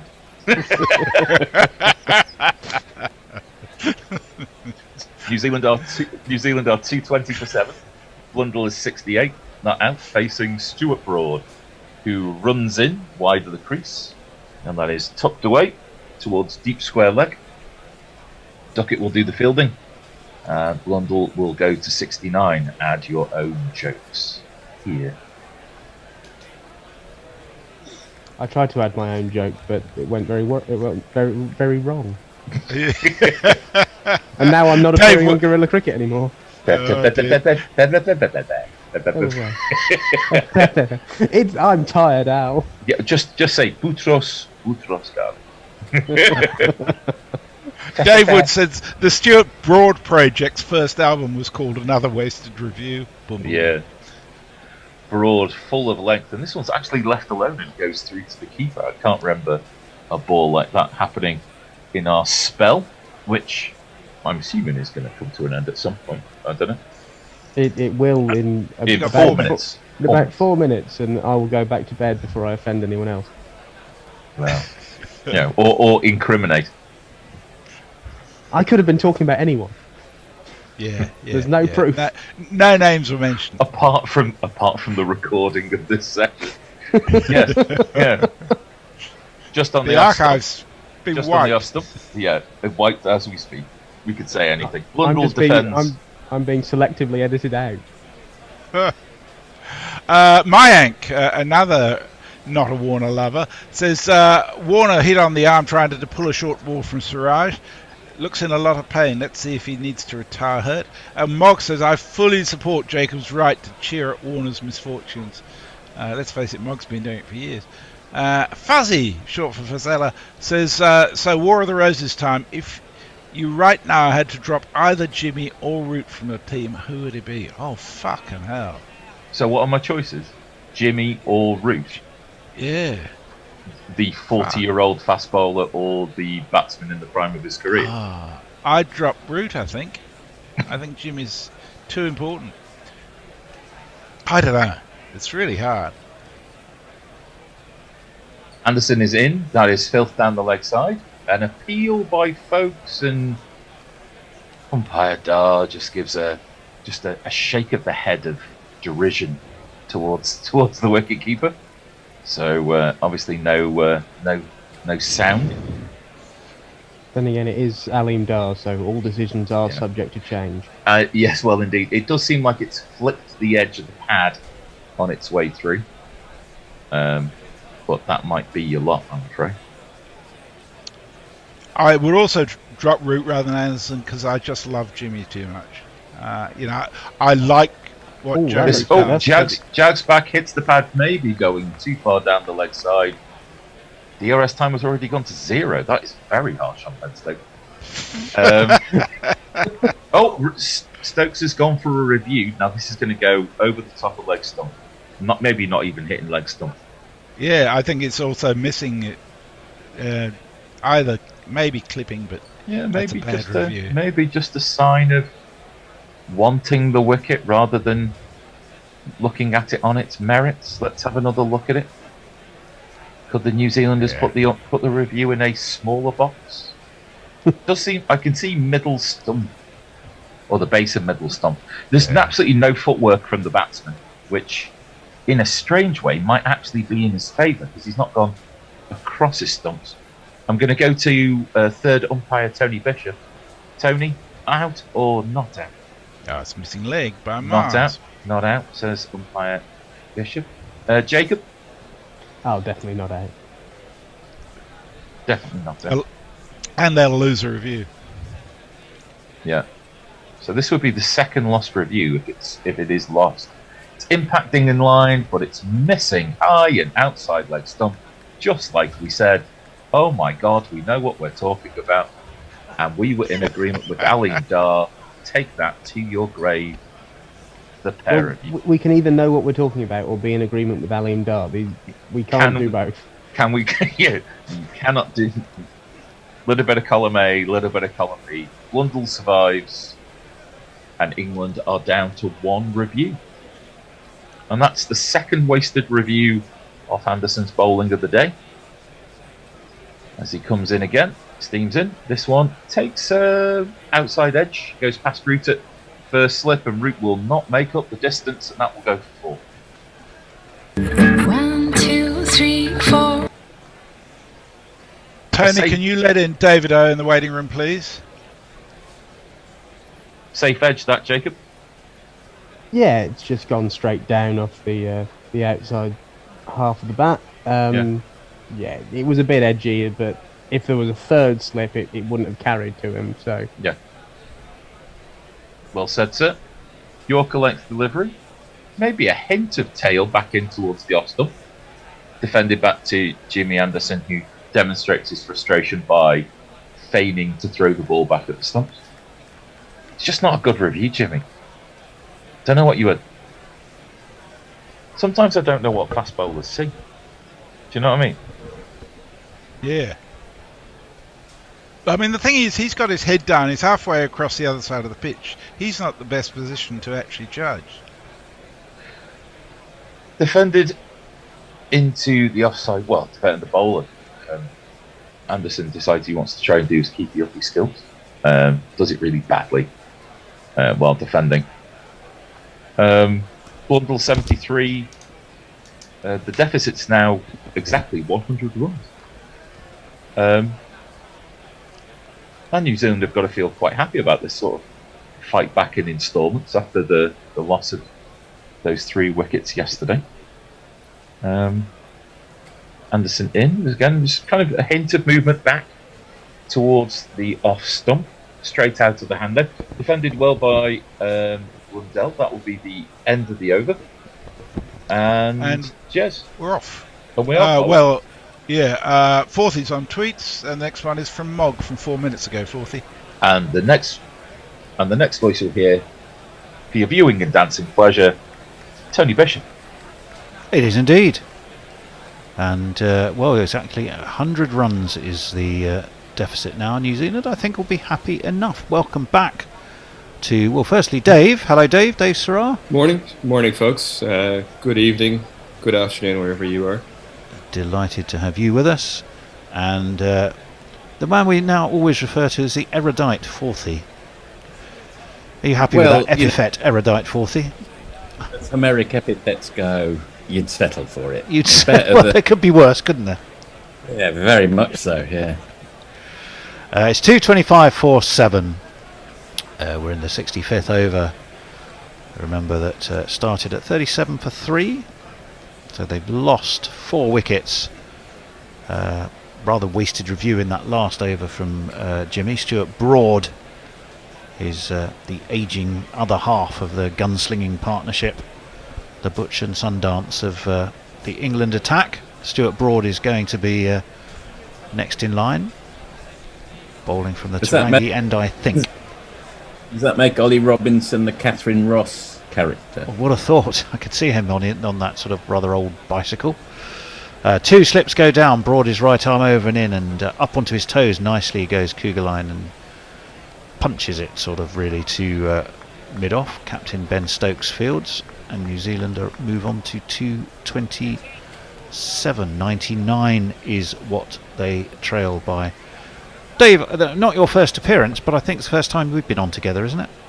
It could be our first time together. I just missed that review. What was that? That was just a very excitable Jimmy Anderson, or was it? Well, I think it was a combination, but yeah, it was high and missing leg on both height and width.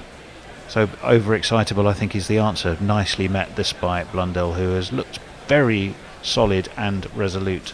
73 for him now off 120, and he was very tidily forward to that. Kugeline's done pretty well. He's shown aggressive intent. He's looked to hit the ball, particularly when Ben Stokes was bouncing him short. And these two are proving to be a thorn. Yeah, it's just becoming a bit of a prickly partnership now if it goes any further. Certainly is. Blundell stands ready to face, bat aloft. He waits and just dabs down on that backward a point. They can take a single, bring Kugeline back onto strike. I'm not sure Stuart Broad will mind that. England, if they can't get rid of the stubborn Blundell, then they do need to get rid of the batsman the other end. New Zealand are chipping away at what still is a very strong position, but England would want to break through pretty quickly, Dave. Yeah, this is interesting because it was a very interesting declaration, obviously, last night. So, what is the tactic here? Do the field go back eventually, or the field are back, I suppose, on the leg side. But what is the Bazball response to this situation? Well, it's not normally to contain, is it? It's always to look to take wickets and move the game forward. 2 slips go down, forward comes Kugeline. Shows a very solid defence as well. He can bat a bit, Kugeline. It's not his primary forte or whatever the word is, but he definitely can bat a bit. I was just going to have a look actually, see what we can see about his batting figures.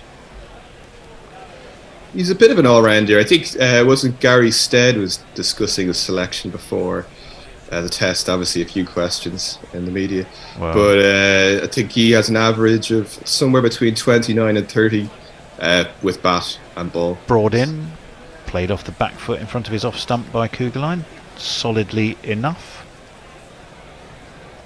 So I suppose you'd call him a solid cricketer. You would. Son of the Northern Districts and New Zealand off-spinner Chris, whose middle name we discovered was Mary, which was rather interesting and unusual. What do we know about his... I've really got his bowling figures, not too much about his batting, other than that he's proving more than capable here in thwarting England and keeping Blundell company in the process. Broad will be in again. And again, very solidly, tidily met by Kugeline into the onside this time. There's no run. And fourthly, I think you're our man on social duties here, aren't you? Yep, that's exactly correct. Marvellous. Have a quick... Sorry, I was distracted. Okay, I think the first one is Mog. Cocaine Bear?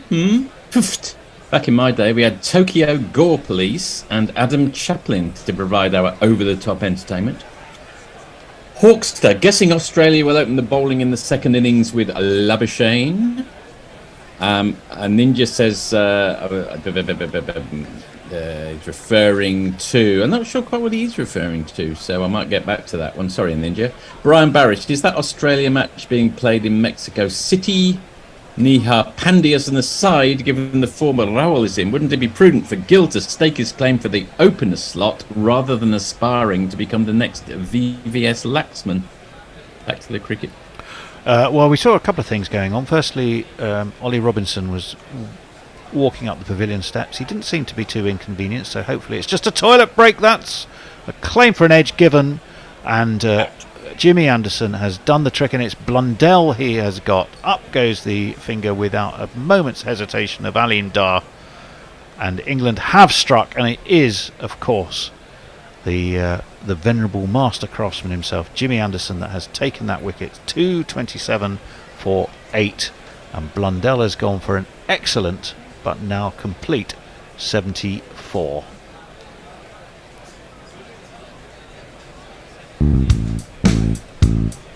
Another one bites the dust. I think that is going to be out, Fred. Another one bites the dust. But I think they've reviewed this before we get overly excited.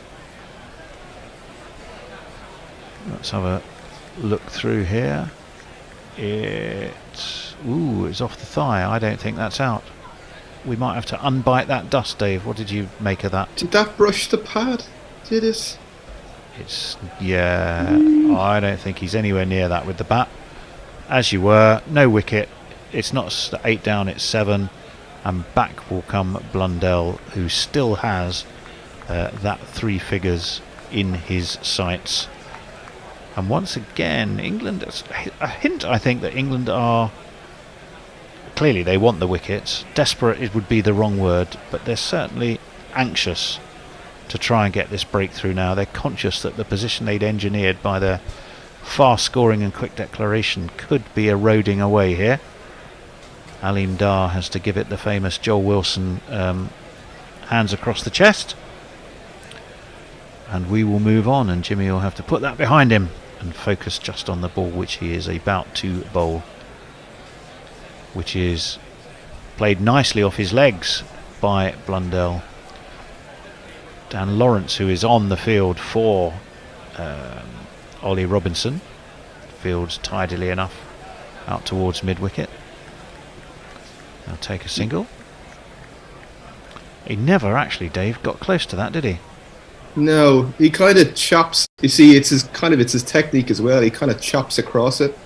It's a bit awkward when he brings his bat down from gully, goes around his pad, and you'd think he would have got a bit of bat in that. In comes Anderson, getting a bit of in-swing now, and that one's away into the offside. Duckett Fields in the covers. Again, no run.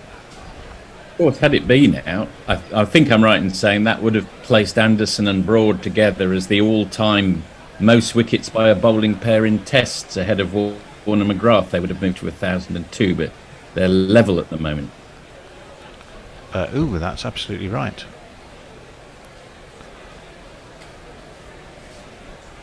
Well, it'll stack. Will they get it? This one is again played towards wideish mid-on, where it is fielded. Again, there's no run. It's an interesting test, I think, of McCullum and Stokes. So now you have this very niggly partnership. They obviously have the intent to get the wickets, but wickets that they don't just come, so they can want the wickets all they want, but the patience. Does Bazball have the patience required to wait it out? Yeah, Broad and Anderson needed 5 more wickets at the start of this test, didn't they, to become the most prolific partnership in Test history. They've got 4 of them. They need that one more. This one is fenced away by Blundell off his toes down to backward point. He'll get another single. He'll move on to 77, and the stubborn Cougar line will be back on strike. He's only got the 1 ball to face. He's going to take strike to face the right-handed Jimmy. 230 for 7, 95 is the deficit now for New Zealand. They'll be pleased with that, and they'll be very pleased that they've got a man so well set and being very well supported in Blundell and Cougar line respectively. Who do we have in next after Cougar line? Is it Southey? Full by Jimmy, defended to Lawrence, who's patrolling that mid-on region where Ollie Robinson had been patrolling. Did we sense at any point that there was an issue with Robinson, chaps? Issue? Well, he's been worryingly absent for a while now. And, not someone England can afford to lose because he's in such cracking form. Was he the one who threw those 4 overthrows? Yeah, well, he was the one chasing them, and he didn't do a very good job of it, or look terribly determined doing it. So I fear there may be a problem. Anyway, fourthie. Mayank, Warner hit on the ear by another short ball. Siraj out to get him, I reckon.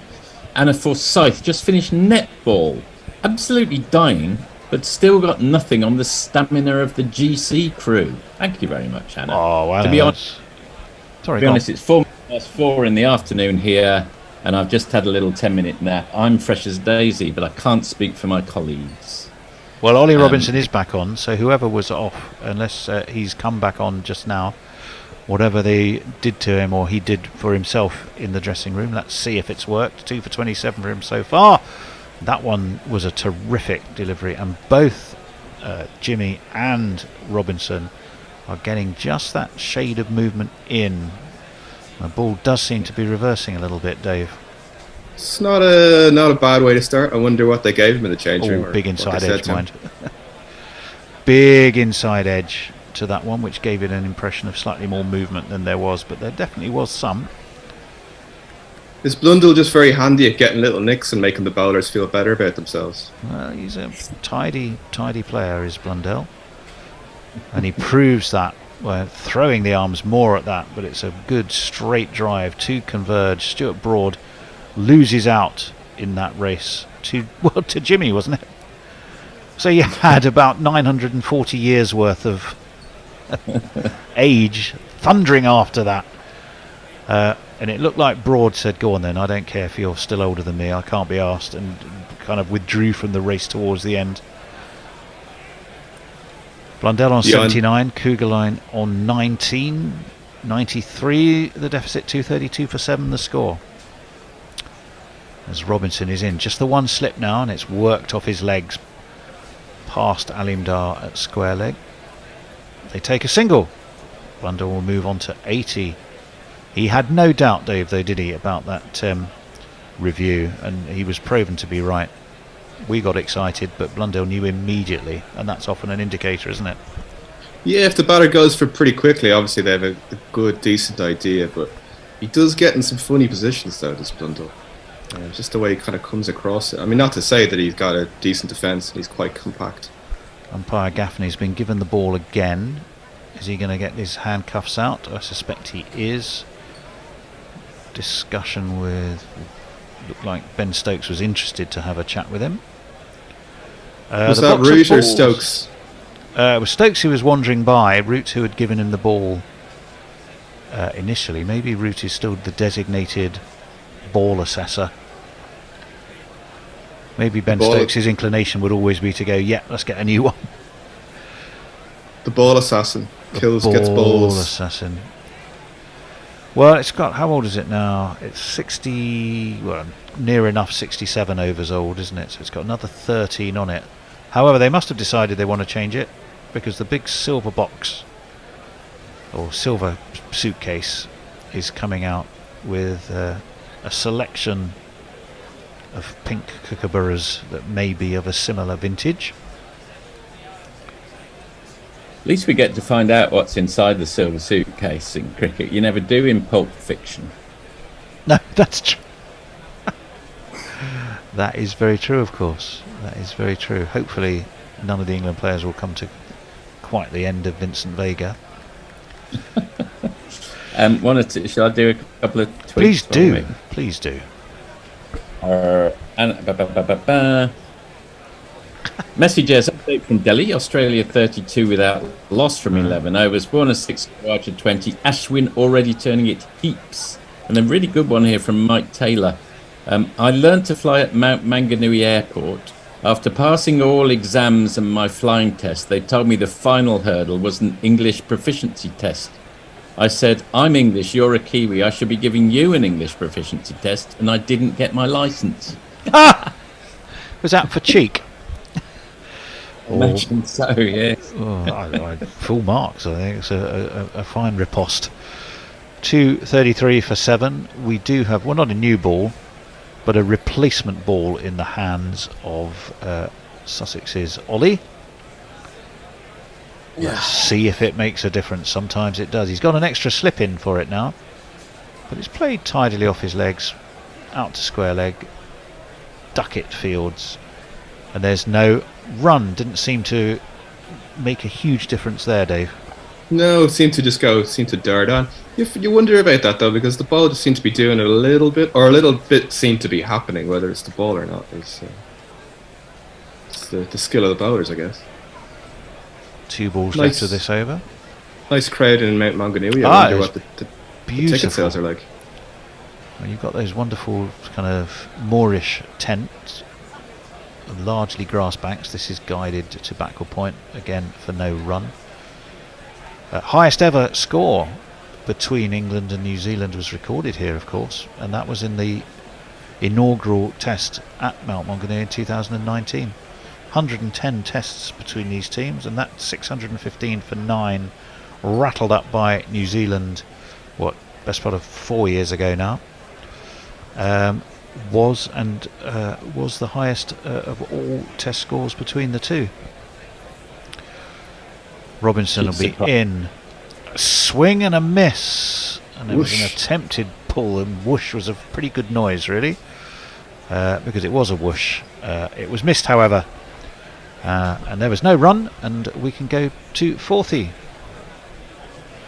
Well, messages 1001 between Jimmy and Broad. As I recall, that will clean a big carpet for less than £0.50. Oh, yes. It's a very old people's reference. So old that I don't recognise it myself. So Yes, that's how old it is. 1001 cleans a big carpet for only £0.50.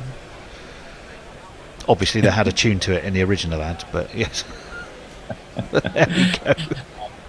I missed that. Mog, wasn't the suitcase in Pulp Fiction full of Wallace's soul? Well, there's no proof of it. And Dave Wood, Vincent Vega was, of course, Suzanne's brother. Thanks, Dave. I think we're up to that. 2:33 for 7. Jimmy Anderson is going to continue. He's going to bowl his 15th over, and he's going to bowl it to Blundell, who's looking nicely set on 80. Defends very solidly. 2 slips in place. The second of those is the man called into play to field, but it was pretty much straight to him via Blundell's defence. Wallace's soul, is that what the tweeter said? Yes. I don't remember that. Or was that soul? Well, obviously not fish. I know we had some fish chat earlier. Well, we certainly did. Started with fish ice cream and moved on to Kedgeree and all fishy points from there. That was an attempt to guide into the onside. He wasn't too sure. I think I'd be interested to watch this. Did he get bat on that? No. Signalled as legs bys by Alim Dar. Still, it's one more to the score. And it's 2:34 for 7. Yeah, there was another... Go, Dave. Sorry, go on. No, you go. Yeah, no, it's just saying that Blundell's niggly. He's a very niggly batter. He is. He's a very irritating and painful thorn as far as England are concerned. As far as New Zealand concerned, he's doing exactly his job, which he continues to do by nudging that into the onside, and there is no run. You think it would be fair to say if they both looked at a bush, that Bear would see the roses and that Hendo would see the thorns? Yes, I go along with that. I always rather think Bear and Hendo are sort of the Lennon and McCartney. Bear would be going, it's getting better all the time, and Hendo would be going, it couldn't get much worse. Yes. Anderson in Cougar line this time, just defends out to Stokes, who's at very short mid-on. There is no run. And we haven't seen some sort of marathon Stokes spell yet, have we? Where he just kind of digs it in and... Well, he has been digging in. Not so much a marathon, but he certainly was playing the role of trying to rough up... who was he most after? Wagner. Not Wagner. Who was he after earlier on? This one's pushed into the onside again. Once more to Stokes. He got him out, didn't he? Who was it? Yes, he did. Have a look at the scorecard. My mind's gone a blank on it. I will tell you.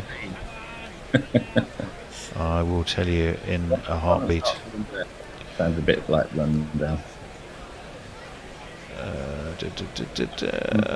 Where is he? Lord above.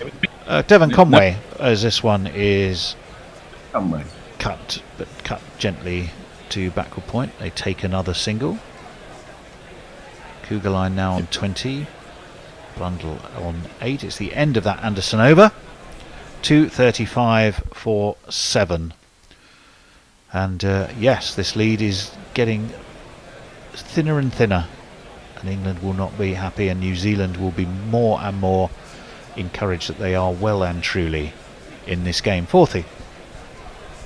Just one more tweet since we last connected. Anna Forsyth, you might remember the 2019 test at the Mount for the high score. Yes. I remember stupid fleece Stephen Finmore giving out a Captain Mood, ? I mean, of course, he still looked gorgeous, but it was a terrible outfit. So that's what adds... It's funny how we all remember these things differently. Yeah, that wasn't my abiding memory, Anna, as this one is left alone by Cougar line. Through to Stokes it goes. It's quite an interesting subject if anyone wants to tweet in. We haven't got much time left, of things that people remember for the wrong reasons, as it were. My son Scott remembers Cook's 250 at the MCG because he spent most of the day in the first aid tent with a nosebleed, for example. Oh, well, yes, that's not a great reason. The next question is why? Or was it just one that just naturally occurred? We'll wait for the answer to that one. Robinson in, and he's bowled him.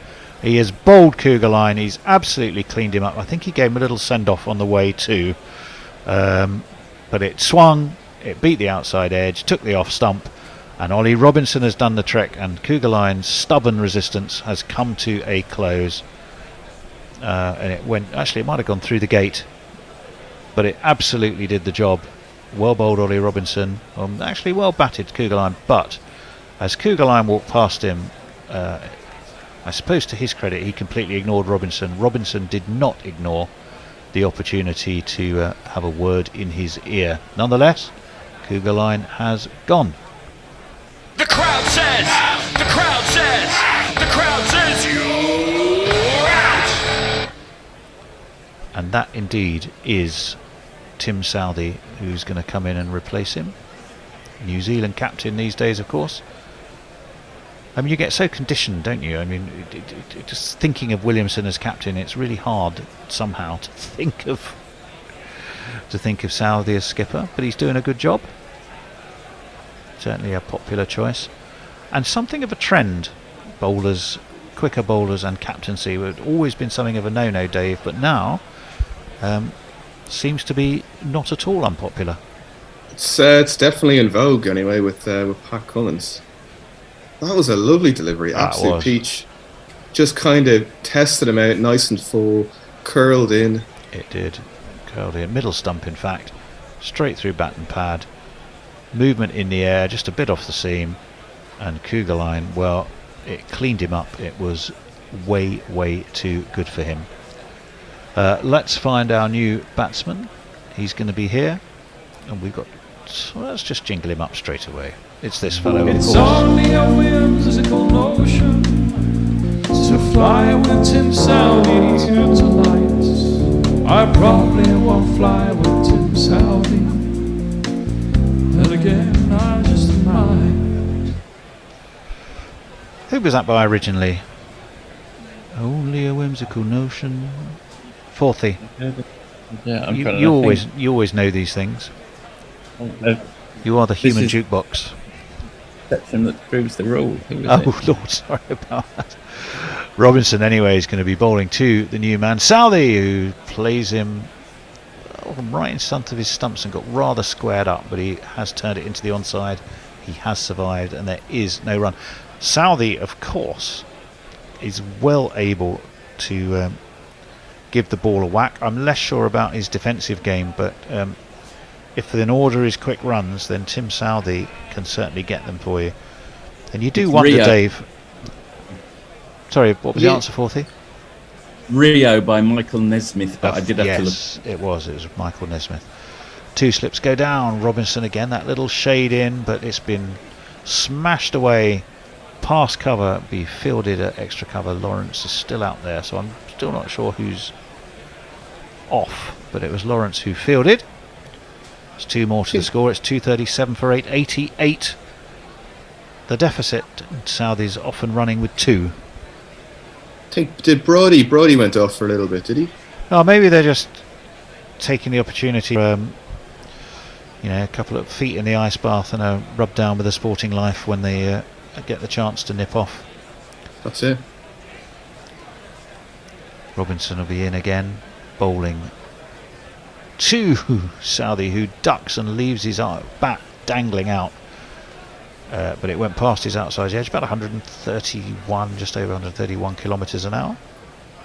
Yeah, he's a good addition. I think if Blundell had gotten out and you'd Kugelheim and Southey, then you'd be a bit worried about this 88 runs. But having Blundell blocking it at one end and you got Southey, you can smash a few at the other end. It's not too bad. Was it 2008 he made his Test debut? Smashed 77 off 40 odd balls, didn't he? So we know he can certainly put quick runs on. This one just shades it into him a little bit, but he steers it very nicely to Stokes, his fellow captain, who's at slightly deeper now mid-on. I remember looking this up before, and please don't tell me if I'm wrong, which I probably am, but I have a feeling that Southey might have, if not the highest, certainly one of the highest proportion of his test match runs in sixes. Ridiculously high proportion. I think I've heard that. I think you're not wrong. I know on his debut, he made it in Napier, got 5.55, didn't he? Vaughan, Strauss, Peterson, Broad and Sidebottom on that occasion. And then, yes, as he also got that 77 off 40 balls. It didn't stop England winning by 121 runs on that occasion, though. And that, indeed, is dinner. I'm tempted to say lunch, but it is dinner time, isn't it? And Southey will go off unbeaten. Probably more importantly for New Zealand, is that Blundell will go off unbeaten. He's on 80 from 131. Southey on 3 from the 4 he has faced. It's been an interesting session. England have had their successes. Bracewell caught by Stokes off the bowling of Leach. Cougar line cleaned up by Robinson. But it still means that New Zealand are closing in on that England score. Remember, 325 for 9. And how far are behind they now? 87. 87, 2 wickets left to get it. You'd still say, gentlemen, England would feel very much the happier, courtesy, I think, of that wicket, but they'd really want to get rid of Blundell, wouldn't they? I beg your pardon. Yes, Blundell. He's definitely a thorn in the side. I think, well, they saw enough of him. Was it last year? Yeah, it was last year on the tour where, bloody hell, who did he bat with? He got a fair few runs in England anyway. Yep, he's a more than capable batsman, stubborn, obdurate when he needs to, but he's played a few shots as well. But it means that at dinner time, on day 2, it's 238 for 8 New Zealand. They still remain with a reasonably sizable deficit of 87.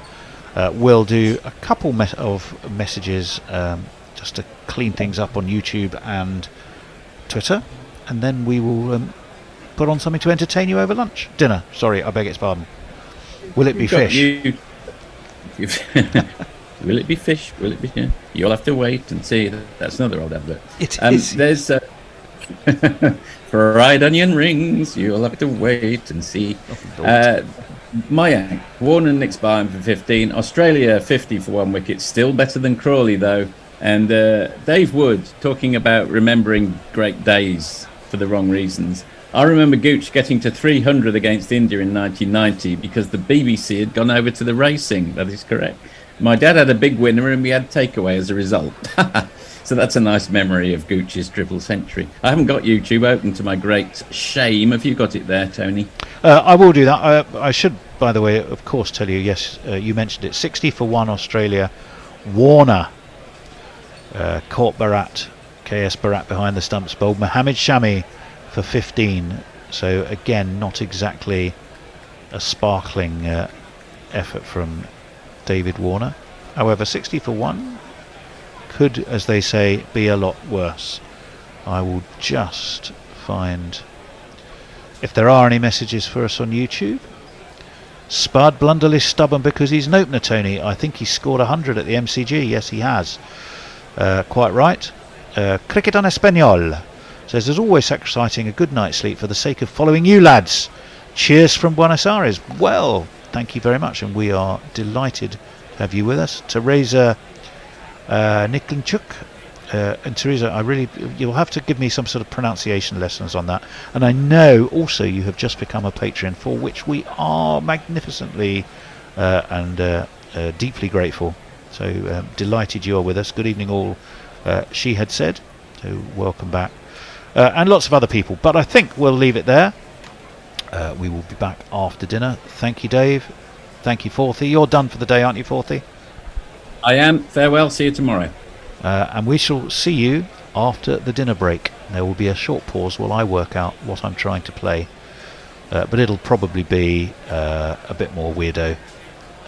Give me a couple of moments and I'll get it sorted for you. Bye, guys. Cheers, Dave.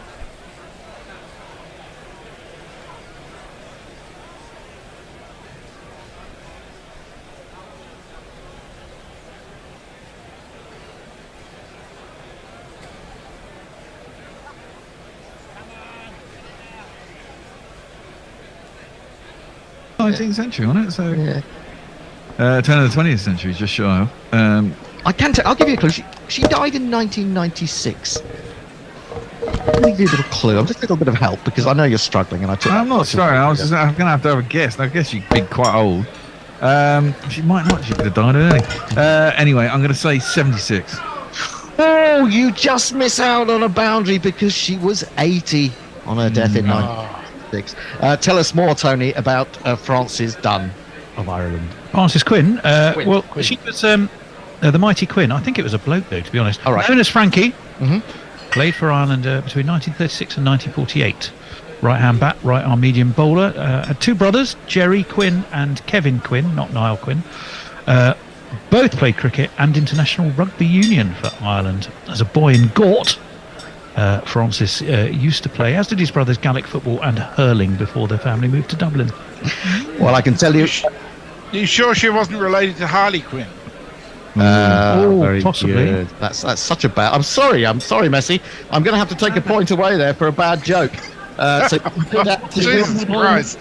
We're doomed, Bear. We're going to end up in the negative. Level now, 1 point, because you didn't get the... Don't start looking at the score sheet. Just wait until the end and I'll tell you what the score is. You got 2 points for getting it right and I only got 1. No, because you were not... Because you're a very naughty boy and he's not. It was not your choice to win, was it? It was. It is either. All right, okay. I did it. Okay, 2. So the Bears were leading by 1, 2-1. Right, back to the Bear. No, that's the point as well. Back to the Bear.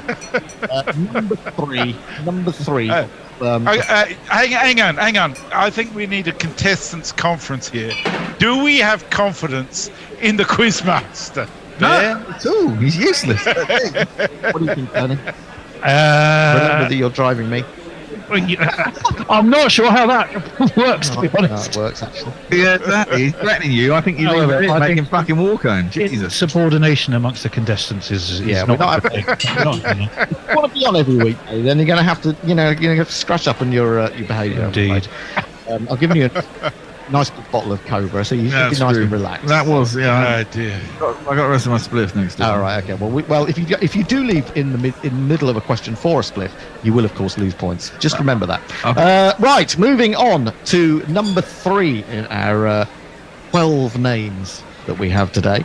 The first 3. How about John Bloor, Bloor, England? Live cricketer, dead cricketer, or who's that weirdo? My turn, isn't it? John Bloor, dead cricketer. No, you're wrong. He's not a dead cricketer. That goes over to Messi Jez for a couple of runs. Nip it behind square this time, or maybe just in front of square. Past Moeen Ali trying to catch it and see what happens, Messi. Who's that weirdo? You're absolutely right. It is a weirdo. And do you know, are they alive or are they dead? This is just for interest. But we will ask you for the age in a minute. But did they die, or are they still alive? I suspect that he's dead. No, you're wrong. I'm afraid you're wrong. We haven't allowed for this situation, have we? No, exactly. Why are you asking? Well, I'm assuming all the weirdos are actually alive. Why? They're just a weirdo. Well, because they're just a weirdo. Assume anything in this game, Bear. Don't assume. It's an important thing that you should remember. Makes an ass out of you and me. But what are you supposed to guess? Alive or dead? All right, so we'll do without that then. Anyway, do you want to tell us a bit about John Bloor then? Well, I absolutely can tell you a bit about John Bloor. Don't I get to choose his? Yeah, but guess his age? Yes, because Messi did know, so Messi can guess his age. Go on, guess his age. Yes. Go on. So I'm reckoning he was 72 when he died. No, I'm afraid not. He's alive. I just told you he hasn't died. Oh, sorry. Yeah. Oh, he's 72 now. I don't know. One thing I can tell you, Messers, is that he's going to die soon. At one point he was 72. Yes, he was. On his way being 79, which is what he is now. And he got there pretty quickly, and I'll tell you the reason he got there pretty quickly. Well, he got there in 3 years, I guess. Is because, well, between 72 and 79. He got there in 7 years. Well, the reason he got there very quickly is that he is the owner of Triumph Motorcycles. So he got there in a hurry. He's also a house builder. He's got an OBE. He lives in Derbyshire. His father was a coal miner. Quite a hip guy, although in this case the hip was more of a problem in that he's got a dodgy hip, and that means that he doesn't really ride his motorcycles anymore, and these days has to troll around in a Range Rover. There you go. Tragic end of life for John Poor. Land Rover Overfinch, no doubt, when a man who owns Triumph motorcycles, and he's probably loaded. Yeah. Do they still make Triumph motorcycles? Yeah. Do they? Yeah, they went out of business for quite a while, I think, and then they got rebought. Yeah. 20 years ago, 30 years ago. Okay. We're moving on to Messy Jez, and we're staying in Ireland for some reason. Josephine Mitchell, Ireland. Live cricketer, Mitchell. dead cricketer, or who's that weirdo? I think Josephine Mitchell. Josephine. Excellent name. Excellent name. Great name. Lots of Mitchells play cricket, so I'm going to say she's live cricketer. You're absolutely wrong again, and I can pass it over to the bear. Josephine Mitchell of Ireland. Is she? What did you say, Messi? You said she was a live cricketer. I did. Who's that weirdo? Yes, she is a Who's That Weirdo. She is Who's That Weirdo, and she's Do you want to? No, I get to go. Now I'm assuming she's alive. Don't assume. Don't assume. 55. Oh, you're absolutely nowhere near. No extra points for you, I'm afraid. Died aged 92 in 1995. Tell us all about her, Tony. I forgot your name for a moment. Whoever you are, whatever your name is, boy in the corner. Man who drives me to cricket. Man who drives me to cricket. Well, I can tell you, she died very sadly at the age of 92. That's a good age. In 1995, she was Ireland's first female saxophonist. Born in 1903 in Dublin, played her first gig at the age of 11, toured Europe, settled in Berlin in the 20s, played jazz with such jazz legends, and I know Hendo will appreciate this, as Coleman Hawkins and Django Reinhardt. Married a Belgian bloke whose name I can't recall, but she did it just to get out of Nazi Germany at the time, so she escaped from Germany on the back. Just on Josephine Mitchell, really. Well, I know she's got no connection to cricket, but we should do a programme anyway. Yeah. All right. Okay, moving on. No extra points there, I'm afraid. Paul Matavire of Zimbabwe. Yes. This is for the bear. This is for me. Paul Matavire, live cricketer. No. Not a live cricketer. Paul Matavire, Zimbabwe. Messy Jez. That, to be honest, that's something I would have picked too. Well, dead cricketer then. No. Who's the window? No, it's a window from Zimbabwe. Tell us all about Paul Matavire from Zimbabwe. Well, Paul Matavire. You get to guess his name, age. No, because I didn't get it right. No. Well, he died at the age of premature age, I'm sad to say, of 44 in 2005. He's a blind musician. Rose to prominence in the 80s when he joined the Jaros Jiri band based in Bulawayo. By the time of his death, though, he's believed by some to have become the owner of a large herd of cattle and spent his last days as a farmer. If you want to listen to some of his stuff, though, which such is my commitment, you've had a listen to this research. I did listen to, and I can tell you, it's actually really rather good. It's a kind of a cross, a sort of jazz meets township jive. Township jive.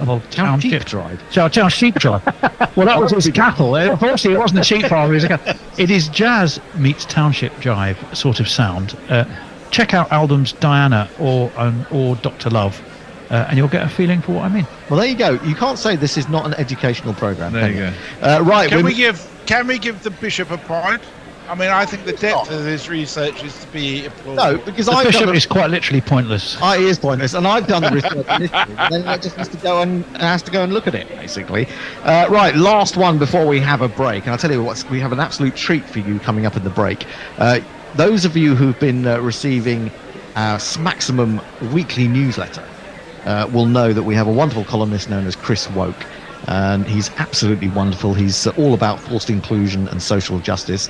And after we've had this last name, the first half, he will be bringing you a few of his thoughts, just so that we can spread the word of woke. That will be rather wonderful. Okay, the final name before we go to Chris Woke, and this is for Messages, Lance Hamilton, New Zealand.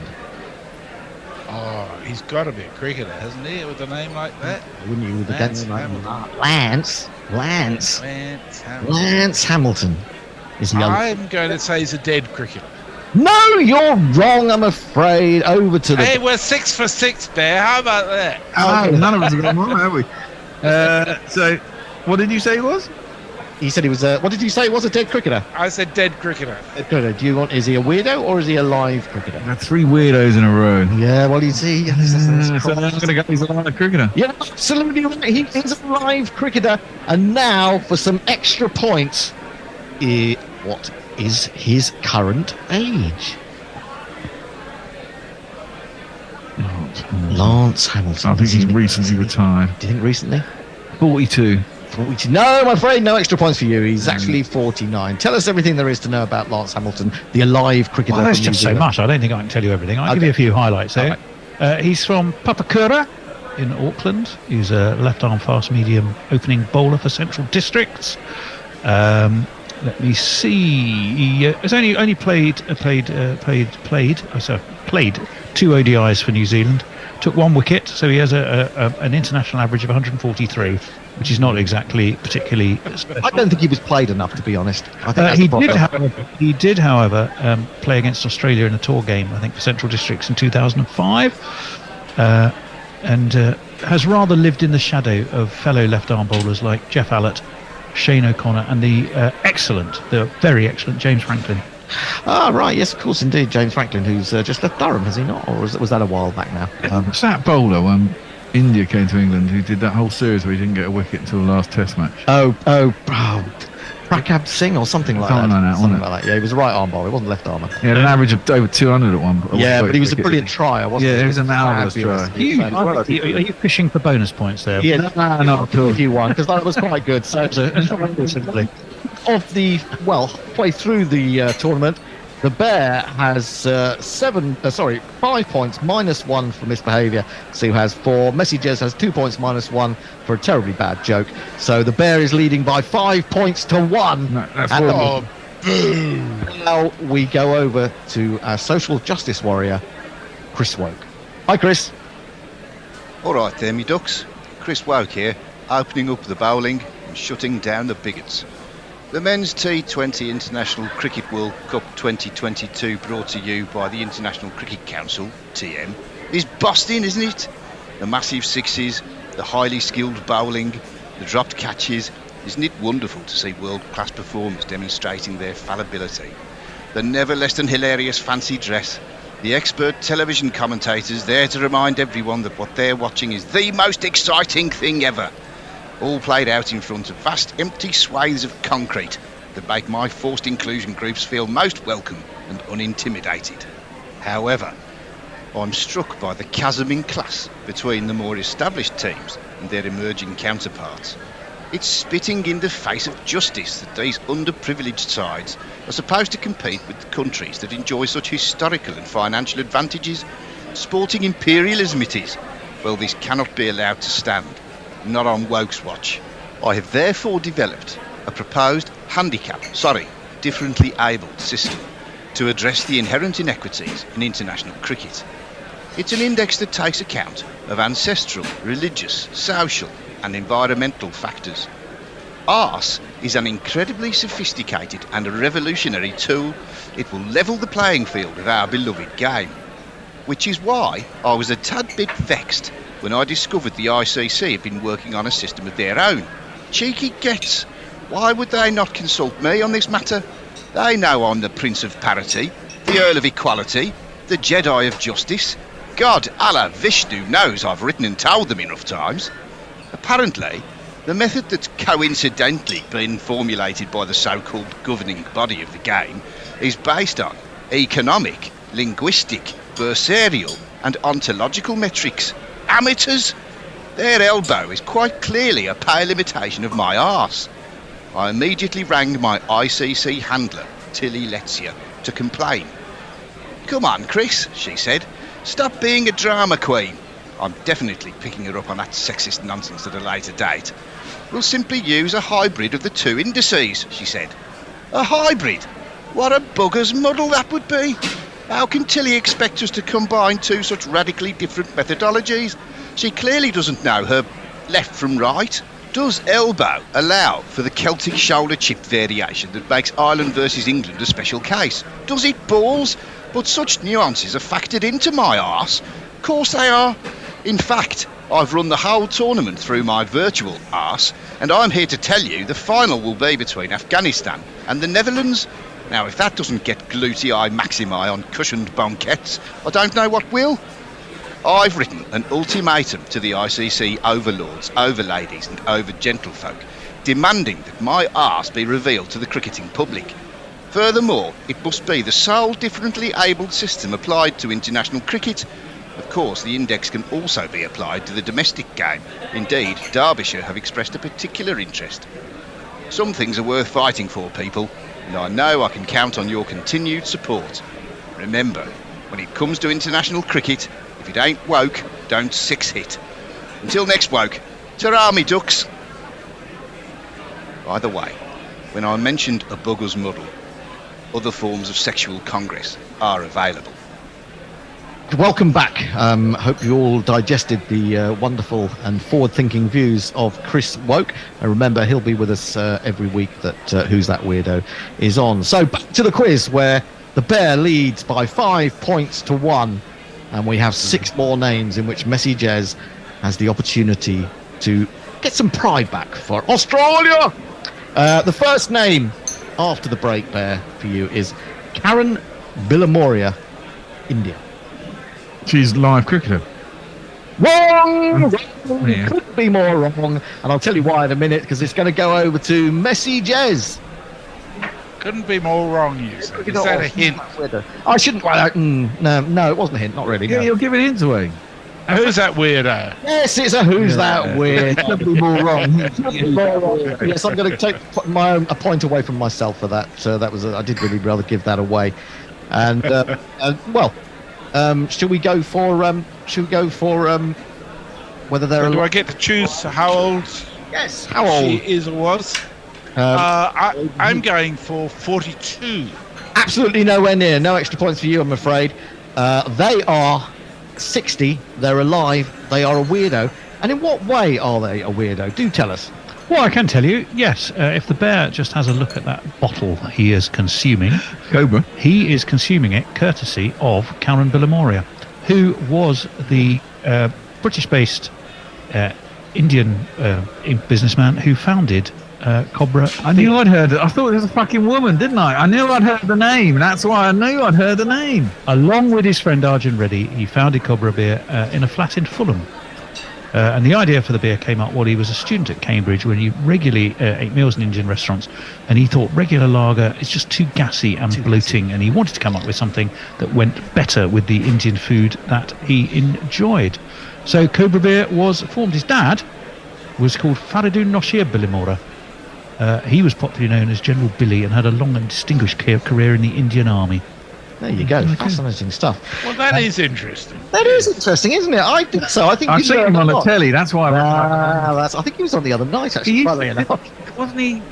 He used to do business programs on the BBC probably about 7 or 8 years ago. I'm sure it was something of an entrepreneur. But like most people, I've always thought Cobra Beer had to be genuinely Indian, but it's not. It's actually British. I knew the story when he said that. I knew the story. Yeah.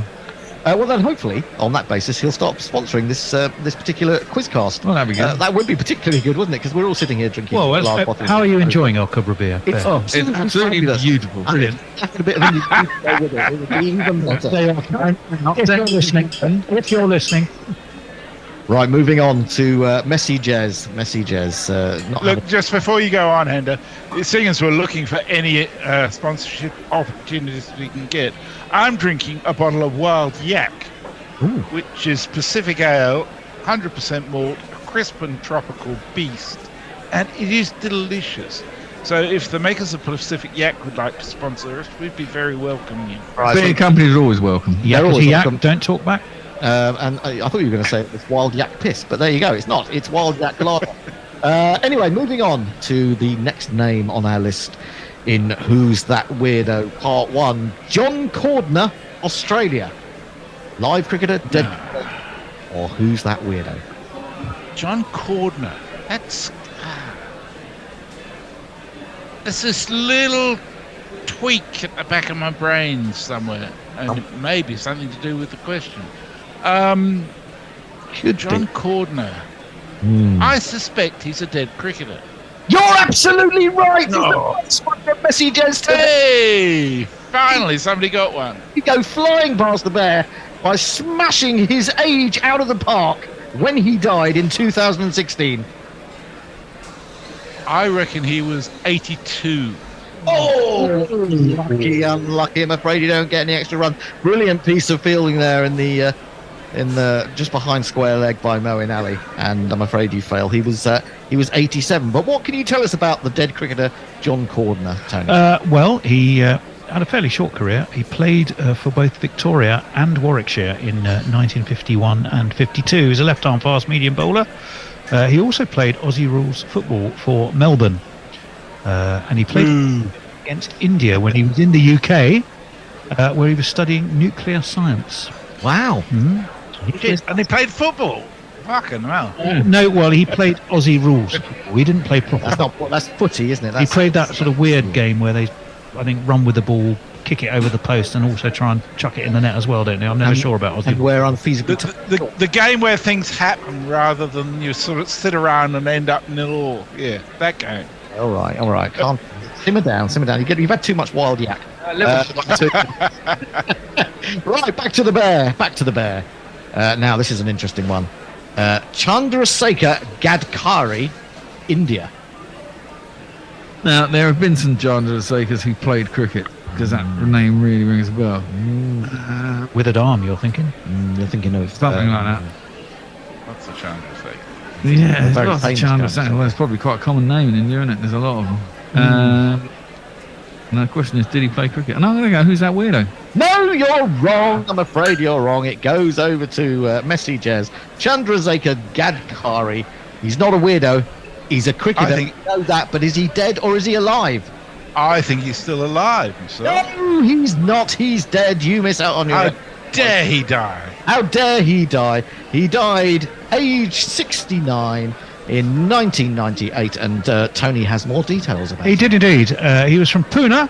He was an attacking right-handed batsman and a brilliant fielder. His appearances in India. His appearances in the Indian team were rather limited, though, due to his duties as an army officer. He toured West Indies in 1953 and Pakistan in 1955 and met with some success, but not a lot. In the fourth test at Georgetown, he was going in at number 9, hit a defiant 50 not out, and that pushed India past a horrible situation. They were 64 for 5, and they got to a total of 262. He did, however, also bag a pair in the next test. Played 6 tests in all. Did he? He was a bowler, wasn't he? What was his bowling stats?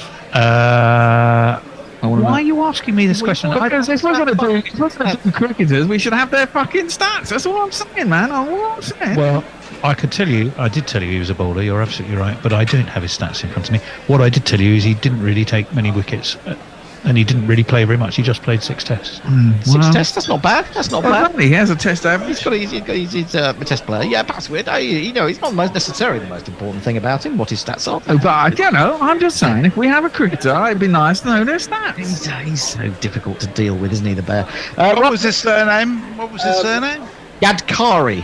Gadkari. Are you looking him up? Gadkari. I am. Where is his Are you going to give us this stats on the I can tell you, he scored 129 runs in Test matches at an average of 21.5. and he bowled 102 balls for no wickets. Oh dear. I don't know what it cost, but He doesn't really have any stats at all, does he? He doesn't have an average if he didn't take any wickets. No. It's hardly worth knowing about his stats, really. 6 tests, no wickets, and he was supposed to be a bowler. Did it tell you how many runs he went for? No. No, not on Wikipedia. I can He get was him. an attacking batsman, medium-pace bowler, and a great fielder. You look it up later. We're doing the programme at the moment. Okay, Let's just finish cool. with the programme. Same time. I'm not the question master, but I do hope you're taking points off for belligerent. He's a treacherous bastard. Media. I'm actually about whether we'll have him in future editions, because he's such a I haven't forgiven him for bloody Sunday leaving me there, dialing desperately for help. What, instead of taking his hands off the wheel and sorting out problems with the technology. Okay, moving on, Bear. Don't look under Cricket Archive. Stop looking in Cricket Archive. This is not the question. This is for who are we on to now? This is for you, Messi. Right. Joe Harawira, New Zealand. Dead cricketer, live cricketer, or who's that weirdo? Harawira. Harawira. That's interesting. I was thinking it might be Zimbabwean. Harawira. Harawira. Sounds like, Joe Harawira. It's a good name. I like it. It's really good. I think that because I like it, he therefore should be a cricketer, and I think probably dead. No, he's not a cricketer. He's a weirdo. I'm supposed to get the choice of doing that. I was going to say he was a weirdo anyway, because I reckon that name is indigenous, and therefore he probably played rugby, or he did something else anyway. No, he didn't play rugby, but Tony will tell you what he did do. Do you want to guess his age? I get to guess his age because I don't know, because he was a weirdo. He did. He realised he's dead. In which case I'm going to go, when he died, 58. Well, I can tell you, he lived to the age of 70. He was, when he died in 2017, he was a all-round good guy, actually. He was a Maori environmentalist. And he was known as a Maori kaumatua, which means an elder. Environmental campaigner, prominent for raising issues of dioxin poisoning around Wakatani in the Eastern Bay of Plenty, which is where he's from. He's also a musician and a storyteller. Would tell many stories to bring to life some of those issues, telling and performing Maori stories in Reo Pakea and Reo Maori. I think the bear may have some dioxin poisoning, but we'll move on from that anyway.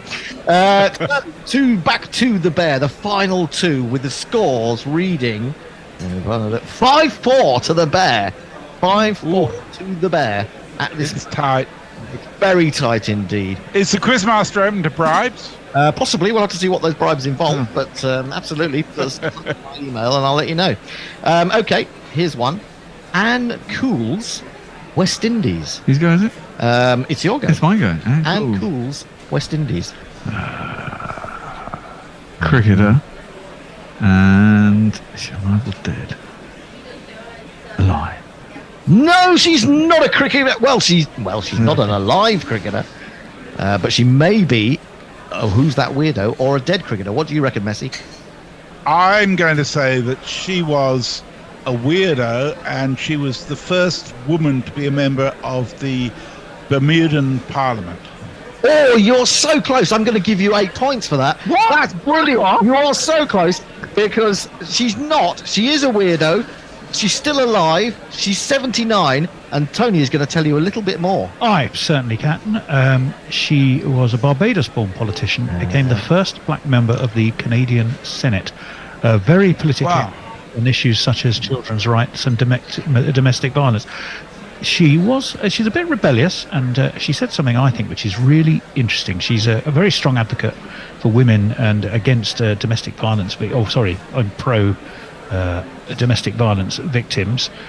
She's also criticised aspects of the feminist movement, though. This is why I thought what she said was quite interesting. She said, this feminism has grown up suddenly in the last few years, where all virtue and goodness are stacked on the side of women, and all evil and violence is stacked up on the side of men. Well, human nature just doesn't work that way.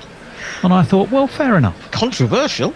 I would say in this day and age, absolutely. But well done, Messi Jez. You were very close there. I mean, I like the way you went Bermudian. You obviously thought in my Bermudian connections that I had nabbed that straight out of the. I did, didn't you? But you weren't that far away after all. Quite incredible stuff. So we move to the final name on today's Who's That Weirdo, with the scores reading: the Bear 7, Messi Jez 9. Can you make this complete? Can you win, Messi Jez, for Australia? Because they've done nothing else of recent vintage that's been good. Knocked out the tournament, amongst other things. Now, what do you think? Wajahatullah Wasti, Pakistan. Wow. Well, I mean, we Australians are not good in the death overs, it's true. But I'll just toss one up there, and in the hope that Wajastahuli is, in fact, a dead cricketer. You're not right. I can pass it over to the Bear. And now, if you can get this right and then get the age, you will take today's contest. It's all down to you, Bear. Are they a dead cricketer, a live cricketer? What's the name? Wajahatullah Wasti. Wajahatullah Wasti is a weirdo. No! You have disappointed all of England. You're allowed Australia to win by 2 points. I did a South Africa. Wajahatullah Wasti is a live cricketer aged... What, Tony? Well, to give him his full name, Saeed Wajatullah Wasti. Is 47. I knew you were going to say that. He's 47 from Peshawar. Right-handed batsman, played 6 Tests and 15 ODIs for Pakistan in 99 and 2000. Made a ton in each innings against Sri Lanka at the Gaddafi Stadium in 1999. 133 and 122 not out. But no other scores of note there. No other scores. What's his average? His average, since you asked me, was 36.56, but that's only really jacked up by those 2 big scores. If you really, really desperately want to know, I'll give you his other scores. No. It's the average is you're important. being so bloody belligerent, I thought I might just give them to you anyway. To be perfectly honest. But his belligerence has not been successful because he's failed miserably to beat the great Messi Jez, who got 8 points in just one question. That was absolutely superb to leave the Bear lying on the floor. That was a bit of match fixing. Messi Jez has won. I gotta say, what a good quizmaster we've got there. I think so. How much have you put in my account? How much is in my... but anyway, that's it for today. That's the first Who's That Weirdo. We shall be doing the first in the series, the Ashes, a series of many Who's That Weirdos to come. I hope you've enjoyed the show. We will be back to do another one in a week's time, but we'll also be trying to fit them in during lunch breaks in the test match. If you want to take part, you could get in touch with us. Of course, it does rely on you being completely honest and not having Wikipedia in front of you. But until the next time on Who's That Weirdo, it's goodbye from Messi. Goodbye. Goodbye from Tony. Goodbye. It's goodbye from the belligerent Bear. Goodbye. It's goodbye from me, Gorilla Hendo. Goodbye. Craig Matthews, Alan Knott. Who's that weirdo? Nigel Sidhu, Neil Mackenzie. Who's that weirdo? Wayne Leverock, Shane Freed. Who's that weirdo? Chris Harris, Kevin O'Brien. Who's that weirdo? Craig Matthews, Alan Knott. Who's that weirdo? Nigel Sidhu, Neil Mackenzie. Who's that weirdo? Wayne Leverock, Shane Freed. Who's that weirdo? Chris Harris, Kevin O'Brien. Who's that weirdo? Good morning, good afternoon. Hello, we're back. We're back for the final session of day 2. England versus New Zealand from Mount Manganui. How exciting. We are indeed. Just bear with me. I'm sorting out. Richard from his serial killer cave, as I hear. I've had a cup of tea and I've toned down the serial killer vibes just a little bit. I don't think it was you so much as your cave was the serial killer's trophy wall. Well, it's exactly the same. Okay, yeah. Well, we'll have to have a closer tour sometime. I'm going to post an article about it one of these days, and we'll see it's not all that scary. And I want to know, has Nelson Piquet fallen down yet? He hasn't. But it won't take much of an earthquake. It'll only have to measure 0.1 on the Richter scale. The problem with hanging pictures up, and no amount of technology seems to be able to help me with this, is that you don't know how it looks behind the picture once it's hung up. Yeah. You just can't analyze how well you've done it without taking it down again. That's exactly true. It's a real problem. Anyway, so score 238 for 8 New Zealand, and they're going to have to squeeze as much as they can out of these last 2 wickets because they've got another 87 to go to catch up with New Zealand. In their favour is the ongoing form of Tom Blundell, who is there on 80, and he's been joined by Tim Southey. He's got 3 to his name so far, and as we all know, he can spank a few, so don't be surprised if they get well within 50 and even closer. You know what? There was a very interesting conversation between Sir Alistair Cook and David Gower on what I was watching over the dinner. Okay, I was watching it all kicking off in Delhi. Do tell. Well, you give us the Delhi update, but what these two were saying was... both ex-England captains, of course, both felt it might not be bad for New Zealand to declare, okay, they're still behind, but they want to get England in under lights, which are coming up very soon. We're into the evening session. England, bold declaration yesterday, work for them. If they want to really get amongst England early, do you declare early? Now, they'll also be looking, I'm sure, at Blundell being on 80. But I think get about it quick must be what they want to do, and then declare even if they're behind, because they will want to pop at England when they've looked at Crawley, they've looked at how stubborn Ducky was, and they're going to want all the help they can get, and they saw what facing the ball, the pink ball under lights last night was like for their fellas. They're going to be worried. They're going to want to put England in that position as soon as possible. It does get quite I love interesting, David doesn't it? Gower, but he's a fucking idiot. That's ridiculous. Tell him that. I suppose if everyone's going to declare early, why don't we just agree what the scores are up front? But New Zealand are batting last. They're going to need every run they can possibly get. And the other thing is, last night there were really heavy skies over the ground affecting conditions. It's sunny, it's bright. I think you bat as long as you possibly can in these conditions. Jack Leach will open the bowling following the break. It's a dot ball defended by Tim Southey. How many more of those is he going to block out? Not many, I don't think. Here's Leachy already at the top of his trot. Gets through his overs mighty fast. And it is another defensive shot from the Kiwi captain. He gets through his overs really quickly, as you rightly say, so I'm going to gently play his jingle, but you can talk over it. It'll be sort of lilting background music. Understood, as this time Southey does come down the wicket, but he restrains his shot. It's just a push, despite the skip down the track, and there'll be one to a deepish, but not all the way out, mid-off, which brings Blundell back on strike. The man on 80 not out.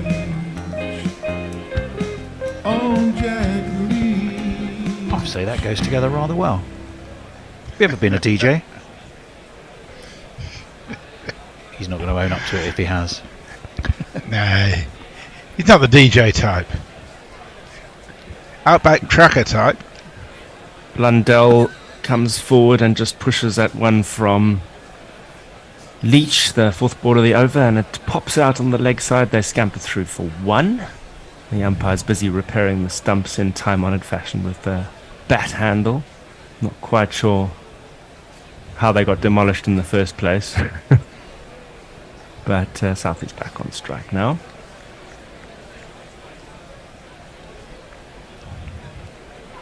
And it's just played a little bit more forcefully than previous shots, but back to the bowler for no run. One is wary of starting a sentence when Jack Leach is bowling, because you're not going to have time to finish it. Well, let alone play a lengthy jingle. Here's the last ball of the over. Southey backs away and just steers it gently down behind square on the offside. Stuart Broad does the fielding, so he's back on the field for sure. and I think that was just the one. And I'll just quickly mention the carnage going on in India. 94 for 3 now the score for Australia. We saw Ashwin get rid of both Smith and Labuschagne. Yes, in the same over.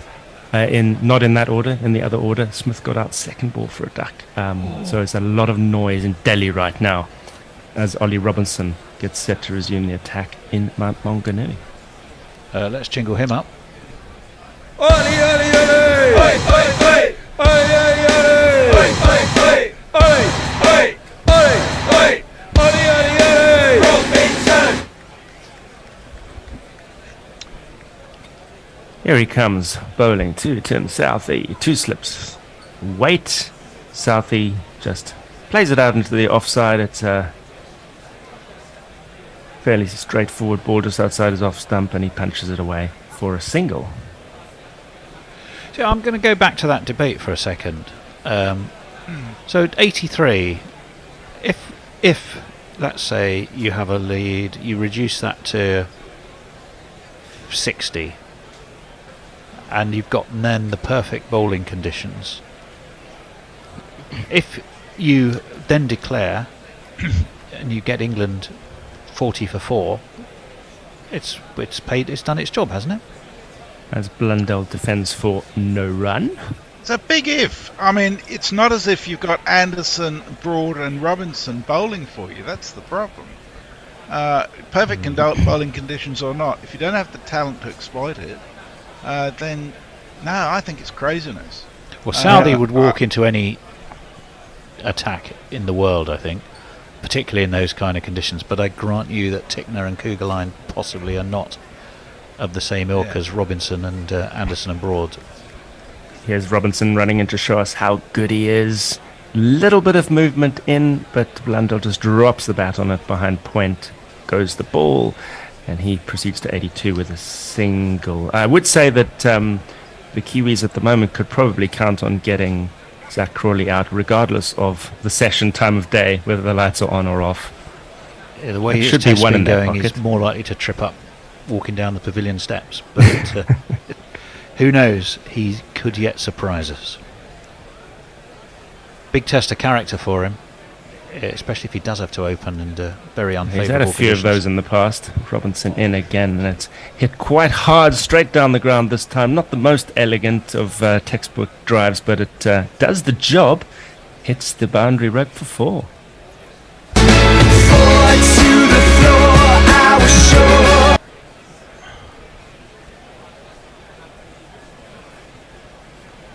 Yeah, it was a beautiful shot. It was. You say he didn't quite get all of it. That looked off the middle of the bat to me. It was an absolute. He did get all of it, drive. and it was there to be hit. Just didn't have the footwork that you'd expect from a. It doesn't top order serving batsman. New Zealand to hang around. I do firmly believe that. Southey ducks under this one from Robinson. No harm done. No run scored. And that, to a certain extent, is more the England mentality. You know, I understand where Messers is coming from, but I could just see if you apply and you're right, the difference in the quality of the two attacks is a consideration. But England, I don't think, would hesitate now. They'd go, well, we don't mind giving away a bit of a lead if we get a chance to really get amongst them. Oh, it's horrible. That is picked up by Southey, and is that a catch? Yes, Duckett's caught it out. It's back deep square leg on the boundary. Southey has got on the offside of that ball, and he's scooped it up, helped it on its way, and he's gone for 10. England 247 for 9 now. Well, that was an absolutely horrible full toss down leg. Southey couldn't resist it, and honestly, I think you've got to. There's only one jingle we can play. Yep. The first thing I learned from Gorilla Cricket, shit takes wickets. Shit takes wickets, inducing a poor shot that don't clear the wickets. Yeah, shit takes wickets. Shit takes wickets. Now, Ollie Robinson could tell you till he's blue in the face it was all part of a plan, but it wasn't. No, really he did don't try think- everything in that over, to be fair. He tried a very full half volley, which got hit for 4. Then he tried a slowish looking bouncer that did no harm, and the full toss down leg got the wicket. Great catch. I mean, let's celebrate the catch. And Duckett, who we label with the epithet squat, small, compact, and other phrases, don't we? But that was a lively bit of fielding, and he didn't half have to put in the jump. And I think Yeah, and he he juggled spent- it too. I'd like to see a couple of replays of that, because I don't think he took it the first time. We're going to see him now, so let's see.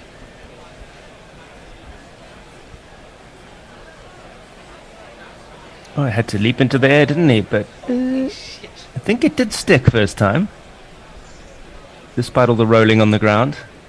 To carry on our fish conversation from earlier, he leapt like a salmon. He did. Albeit, he did. That's albeit a great tin of analogy. salmon. So the batsman now, number 11, is Mr. Tickner for the New It is. Zealanders. I was so busy focusing on that I need to find Blair. Here he is. Confidence and a little bit of swagger. That's what this boy brings a Blair Tickner. Again, songs from Morgan, songs from the show, songs from the show's mode. So Leach to bowl to Blundell, who's on 82 and must be getting a little bit worried about running out of partners. Well, very worried. It actually goes straight on from Leach and unworriedly played out by Blundell. Doesn't seem to be in a hurry yet. I mean, you could just... I'll hold the thought for a second. Oh, as it's an attempted uppish sweep by the look of it, but it doesn't really get anything on it. It just sort of pops down the pitch back to Leach, and there's no run. I was going to say, I mean, if you wanted to second guess Southey, he was going to hit anything that he thought was there to be hit. So tempting him was probably part of the plan. Blundell runs down the wicket and lofts this over cow corner. Is that 6 for him? Oh, Does that that's take him to huge. 94? I know It it is, landed on and the it back. does. Yeah, it's a 6. Went all the way. So he is now within one blow of that century. 6. No, sorry, that took him to 88. He was on 82 before that. He is. Oh, I briefly went mad. Apologies. As Leach delivers one outside the off stump, and Blundell tries to be cute with this one, but just manages to nudge it to backward point. No run. That sounded bizarrely Basil Fawlty-like when you said that. I'm sorry, I briefly went mad. It's one of those where they adjusted the scorecard very quickly, and I'd already was doing the maths in my head, but they'd already done it. Two not like them to do that. fat persons, if you were a bingo caller. Wide on the crease comes Leach, down the wicket comes Blundell, and I think this is a 6 that will take him. No, it's not a 6. It's a 4. Oh, Lord. Crikey, okay, one of these. And if you kids can't listen, then you bound to see the way you get shot for crossing a boundary, I think we can safely say if he wants to get his ton, he's going, I probably need to do it quickly. He's thinking I need to do it this over before number 11 gets on strike, and there's only one ball left of that, so it's not mathematically possible. He's on 92. Nurdle it for a single. But Yeah. safe money is on him getting a 1 now. Of course, Field has everyone is come in. up. All the fielders are up as Leach toddles in. And he's had a good old swipe at that. He's rather taking the 4 than the 1. Interesting. So he goes to 96, but gives up the strike to Tickner, and presuming that Robinson is... Tickner. Presuming Robinson will bowl the next over, you're going to have a man looking for 5 wickets. Well, it was one of these. And I would say full marks to him there. Think about the team before yourself. Quick runs is the order of the day. The 100 for him is incidental. He went for the quick runs. I think you've got to applaud that. Indeed, with the ideal bowling conditions coming up. Have any social... So Rich Turner is Rich Turner is with us. Rich has got a lovely Twitter handle I've always enjoyed. He says, "Fiddler to the gentry, accordionist to the proletariat." He's a music teacher, lives in Winchester, and he says, "Joined you at tea following a rare occurrence of sleep. Normal insomnia will be resumed shortly." And Khalid Abbott just says, "Watching cricket in bed." Fair enough. West Australian Leeds says it was beginning to look like a bleak day with New Zealand playing well, but then across the water, the evil three of Warner, Smith and Labuschagne all out. A good day for all. Tickner does a good job of defending that first one out from Robinson. Doesn't seem to pose him too much of a problem. A technical issue for you, Tony. Oh, Lord. Mike Taylor says, "Hello, fellas. Small request. Please turn the jingle volume down a smidge. It's waking up my neighbours." I can do that. That's we have the sliders that can do that. Here's Robinson again, wide of the crease, angled in and dealt with defensively by Tickner, who Cricinfo tells me has a first-class average of 10.5 and a highest score of 37. So you'd think he's got the credentials to at least hold up an end for an over and let his mate get to a ton. Although, just hang on a moment. I'm very sorry for the neighbours, but we have a lot of listeners that aren't your neighbours. I wonder if you could perhaps anticipate a jingle, because you do know when they come, and reach for the volume button as and when needed. Here's Robinson once more, not so wide on the crease this time. It's let go by Tickner. And I did want to mention, just looking down the recent scores for Blundell, who's currently on 96. He also got out for 96 at Lord's last summer and against South Africa, Christchurch, at the beginning of last year. So he's on for a hat trick of 96s. I don't know if that might be in the back of his mind. Wouldn't recommend him thinking about it now. Tickner looks even more like an elongated Jack Russell when with his helmet on, doesn't he? I like that. Jack Russell, the wicket-keeper, not the dog. Not the dog. You'd have to stretch a Jack Russell the dog an awfully long way to be as tall. And find a very small helmet. Yeah, true. Very true. Is that a leg slip coming in, or just... it looks like a leg slip coming in. First slip going wide, and then back again. Nobody's quite sure where they belong. You got both a Robinson standard knows what offside he's slip about. and a leg slip. In he comes to Tickner. And that was another very full, tossy-ish looking ball down leg side. He doesn't manage to help it all the way to deep backward square leg. In Southeast defence, he did get hold of it nicely. He just picked out the fielder. I would have been happy to help that one along the way. He wasn't Use the pace. He wasn't expecting the spring-heeled leap of Ben Duckett. He might even have thought, right, that's Duckett down there, I can clear him. Little did he know. Maybe we give too much credit. Not a very good over from Robinson, this, is it? No, you see, I'm not entirely convinced. I think he's got a niggle, but I've not read anything or heard anything to suggest that. That's blocked out by Tickner. He continues to survive adequately. One more ball to do it, and then he'll say, my job is done for this over. Over to you, Tom. Yeah, and if he can continue to block it like that, then Tom's going to be thinking 100 and beyond. I mean, do England offer up the single here? Would they take it if they do? See, I think they would take it. No. I think you've just got to put the runs on the board. Oh, well. I don't think they're taking it. Because they've got more chance of putting runs on the board with Blundell facing Leach. Oh, he's been done, hasn't he? Why does Robinson look so disappointed? Has he got a wicket or hasn't he? No, he hasn't. It yorked him. It swung in. It yorked him. I think he just got enough of an inside edge to just... Wow. I thought it had bounced off his stumps. It's an inside edge indeed. In front of his back pad. It was all very confusing. It squirted out sideways, much in the manner of a ball that had just hit the stumps. That was well bowled. Well, Nessers is with us on his way to gainful employment again. Oh, good. Must be hard. You've been in this job for a long time, Nessers. He sends us a photo from the central line, from inside the tube train. Very clean-looking tube train. Not a person to be seen. Early in the day. Doors open at the platform. Yeah. Dave Wood says, if the jingles are waking the neighbours, have you considered moving house? Priorities, that's what it's all about, isn't it, Dave?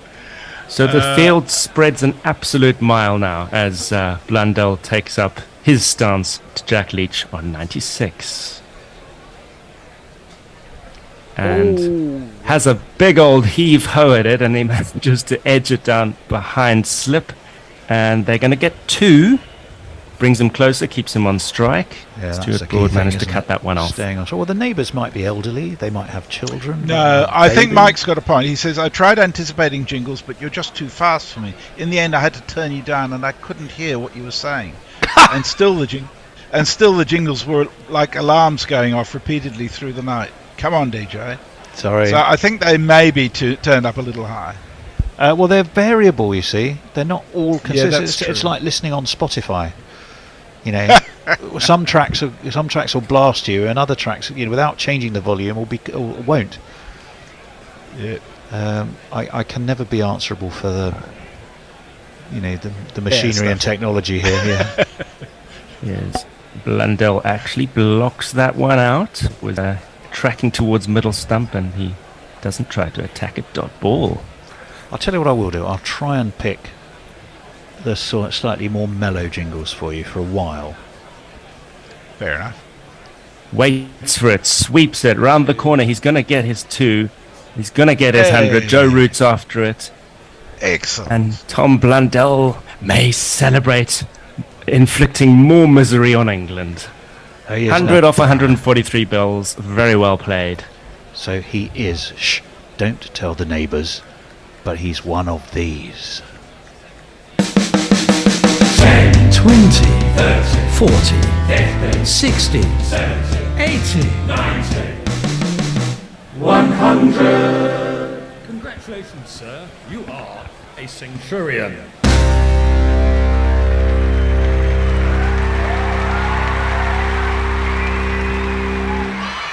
As far as I know, though, that is our only Centurion jingle, so it's the one I had to play. I didn't have a choice on that one. It was very loud in my ears, Tony. Has something adjusted the decider by mistake or something? Because it really was very loud. Oh, Lord. I don't know, and I don't want to juggle it. I had even turned it down. That one's just played away into the leg side for no run. Gathering himself, I think, Mr. Blundell.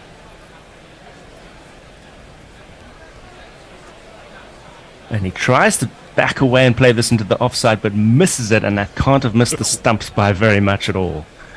I can turn the overall volume down of the jingles. I'll do that. Let's try that and see how that goes. Yeah, I think that might be. We're at about 60% now. But it's what it's been on forever. So it's unlikely to make a difference. It's now less than what it's been on forever. It's a boundary or a single for Blundell, and he's opting for the bound. Oh, actually, no, he manages to pick out the man in the deep at mid-wicket. So he's got a single, which is actually what he wanted as well. And Tony reckons they should declare now because they only trail by 59. Mog says even the jingles are losing the loudness war. And we just had you fucking legend Ian Southkey Want on YouTube has just put $20 into our account. Thank you so much. He says thanks for the great commentary as usual. Here's a small contribution. Please put it towards Cocaine Bear movie tickets. Do you know Thank you so much. What a great guerrilla night out that would be for those of us who could go and do it. Led by the bear, of course. Ian, you're so kind. I saw that pop up in front of me in big. I thought we'd been dinged again on YouTube. I thought, why is that suddenly in a great big different colour? And then I read it and I thought, oh, that's fantastic.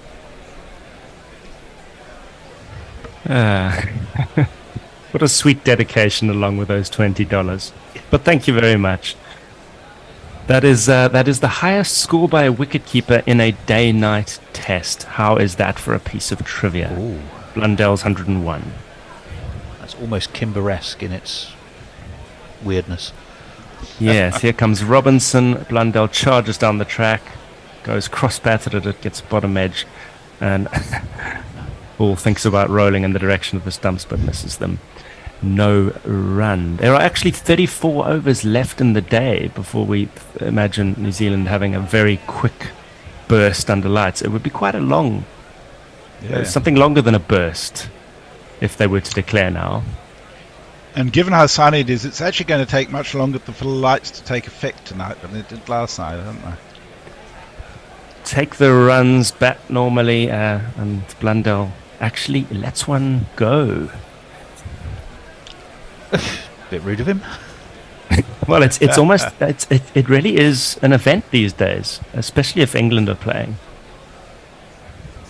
The leave. Yeah, it's been a superb knock from Blundell. I mean, he's as was pointed out quite rightly, he does open for his state or district side, but yeah, he's batted magnificently. As Robinson hitting the top of off and middle, I fancy there. It's angled in. Blundell just lets it pop out onto the leg side for no run. Yeah, Blundell, he's got a test average of 45 now. I mean, it is absolutely not to be sniffed at. Has also opened for New Zealand, but he's clearly found his place in the lower middle order there, and I don't think they'd want to move him. Well, until very recently, 45 would have put him number 2 in the England batting lineup. That has changed with a few things of late. Ooh, he tries to ramp that behind him. I don't know if that's the right shot description. I've got to learn all these newfangled terms. But anyway, he's got it away over the wicketkeeper's head for a boundary. 1, 2, 3, 4. This has been terrific for New Zealand so far, because get that lead under 50, the gathering gloom of the evening and the lights coming on and the chance to bowl. This is you fear, and you know I am being overly negative, but you fear this is an accident waiting to happen from an England perspective. Do we call that a scoop, that shot? I think you could call it a scoop if we want to go back to our earlier ice cream discussion. Here comes Robinson down the wicket and absolutely murdered poor old Alim Dar. Showed his reactions there, got out the way of it. Blundell has got himself one of these. 1, 2, 3, 4.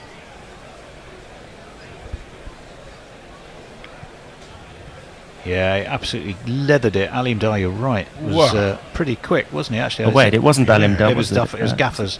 It was Gaffers. But Gaffers was quick as well. Yeah, that would have decapitated him, wouldn't it? Yeah, Robinson once more. It is right up there, almost Yorker length, but not quite, going down leg anyway. Doesn't get much on it, Mr. Blundell, and that's the end of the over. It's interesting, isn't it? Because this is very much the way you'd bat in T20 normally. And he's got license now. Mike Taylor says, if I'm honest, guys, it's not the neighbours I'm worried about, it's the missus who's asleep next door. If I wake her up, she'll be presume in the next room. If I wake her up, she'll be crotchety all day. I know there are other listeners, but you don't know the wrath of my missus. I was going to say, if she's asleep next door, I would be worried about the neighbours, to be honest. Do you want some more 100 jingles, says Mark? Of course we do, Mark. Yes, Mark. Of course we do. Just bring them.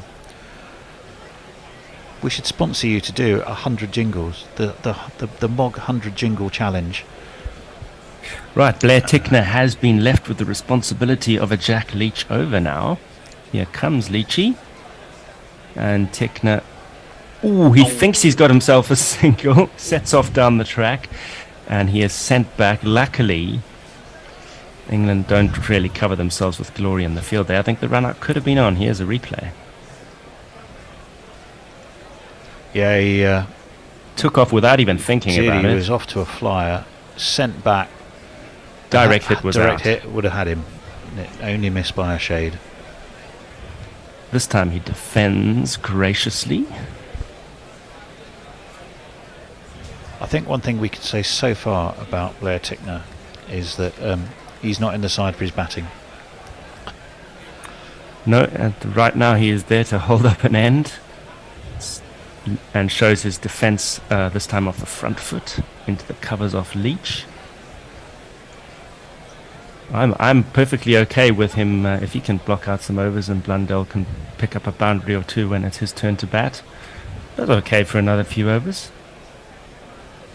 This is a 5-day game, we forget, because they're all over so quickly these days, but it's a 5-day game. That's the point. You've got time. Just no one wants to use it anymore.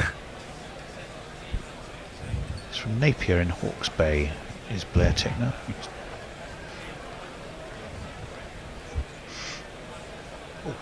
This one is angled down the leg side, and there is no run. He's also, I mean, being sort of rangy and mustachioed, there's something sort of quite comical about him in the kindest way. Very. I'm trying to think who he reminds me of. There is someone that's going to come Basil's to genuinely me. a touch of Basil faulty there. There is that, as this one is defended straight back down the pitch. Yeah, but there's someone else as well. I can see Russ Abbott as well, facially, despite the very large droopy moustache. New Zealand was 182 for 7, so they've actually done pretty well getting this far. They've done very well. As I say, if you could write a script, if you were Tim Southey, reduce the lead to under 50, have England to bowl at under lights, he'd have gnawed your arm off for that at the start of play, I reckon. Indeed, and that over has been seen out by Tickner, which brings Blundell back on strike. Robinson to continue. Actually, we're due a change, aren't we? What? We might well be. You are due a change. We are. You are. You should have said. Just ideal is the next tweet for whoever's on tweets. So it's myself and it's James on social media and it's Dave Silver who's summarising.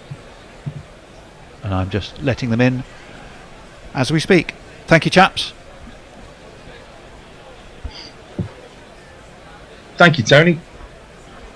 Let my colleagues assume their positions. Ollie Robinson to continue, and that is outside off stump, taking the outside edge of Blundell's bat.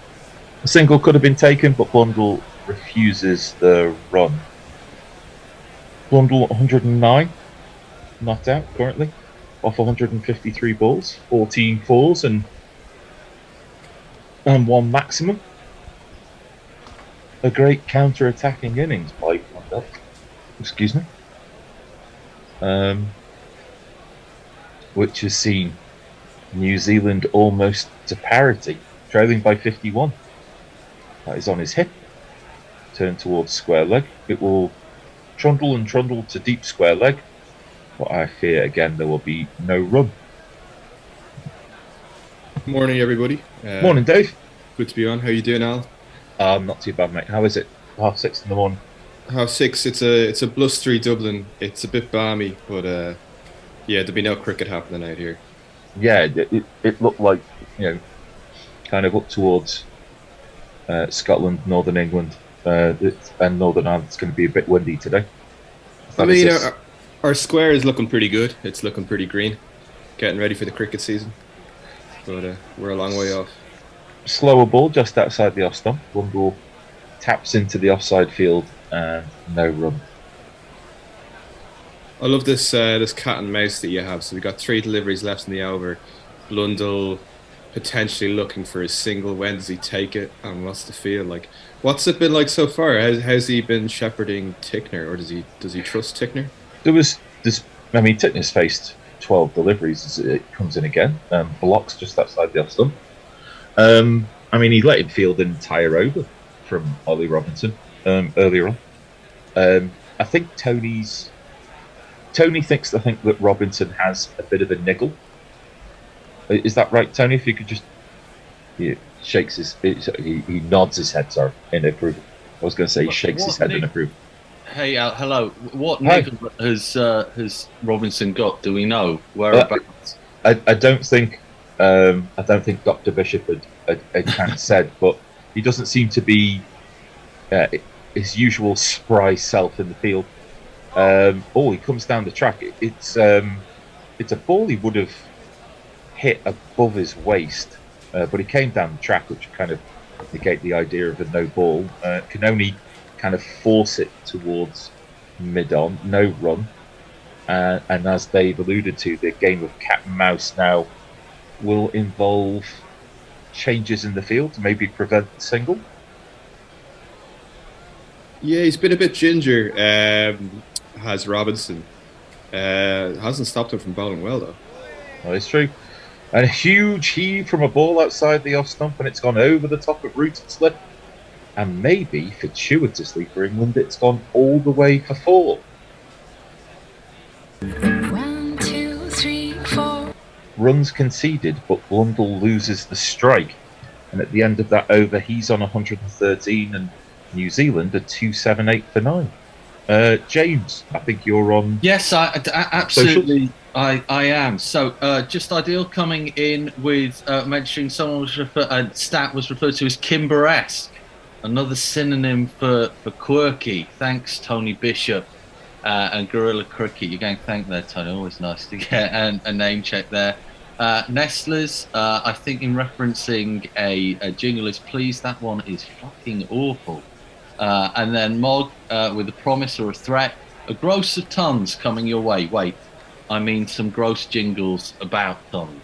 That feels like a promise. On Robinson, I wonder if it's an injury or if he's back on the Frey Bentos fitness plan, because he kind of does look slightly like he looked during the last Ashes tour at the moment. Might be just good southern hemisphere hospitality. Leach is out of the attack, and Captain Marvel is going to rejoin. I'll let Tony work out whether he wants to jingle his Stokeness. He is doing so. Ben?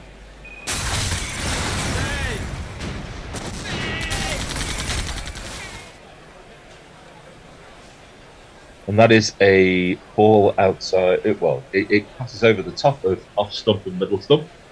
Tickner doesn't really know what to do with the ball. It misses the stumps on height, and eventually just about gets his arms and his gloves just underneath the ball and lets it go through to the keeper. But Dave, that one looked a little bit weird. That one. It did, and I wonder did Stokes originally plan to bring himself on, or was he going to come on in a few overs? Stokes in, and again walks away. Tickner backs away at the last minute. As we're seeing some wickets. When Mitchell was out for a duck, playing no shot, New Zealand got 83 for 5. So if you, as Tony alluded to in the last half-hour stint, if you'd have offered Captain Saudi 278 for 9 at that stage, they would have been very happy. As Stokes decides he's going to follow Tickner as he wanders again more towards leg stump. Yeah, I more think, out of defence out of anything else. He blocks that away. I think he's been listening to Tony's comments about Basil Fawlty and Ross Abbott here, because he's almost hamming up now the comedy value of his leads and his plays. There's a little bit of Basil. So there's a little bit of Courtney Walsh in this. A full ball might do him.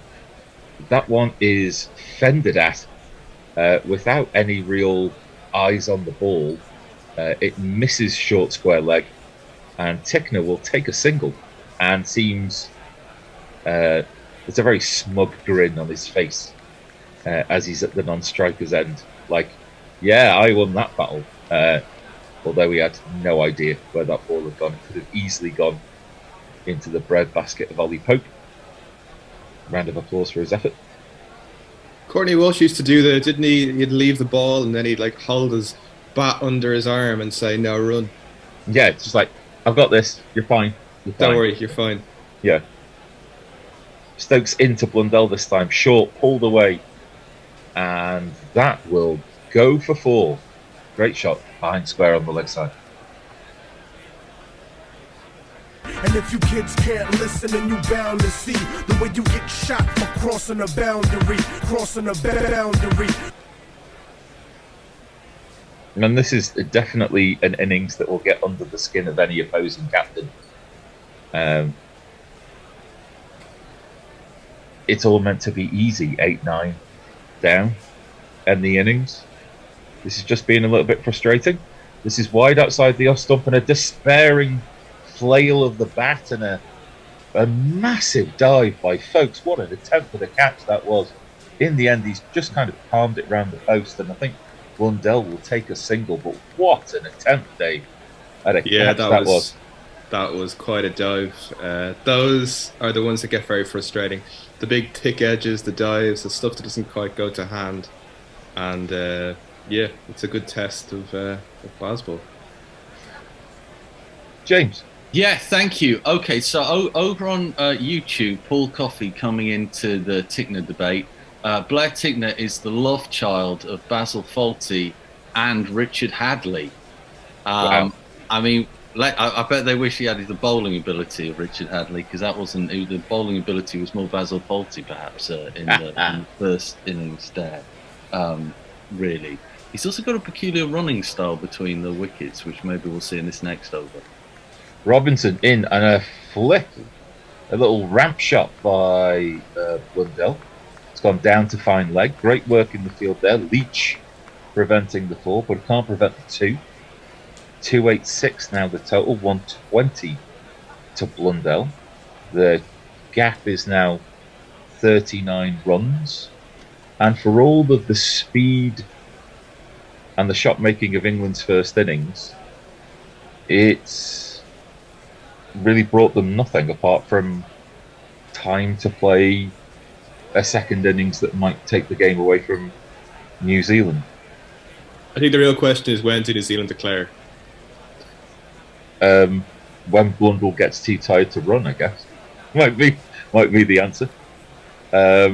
Robinson in, short, pulled, great stop at mid wicketish, mid on by Stuart Broad, who throws the ball in like a maniac, and then a very strange facial expression from Broad, like he was surprised to have stopped the ball in the first place. Yeah, he's ticking Stuart Broad, isn't he? That was a furious throw.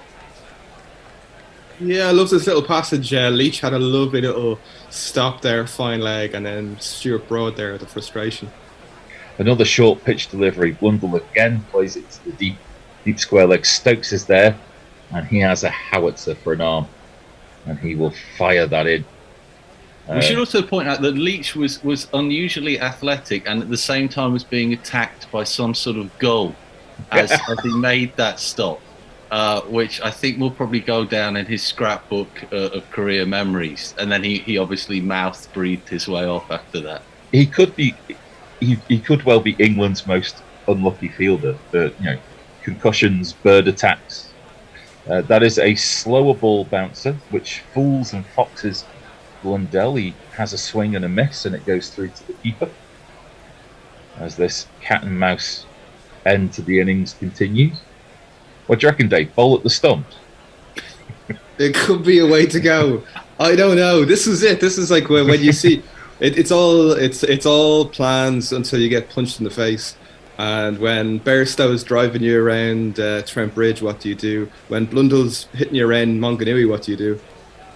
This is a good question. Robinson's answer is to, again, pitch the ball short towards leg stump, and Blundell again helps it on its way towards long leg with another pull shot. He's on 121, and Tickner with a colourful one off 16 balls just has one ball of this 79th over to face. Now, I don't know how you feel about sort of wasting equipment, but if they take the new ball and they take a wicket with the first use of it, I don't know if it could be reused in other Test matches. Too short. Tickner's able to jump towards leg stump and block it. in a rather unique style, and he survives. And 79 overs are in the books, and New Zealand trail by 38. James.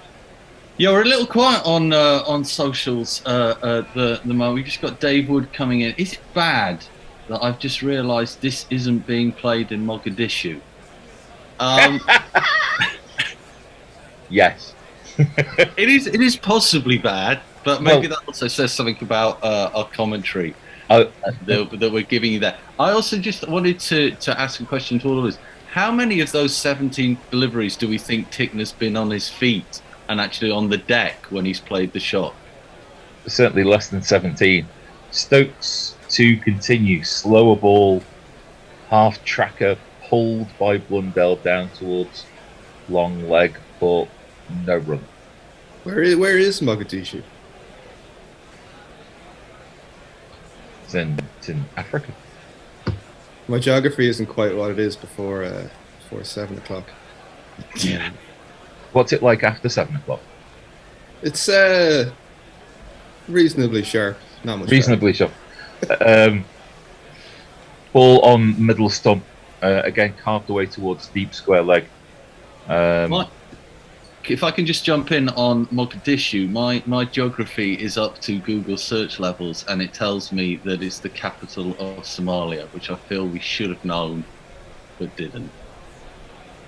No one pays me for geography knowledge, so there you go. Suggest you're getting paid for this, you lucky son. Well, I don't want to mention anything. If you're not being paid, that's between you and your agent. Half track ball. Again, tempting Blundell to pull away to leg. He does, and this time he does find a gap in the field, and it has gone for 4. Lovely time shot by Blundell. Harry Brook hasn't had to move too far, but he still couldn't get there to stop it. 2-9-1 for 9 is the score. Short this time, a mistimed pull has gone towards mid-on, long on, can't be stopped, back-to-back 4s for Blundell, and the gap is 30. Give it to me 1 time. Give it to me 2 times. Give it to me 3 times. Yeah. Give it to me 4 times. This 10th wicket partnership is 48 runs to the good of 52 balls, and Tickner has 1. Short ball pulled, and again just gives Blundell the easiest opportunity to take a single and keep the strike. And Stokes might, for all of the Baz ball, and they're a genius, Stokes has just bowled like a man who's got $1 million arm but a 50p head. Dave. Yeah, I would wonder about this now. He is looking very comfortable in the back foot. If you saw, I think his debut 100 might have been on a horror tour of Australia in Sydney, where he shored up the opening pair, got 100, looked pretty comfy on the back foot on the pull against Stark, against Hazelwood and Cummins. So I don't know. Yeah, you could be better off with at least trying to block him out, maybe see if you can tie up the runs, but definitely going towards his pads.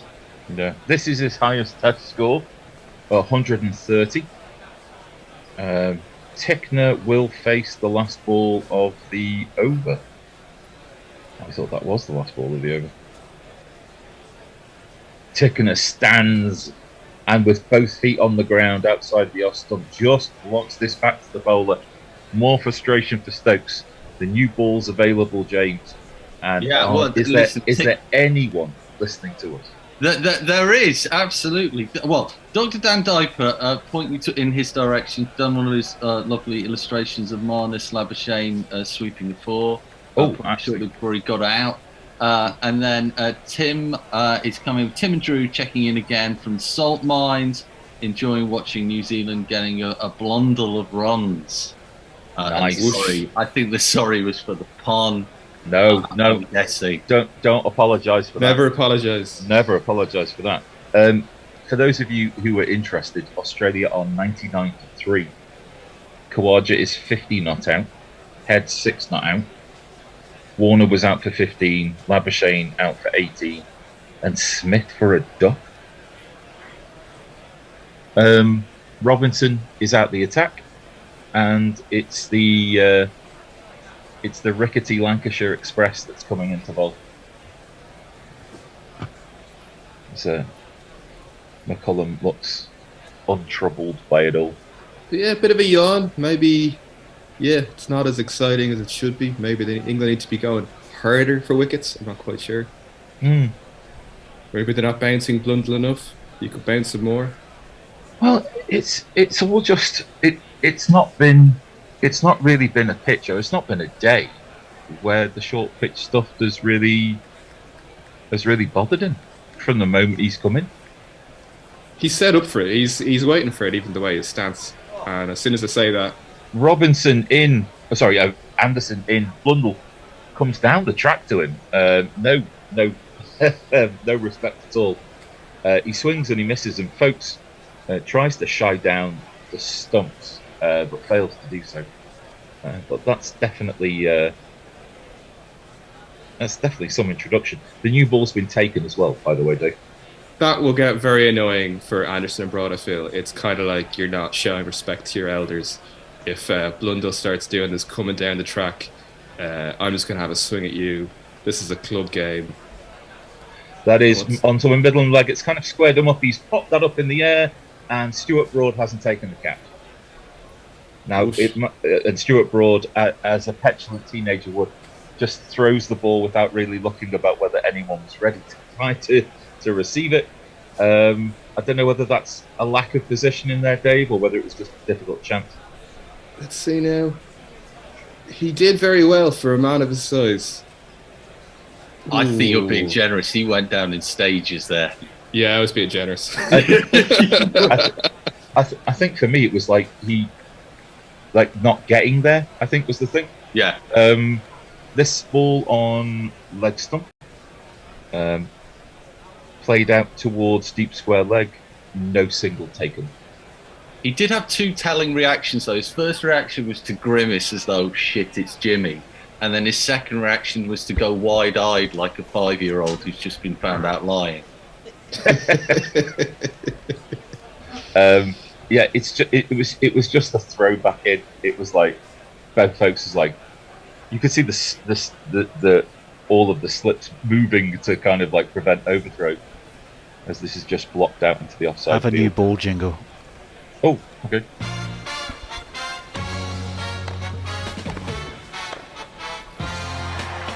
New balls, please.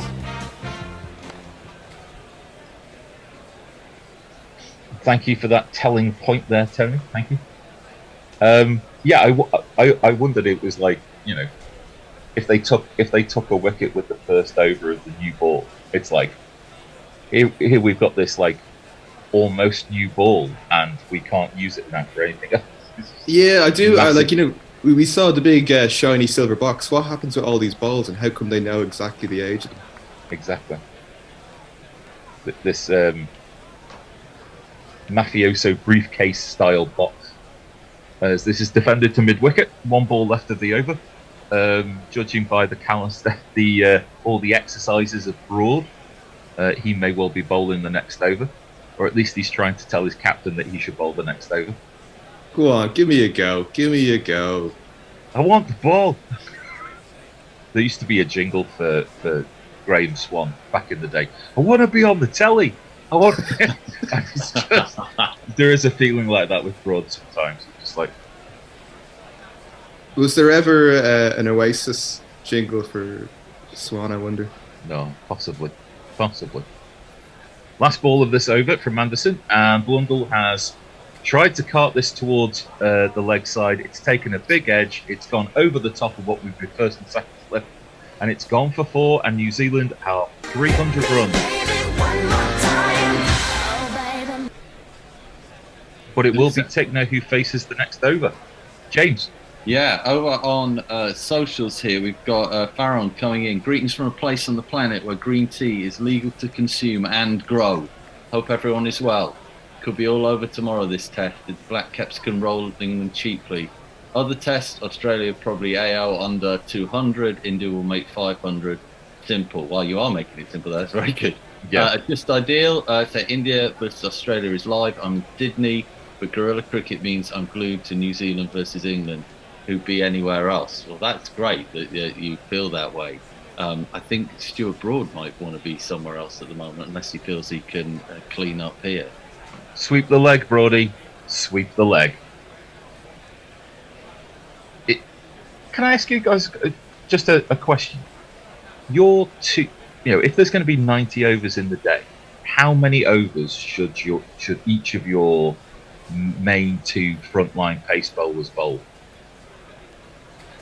Depends on your bowlers, the age, and who you got. If it's if Root is captain and you've got Archer, it probably means about 50 overs. But 90, yeah. Yeah, just bowl till your arm falls off, Joffrey. Although maybe that's a bit too close to the bone. Or just the elbow. That feels like a loaded question. Are you suggesting that Anderson and Broad haven't bowled enough? Yeah. They've bowled like 2 short spells, one at the beginning of the day, one in the second session. And now they're taking this one with the new ball, as that is a gentle loosener which is outside the off stump, and Tickner is able to leave alone.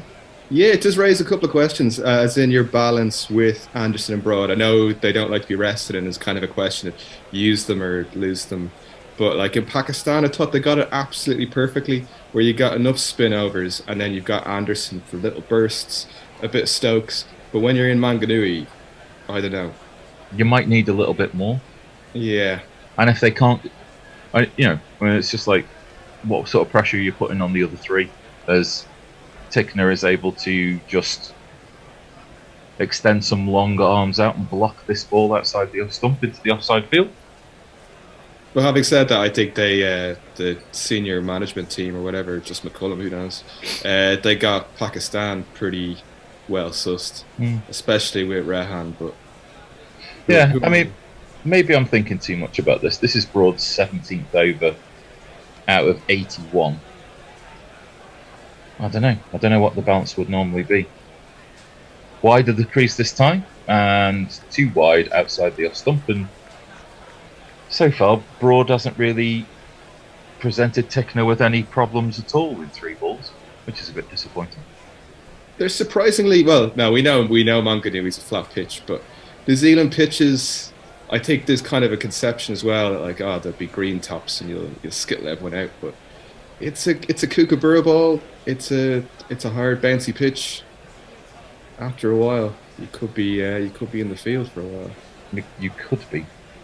Wide of the crease, full pitch delivery, and with a wristy flick through mid wicket, well timed by Mr. Tickner. Here there'll be some runs here. Anderson chases, and Tickner will take 2.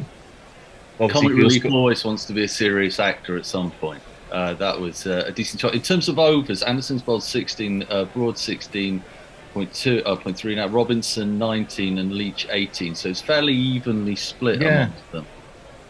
Yeah, maybe I'm Stokes with 7.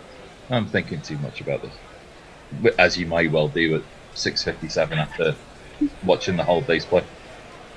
This one is a reach outside the off stump by Tickner. It's gone through to Folks. Folks is convinced that there's been some sound. Broad, amazingly off his own bowling, didn't hear anything. You've got 1 review left, Ben. What do you do? What do you do? 2, 1, nothing. That's what you do. And Tickner survives that ball. I suppose in Brody's case, when you reach a certain age, maybe you don't quite hear the edges like you used to. Yeah, but also it's a great sign for a captain if there's any uncertainty in your head. If Stuart Broad doesn't think it's out, it's not out. It's all right. It's all right. Yeah, it has to be. The thing that worries me is that there's only 1 review left. The other 2 were used off Anderson's bowling, so Broad must think this one's his. This is a full Yorker length delivery which Tickner defends. Well done, Tickner. You have managed to see out that over.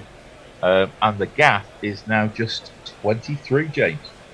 Yeah, okay, so over on YouTube, Paul Coffey saying both batters currently in high score territory. That doesn't happen too often. That's true. Brian in Brisbane, morning. Woke up in time to hear Blundell score his 100. England must be quite annoyed.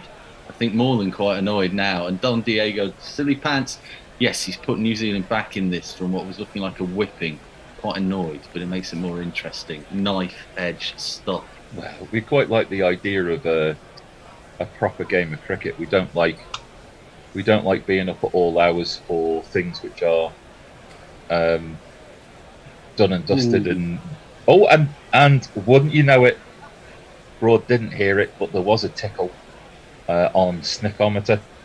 There's going to be this over, then we're going to have a change. Anderson's ball is played out towards deep square leg, and there's no run.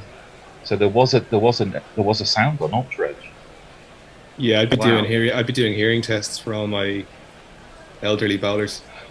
When he gets back in, that's got to be.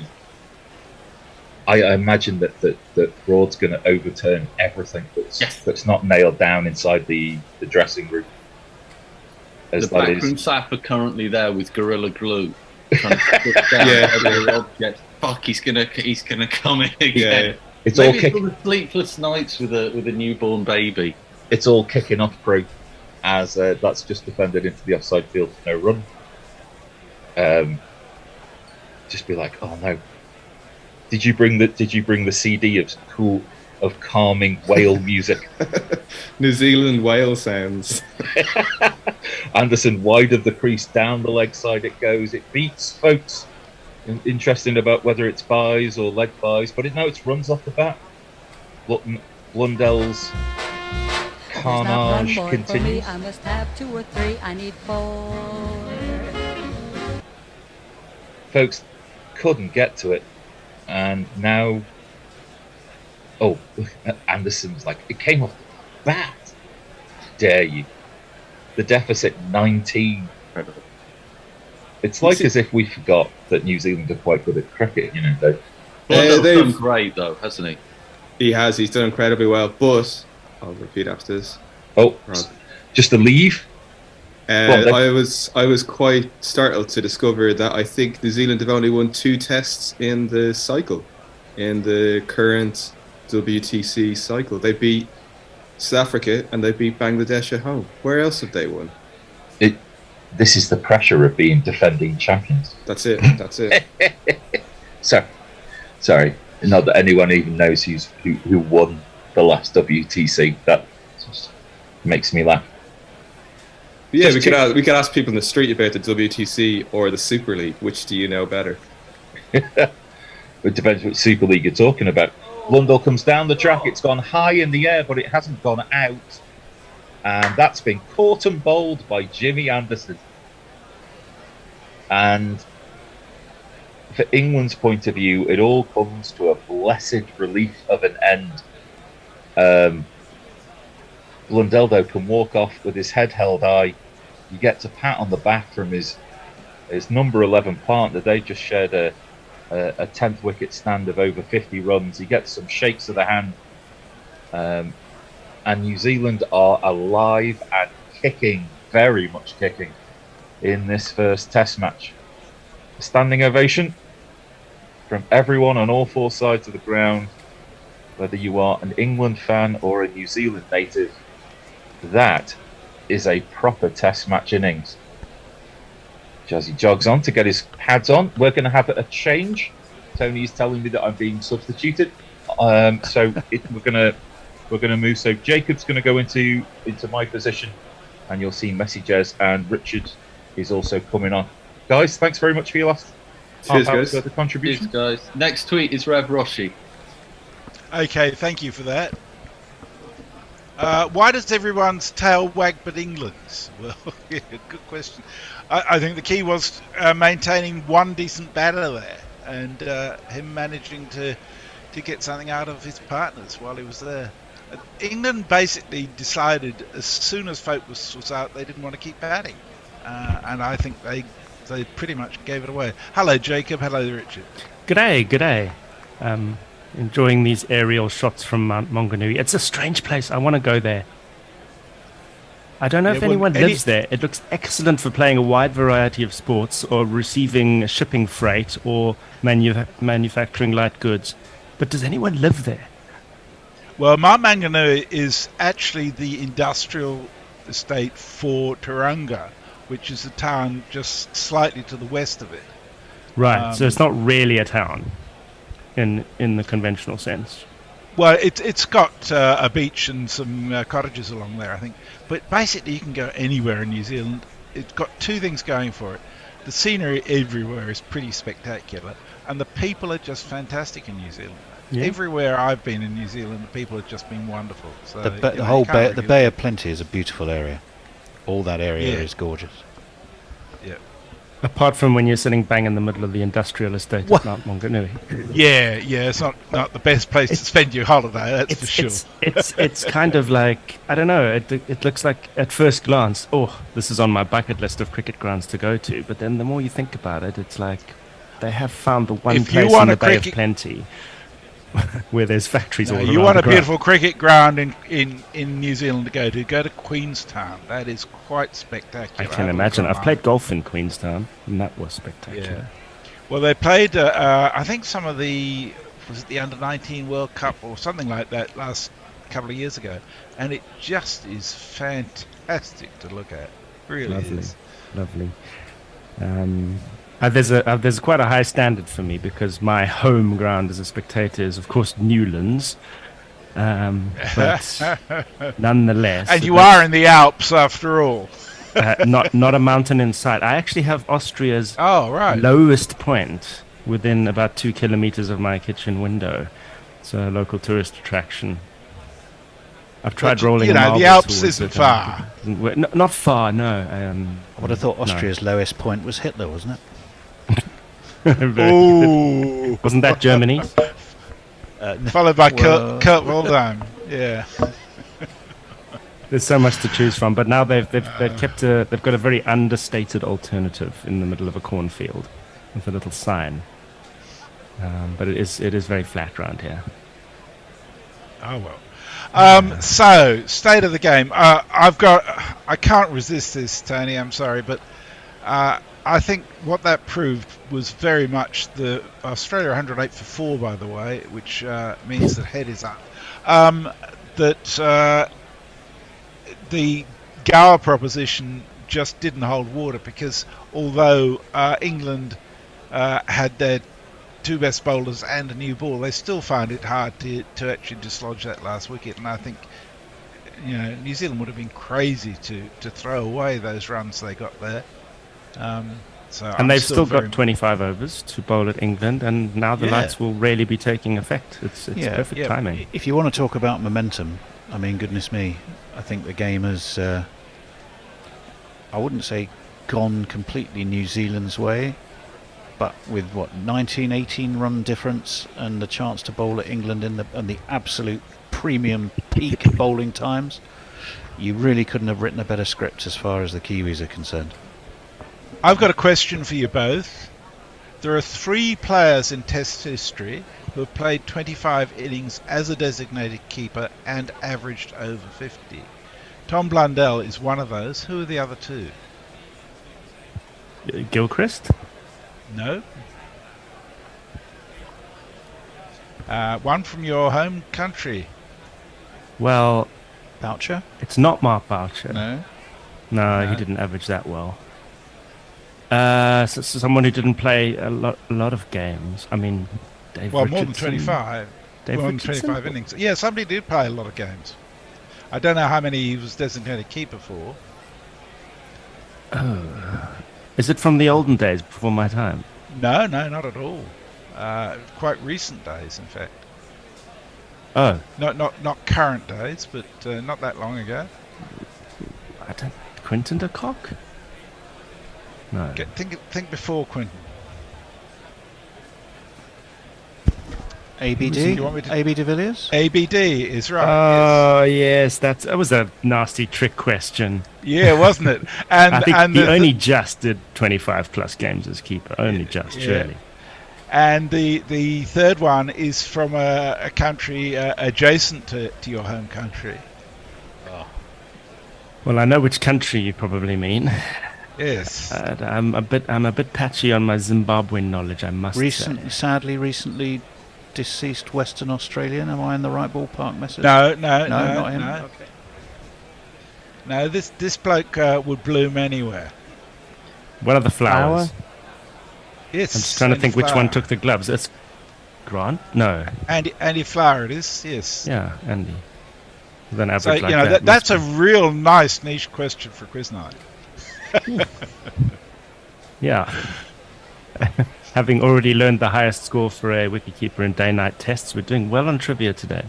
Yes, we are. We are. I'll tell you what Boucher does hold. That's our forte. I never knew Sorry? it. Boucher, I believe, has the most dismissals for a wicketkeeper. By a street, if I'm reading this table right. 555 from 147 tests. Gilchrist second, 416 from 96 tests. So yes, Boucher played a lot more. But that 555 is wow, no one else amazing, gets close, isn't it? Yeah. I'm amazed not find an English keeper in there, Knott or Taylor or someone. Well, you have to go down 1, 2, 3, 4, 5, 6, 7, 8 to 8th. Then you'll find Alan Knott. Exactly. 95 matches, 265 dismissals. Your top 5, well, we already said Boucher, Gilchrist, Ian Healy, Rodney Marsh, MS Dhoni. Then you go to Brad Haddon, Geoffrey Dujon, and then Alan Knott. BJ Watling is just after him, and then Matt Pryor. I suppose Alan Knott played in the days when the frequency of tests wasn't as high. So yeah, it would have been tougher for him. I was going to say they're back on, but they're not. That's in that's a replay. Oh, mess. That is no. Factor. It's my other TV. It's in Delhi. Getting fixed or something? Sorry?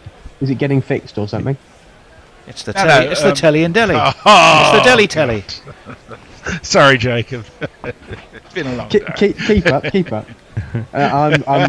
I'm switched on. You see, I'm fresh from an extra hour and a half sleep, which I've just had. I've heard of Delhi Belly, never Delhi telly. You did really well to get an hour and a half sleep in that 2-hour break. I'm very impressed. Yeah, I feel great.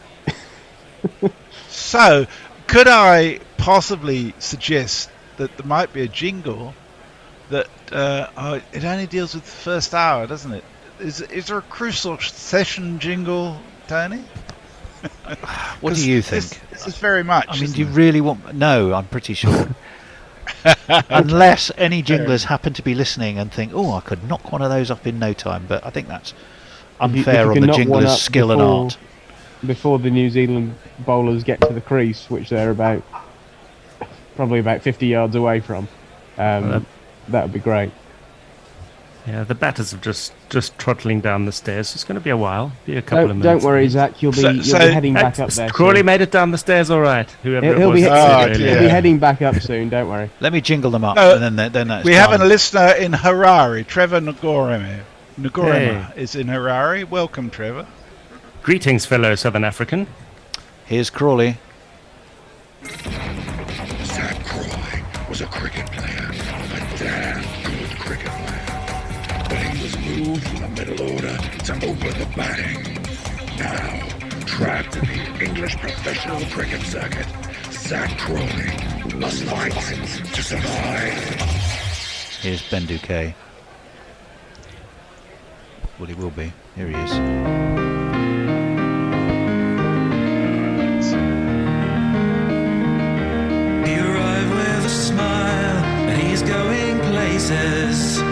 He's looking good now, he's in with the aces. He was up at Stokes School playing T20. He might play for England, but he'll still be Ben Duckett to me.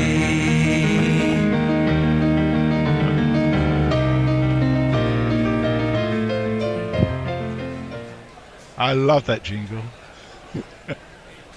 And they're being bowled to by Tim Sowley. The scene sets up perfectly, sun just setting. That's left alone by Zach Crawley. Won't fly with Tim Southey. And again, I just mind. Good line outside the off stump by Tim Southey. Pretty good length. It's just let sail through by Crawley, as opposed to his traditional tactic of playing directly across the straight one and edging it to second slip. I'm not in a very charitable mood for him this morning because he keeps making the same bloody mistakes, Zach. Anyway, here comes Southey, and that's tucked off the hip by Zach Crawley. And they get through for a single. He's off the mark. And he's had 2 balls, and he hasn't walked down the wicket at the bowler yet. It's getting abused early, though. I mean, we don't have a lot of time, Messers. He's going to be out soon. We've got to get him in while we can. Ooh, so much less cloud cover than last night. It almost looks like clear skies at one end. Yeah. As Duckett practices his defensive shot towards square leg. He only gets 2 slips where Crawley got 4. I think that tells you everything you need to know, really. As here comes Southey, and it's on the pads and just defended out into the leg side for no run. Yeah, I mean, what do we think about the Zach Crawley thing? I know that the management have said, you know, he's an impact player and we have the confidence in him, he's not going to get it right every time. But when you have this catastrophic technical failing and an average of 28 with a first-class average of 30, what the hell do you do? As here comes Southey, and again off the legs, but only as far as the man at mid-wicket. No run. Yeah, at some point, the numbers have to start counting. There's a period of time where you can say, adjusting to the top level, giving a guy a chance, backing him, and so on. But at some point, you've got to say, this is a numbers game. And I don't know when Zach Crawley made his debut, but it's been 4 years-ish, I'm guessing. Yeah, 3 years, 4 years. He was in 2019 after the Ashes. Yeah, played COVID tests. And, you know, he's played a good number of tests now, as that's driven by Duckett nicely through the covers. He's got hold of that one. It's running away. Oh, it's a quick outfield, but no, it's been stopped by Michael Bracewell. No, Scott Kugelline, one of the two. Very well. And they'll get through for 3. I really thought that he had got hold of that. It looked a beautiful shot, but obviously either he didn't or the outfield has slowed up. Yeah, I mean, my thing with Crawley is he has adjusted to the top level because everyone's average usually dips just a little bit when they go from first class to Test cricket because Test cricket is harder. And that's exactly what's happened to Crawley. He averages 30 in first class. He's dipped to 28 in Test. Oh, as he's beaten on the outside edge there by a nice swinging ball from Southey. He's played down the line at that one. It's just beaten his outside edge. Yeah, you just go, well, look, this is clearly this guy's ceiling. He's played something like 60 or 80 first-class matches. I think he played 60. And he's played 20-odd tests or 30-odd tests. And his averages are there, and they're obvious, and his mistakes are obvious. So what do you do? Anyway, socials. We've got Mog saying, bit of a shit effort to clean up the tail there, England. Dave Wood, who says, I disagree, Austria's lowest point was Arnie. So Arnie's lower than Adolf for you. Whoa. Ben Garside very kindly points out to David Oliver on another tweet stream. I hope you've discovered guerrilla cricket. I hope you have, David. It'd be good to have you with us. Jonathan Shorland says the aerial pictures of Bay Oval don't show you the huge Pacific Ocean beach that stretches out from Mount Manganui. It's a popular summer holiday destination for New Zealanders. It is not a patch on Great Yarmouth, though. There you go. As that's defended by Ben Duckett from Neil Wagner. Could you imagine going all the way over to New Zealand and you go there for a holiday and even their version of what is effectively Luton is beautiful? I think they used to have better camera angles. I swear it looked prettier when it first came on the scene, and now they seem to be deliberately picking up the industrial estate. As in comes Wagner again, as that's punched off the back foot by Duckett, but there's a point in place and no run.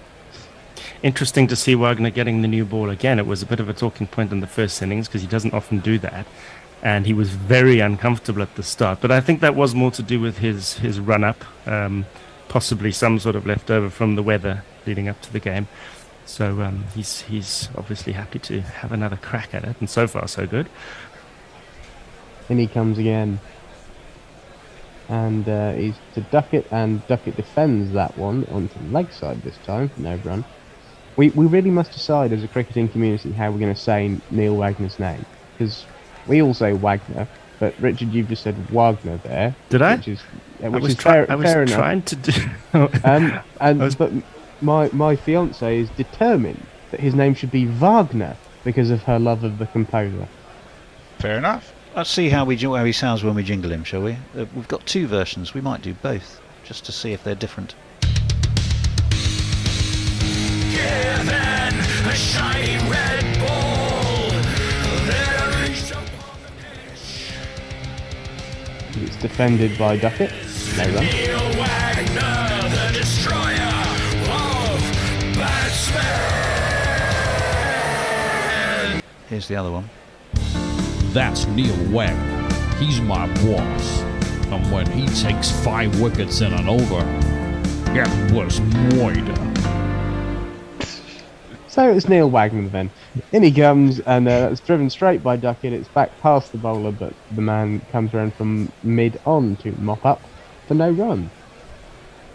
I'm usually in favour of pronouncing it the way that the player would pronounce his own name, making allowances for the fact that we can't always speak the languages involved. But then that means I've got to say Labuschagne.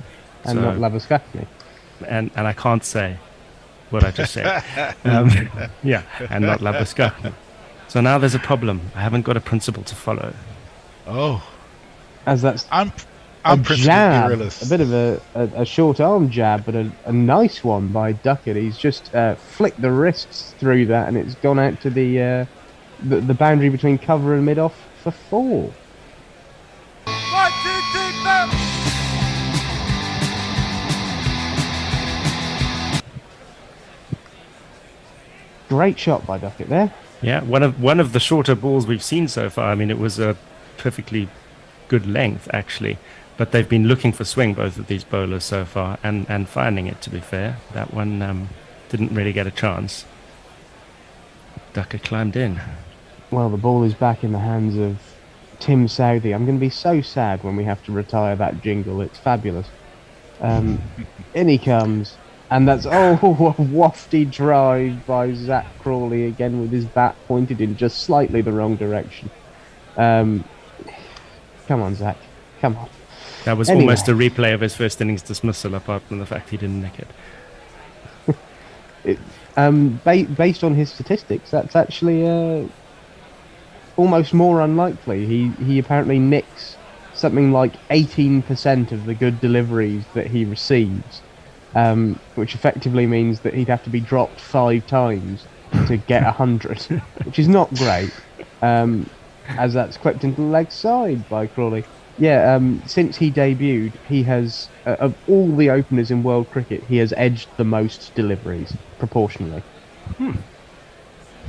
Which is not a stat you want. No.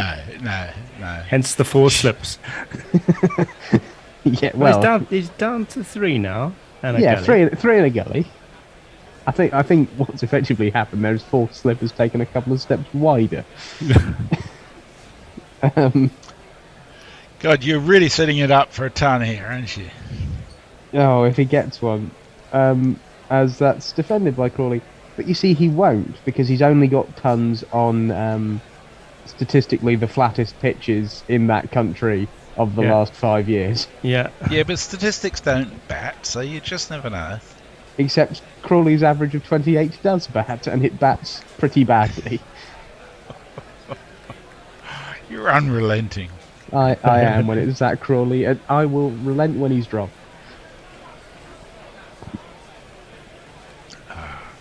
Anyway, here comes Southey again.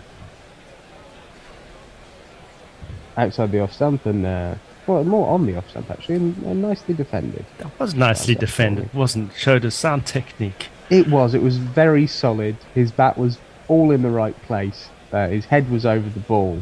It's just when he starts, actually playing cricket that the problems occur. Indeed. And that's. I mean, being in a baseball setup, it's tough if you're out of form or have to work on something or have to, for example, take a certain shot out of your repertoire. It kind of feels like it flies in the face of the team ethos. Well, that was what they had with him before about taking the drive out. As that one, as I say, he attempts a drive and misses the ball. A little bit of swing on offer. Yeah, and that was exactly the sort of thing where they might say, just shelve that shot for a bit, Zach. But it was proved the last time that New Zealand came over, he just didn't. He got caught driving again and again. Yeah, with but then the new ball. In this England changing room, if you leave 6 balls and an over, you're going to get mercilessly ribbed in the changing room. I mean, jokes aside, there's probably a bit of that, isn't there? In is Southey looking to do exactly the same thing, but he doesn't. He gets it on the pads and it's nicely played away. There is a man out in the deep there, so Crawley will just take the single. He'll nick the strike. 9 for none, England. I actually don't think you're right, Richard. I think there's a rule somewhere that you shall not do anything nasty to him because Crawley just seems to get preferential treatment. Fuzzy short for Vazala, along with Ravi. It says Boucher actually has 1,000 scalps, 999 in tests, ODIs and T20s, plus 1 he took internationally as a bowler. There you go. That's the sort of stuff it takes a gorilla to know. Oof. Thank you. That's Dave Barrett, Men with Ben, says the real baseball gangster move would be to reverse the batting order and block out the final session and go mental tomorrow. I would have very little faith in the tail blocking out the evening, though, frankly. Crawley aims a big drive at a ball pushed across him by Neil Wagner, and it sort of works out. It was edgy and aerial, but it came more through the point region. It was actually wide of gully. It was going so far across him, it's just slid off the face of the bat and gone out there to the point boundary for one of these. 2 + 2 is a man.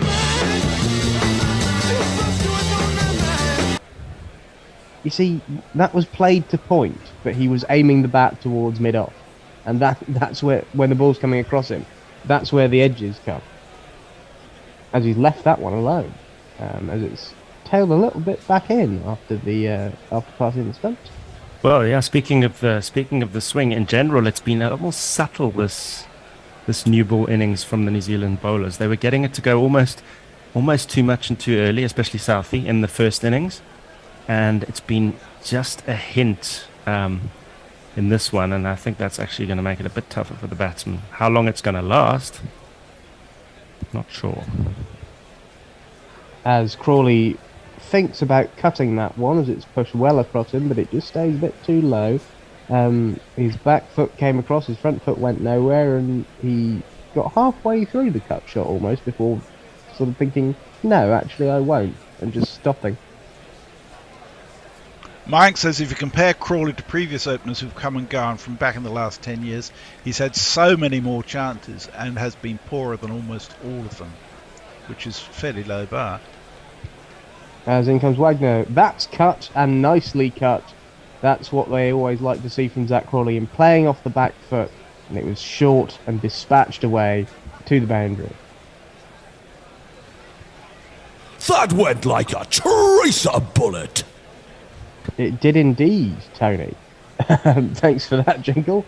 Because that was hit hard by Zach Crawley. He's a tall man, and he stood up tall to thrash that one away through the offside. It was a rubbish ball. It really was. As in comes Wagner again. And again, that was short and cut and nicely done by Zach Crawley. As he makes God, his way form. towards 100. Oh no, I'm going to have so much shame. Anyway, you got one of these. Give it to me 1 time. Give it to me 2 times. Give it to me 3 times. Yeah. Give it to me 4 times. God, Neil Wagner is serving up such rubbish, it's making Zach Crawley look like a passable cricketer. Anyway, he's defended that one into the offside. Well rescued. Yeah, he's defended that one into the offside to end the over. 4 overs done. Cool, those are two actually very nice shots from Zach Crawley, even if the quality of service from Wagner was not fabulous. Mike says, thanks to Mount Manganui, I got horribly sunburned on top of the mount on a bright sunny day in December 2017. The lack of the ozone layer is a real pain in the ass. And Chris the Choir says, so Crawley's lasted longer than a COVID test takes. That's progress. Mog says, Jacob, care to indulge in a bit of positive Warner chat after this powerful innings of 15 secured its trip to the Ashes? Duckett drives that one up to mid-off for no run. Yeah, I think that's one of his better innings. He's certainly played a few, but the resilience of that 15 to then get out, it's almost Crawley-esque in its kind of titan of the game status. You blew it. You just blew it. I tried to be positive about it. I tried. You mentioned Crawley. They're not comparable. That's cut by Duckett, and that's another nice cut shot, and another fairly poor ball outside the off stump, and he's got it backwards to square for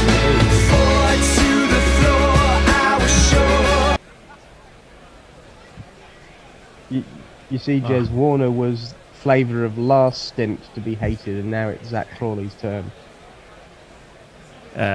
Duckett played that really nicely. It's all timing with him, much like in the first innings. He hasn't gone hard at much, has he? Or tried to play anything in the air. In his, what did he make first innings? 87, I think it was. 84. We're getting a shot of a lovely sunset in Mount Manganui. Oh, that's beaten Duckett on the outside of outside edge, and that's nicely played by Savvy, just moving away.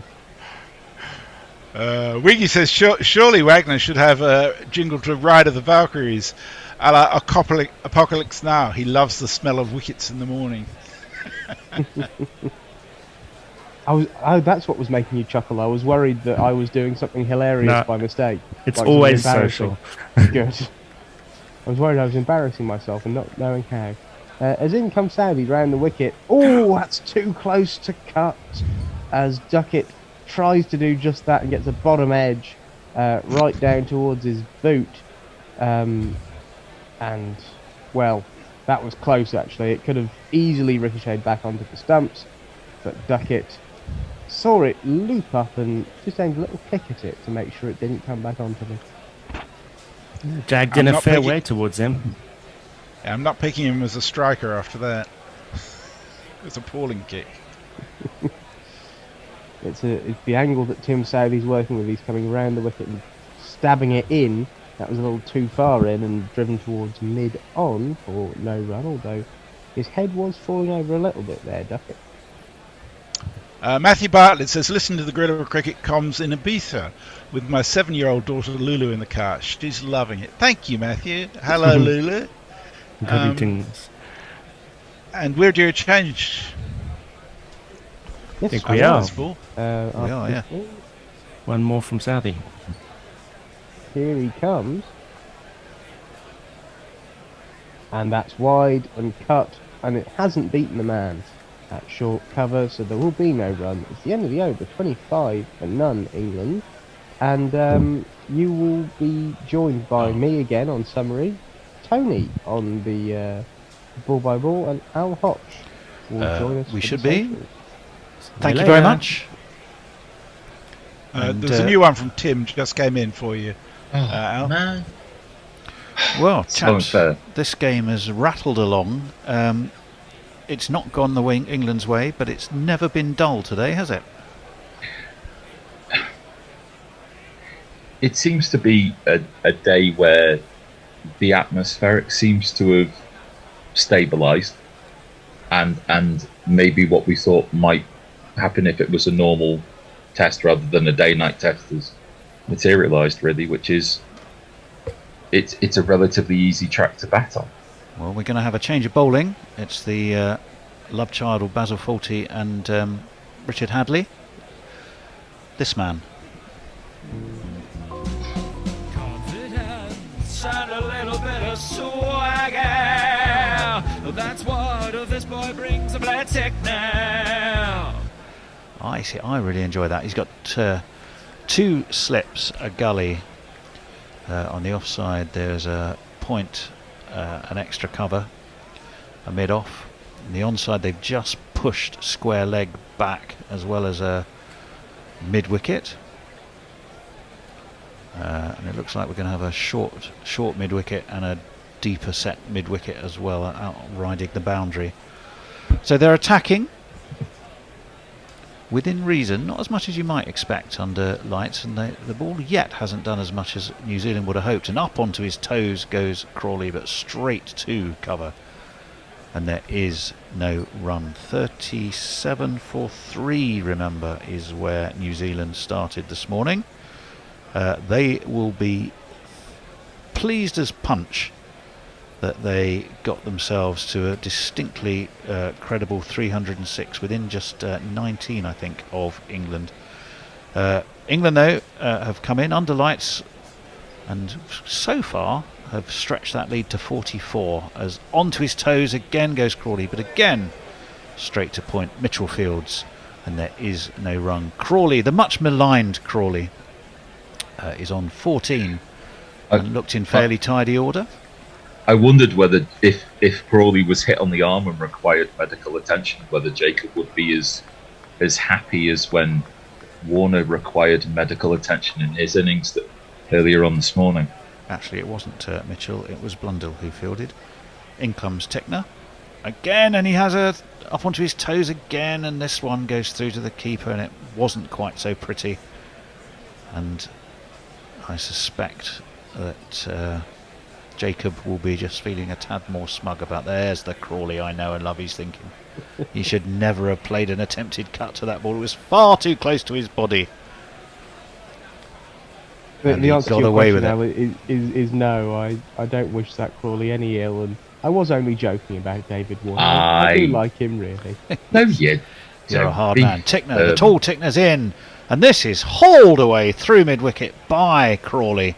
What a fine shot that is by this young man who is destined to be an established figure in the England side for many years to come.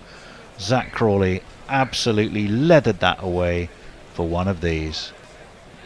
1, 2, 3, 4. But I fear you're right, Tony, whether he gets his average above 30 or not. Well, yes, there you go. They're backing their man. They're backing their man. And he does have these nice innings in him. He also He'll play 100 tests and average 25. Oh, that was defensive, but he really rather inside edgy down to his toes. Could have gone between bat and pad. It was a better ball from Tickner, slightly fuller. But Crawley survives again. 29 England move on to. The lead back to nearly 50, and England will be thinking in their minds that they can rebuild that every run. They started in credit. You know, they'll be disappointed the credit wasn't as big as they wanted it to be, but they started in credit. And so far, under lights, we'll just wait for Tickner. Fuller, little bit of swing, not enough. Met solidly by Crawley. A lead is a lead. And they'll be happy enough, I think, England, certainly at the moment. Whilst I think I'll just go to socials in a sec. I think the main thing for England will be either for naught or for one. We've had a lovely photograph from Tim and Drew from the ground. Drew asking what's the record height difference between openers in Test cricket history. From where they're sitting, it looks like of mice and men. Oh, that does look rather pretty, doesn't it? Yeah, it does. It does. Taylor, yes. Mike Taylor says he once spent a month in Mount Manganui. Incredibly clean and modern seaside resort. Nothing like Blackpool, which should be called Brown Cove. Southey, and played quite close to his ducket, to his body by Duckett, and played it beautifully. He almost chopped down on it to guide it past point and get himself one of these into the bargain. That was an excellent shot. Just angled the bat enough, didn't he, Jacob? Yeah, it was actually. He's played one like that and almost got himself out. It's again a bit too close to cut, but he's managed to dab down on it with, as you say, a bat at about 45 degrees and just opened the face and turned it through the third man. Round the wicket comes Southey. That's driven along the ground to short cover. For one moment I thought he'd put that up in the air. The lead has stretched past 50. It's now 52. England in their typically aggressive, walking towards danger manner have gone about their work in rapid order. Over 5 and over. 33 off 6.2 overs so far. And Southey, who also has 2 slips and a gully, comes around the wicket and he threw it up wide. Duckett couldn't resist. Swing and a miss. And that, I think, was absolutely intentional from Southey to tempt Duckett, and he just couldn't stay away from it, could he, Jacob? No, that was a bit of a wild shot from Duckett. It was very wide, and even if you connect with those, the chance of getting the toe end of the bat or just the top edge are pretty high. It's hard to middle those with your arms stretched all the way out. That indeed is very true. We'll just have a little look at Duckett's recent form, which I think by and large has been pretty good. Been excellent since he got back. He's been averaging about 70. Well, he has 101, and he got a golden duck, didn't he, in Rawalpindi, round the wicket. That is driven, and as if to make, emphasise your point, Jacob. Yes, he threw the bat at that. Yes, it was outside off stump. Yes, he got a big fat edge, and down to third man it went for 4.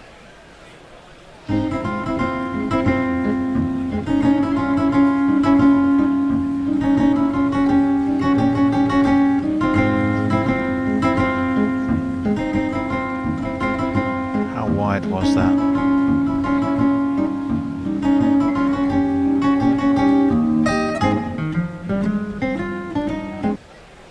An extra slip might have been well and truly in the game there. And they have closed them up. That one has beaten the outside edge. That was a superb delivery from Southey, just nipped away, and Duckett just was into the shot and it beat him. All ends up. In it came, just enough off the pitch. Again, Duckett aggressively on the drive, and that was a that was a gorgeous ball. That was a gorgeous ball. Did everything except take Duckett's outside edge. A very rueful looking Daryl Mitchell slip. He knows how close that was. He was right behind it. It was a superb piece of bowling from a absolutely terrific bowler, even without his oppo now with him. This one is slapped away to point, and they'll get a single. Duckett might be glad to be out the firing line for a bit, because that is a teasing, taunting, tricky old set of deliveries he was getting from Southey. At the end of that 7th over, it's 38 without loss. Just one tweet to tell you about. Mog, a bit much on the Crawley polishing, Tony. Pull it back. The Crawley polishing, did he say? Yep, that's right. Yeah, well, it might have been exaggeration for the sake of emphasis. YouTube. Oh yes, there's a few Crawley-esque discussions over on YouTube as well. Blair Tickner, he is going to be continuing. Is a Crawley-esque discussion one which never really gets going despite high expectations? Except every so often. And this one is nudged off his thighs, off his pads. Well, I suppose his pads cover some of his thighs. By Duckett, just a single out to the leg side. He's just going to have a little look at see what else we could tell you about Blair Tickner's fantastic 84 in the first innings. I was going to tell you about Duckett, wasn't I? We were talking about Duckett. 107 and that golden duck in Rawalpindi. 63-79 in Multan. 26 and 82 not out in Karachi, of course. Not so great in the South African ODIs, sadly, for Ben Duckett. That one is dabbed down towards gully on the bounce. There is no run. What did he do there? 320 and a duck. Did make 32 in Hamilton opening. Was got by Jameson, who we will not be there to trouble him with his considerable height and bounce. Although one of the things they miss about Jameson is, as well as that height and bounce, he's got a terrific fuller ball as well. People tend to forget that. He's not all dig it in, is Jameson. Tickner in, full, easily met way into the offside by Crawley. He's another one who succumbed to the stress fracture of the back syndrome, isn't it? That's why he's not in the series. Yeah, he is. James. I mean, it's a curse for bowlers, but he's by no means unique in that particular problem. No, but it's interesting that it's an epidemic amongst fast bowlers, and at least now we know it's not just England fast bowlers. Well, true. In comes Tickner. Worked nicely off his legs by Crawley, straight to mid-wicket. No run. 39 without loss. And that is Neil Wagner, who has the role of polisher in chief. For the ball, not Crawley. Indeed. Crawley is twiddling his bat. 18 so far for him, 21 for Duckett. England moving the game on at pace. They lead by 58. This is driven superbly. What an off drive that was. Just beat mid off. Just was enough all the way along the ground. One of these.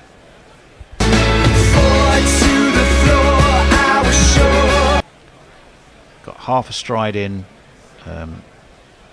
Held the pose. You always know it's a great shot if you hold the pose as a batsman. And that was, well, a wonderful example of Jacob letting the ball do the work. It was a very, very nice shot. Comes Tickner again. This one's forced away a little bit more, but it's gone away through mid-wicket. It's going to beat both converging New Zealand fielders. It's going to be 4 more.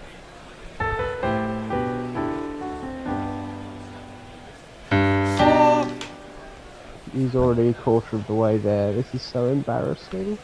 Well, at the end of the day, he's doing very well. If Jacob, if we could make it slightly more about Crawley and less about you. There's a lot to unpack there, that's for sure. I have a reputation to protect here, Al. England, remember. It feels like he's looking up plane tickets at this stage. It's like the bowling so far. I can get well, there they're by all wickets. Tomorrow. Just nobble him on his way out to the crease. Yeah. Wagner by far the most expensive. 8 and over for him. Off his 2 overs went for 16. None for 13 for Tickner. None for 18 for Tim Southey. But Southey's bowled 4, double that Tickner has. Is there any indication about how many overs England were going to have to face? Well, time-wise, we've got about 15 minutes, but I think they'll go into some overtime, won't they? How many overs have we had in the day? Jacob, are you able to tell us that reasonably quickly and easily? Not really. I've been asleep for most of it and don't have crick info open. As this is cut to backward point. They will take a single. 8.1 overs here, 48 overs. 48 without loss. A lead of 67. Shall I open crick info? I have it open. 15 overs remaining, says Matthew. 15 overs, indeed there are. It's right there in front of us. 15 overs left. They're not going to do that in 15 minutes, are they? So we will be going into some overtime. We'll have to work 15 overs is an hour. Well, it is. I'm not sure. Well, it doesn't really matter about light, does it, under the floodlights? That one's driven away towards extra cover. They run on a misfield, and it's all a bit Comedy Central there. New Zealand, none of them are sure. Wagner's going, what happened there? I'm not sure. We'll try and work it out. It was driven by Crawley out towards extra cover. It was fielded by Williamson. Wagner picked it up and threw. 2 fielders converged and both missed it, and then they ran after that on the ball that had missed the stumps. No, they didn't, because Crawley had got too far past. So it was just a single. 49 without loss. Southey round the wicket to the left-handed. Duckett beats him. beats in, all ends up with a really probing, lifting delivery outside of Duckett's off stump. But he survives. 22, 2 Duckett's on a pond. 49 without loss, England. Yeah, 15 over, that's a fair chunk of play. I'll have to remember what my rota says about who's doing the overspill. It's me. Oh, is it? Well, there you go. Yeah. You're on. Who's on with you then? Can you remember? I can find it for you. Duckett has his bat aloft. Crunched, but he doesn't get hold of it.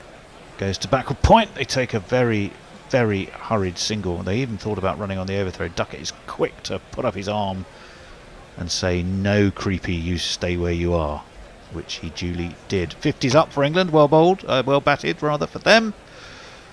2 balls left of the 9th over. They've already got the 50 on the board, so they've stretched that lead. It's myself, Messers, and Al on the overspill. Wow, what a crew! What a crew! Just don't take too many wickets when I entrust you with the responsibility. Southey in. Oh, that rather squared up Crawley, who's on a terrific 27, but that has gone out towards cover. But I don't think it's where he was aiming. It rather looked to me like he was pushing towards leg, and he outside edged it and ended up at cover. Nonetheless, 27 off 28, 23 off 25 for Duckett. They're both going at a run a ball, give or take, and moving England forward in this game to re-establish a position of, if not dominance, certainly strength. 69 they are effectively without loss. 50 is what the scoreboard will tell you for this specific innings. 3 slips in the galley. Southey in, right arm over, left by Crawley. Through it goes to Blundell, and there is no run. End of the over. 50 without loss. Christ the quiet. I think it's about height differences. I'm thinking Harry Pilling, Clive Lloyd, Lancashire, Will Jefferson, and anybody. Did James Taylor open? Cook would be about a foot taller than him. You want specifically opening partnerships? Well, it was a question that was raised by one of our tweeters, wasn't it? And I'm thinking Temba Bavuna responding. Temba Bavuna and Marco Janssen stood next to each other in the field, but not necessarily, of course, as opening batsmen. Obviously not as opening batsmen. 69 is what England lead by. Haven't won a test in New Zealand since 2008, remember? They won that series 2-1. They drew with 3 draws in 2015, lost 1-0 in 2018 and 2019. So it's been a while since England achieved a victory in the land of the long white cloud. Tickner will be over the wicket in to the left-handed Duckett, who frees his arms and swings, and Kane Williamson's who down there at point. He did get up with a smile on his face. He seemed to trip over his own feet. The ball dribbled teasingly and temptingly towards the boundary, and Williamson, it was hard to tell if he's smiling because he's got that sort of huge Father Christmas beard now. One of his legs definitely forgot to work. But it did. I mean, he was enjoying the chat with someone there about what exactly did happen. Let's have a look. Here he comes. Oh, he just couldn't get down. Then he treads on the ball. Bewitched! Taken! Duckett's gone. Tickner has his man. It's Duckett, not Crawley. And there's a good ball. It was outside of off stump. Duckett for once didn't really move forward or back. He just let the bat dangle, and the catch is taken at slip, and New Zealand do have their first wicket. Yeah, there's a perfect delivery, snaffled as comfortably as you like. Tickner punches the air. He's thrilled, and well, it was a good delivery. You can't say that. It's caught by Latham off the bowling of Tickner, and it's 52 for 1.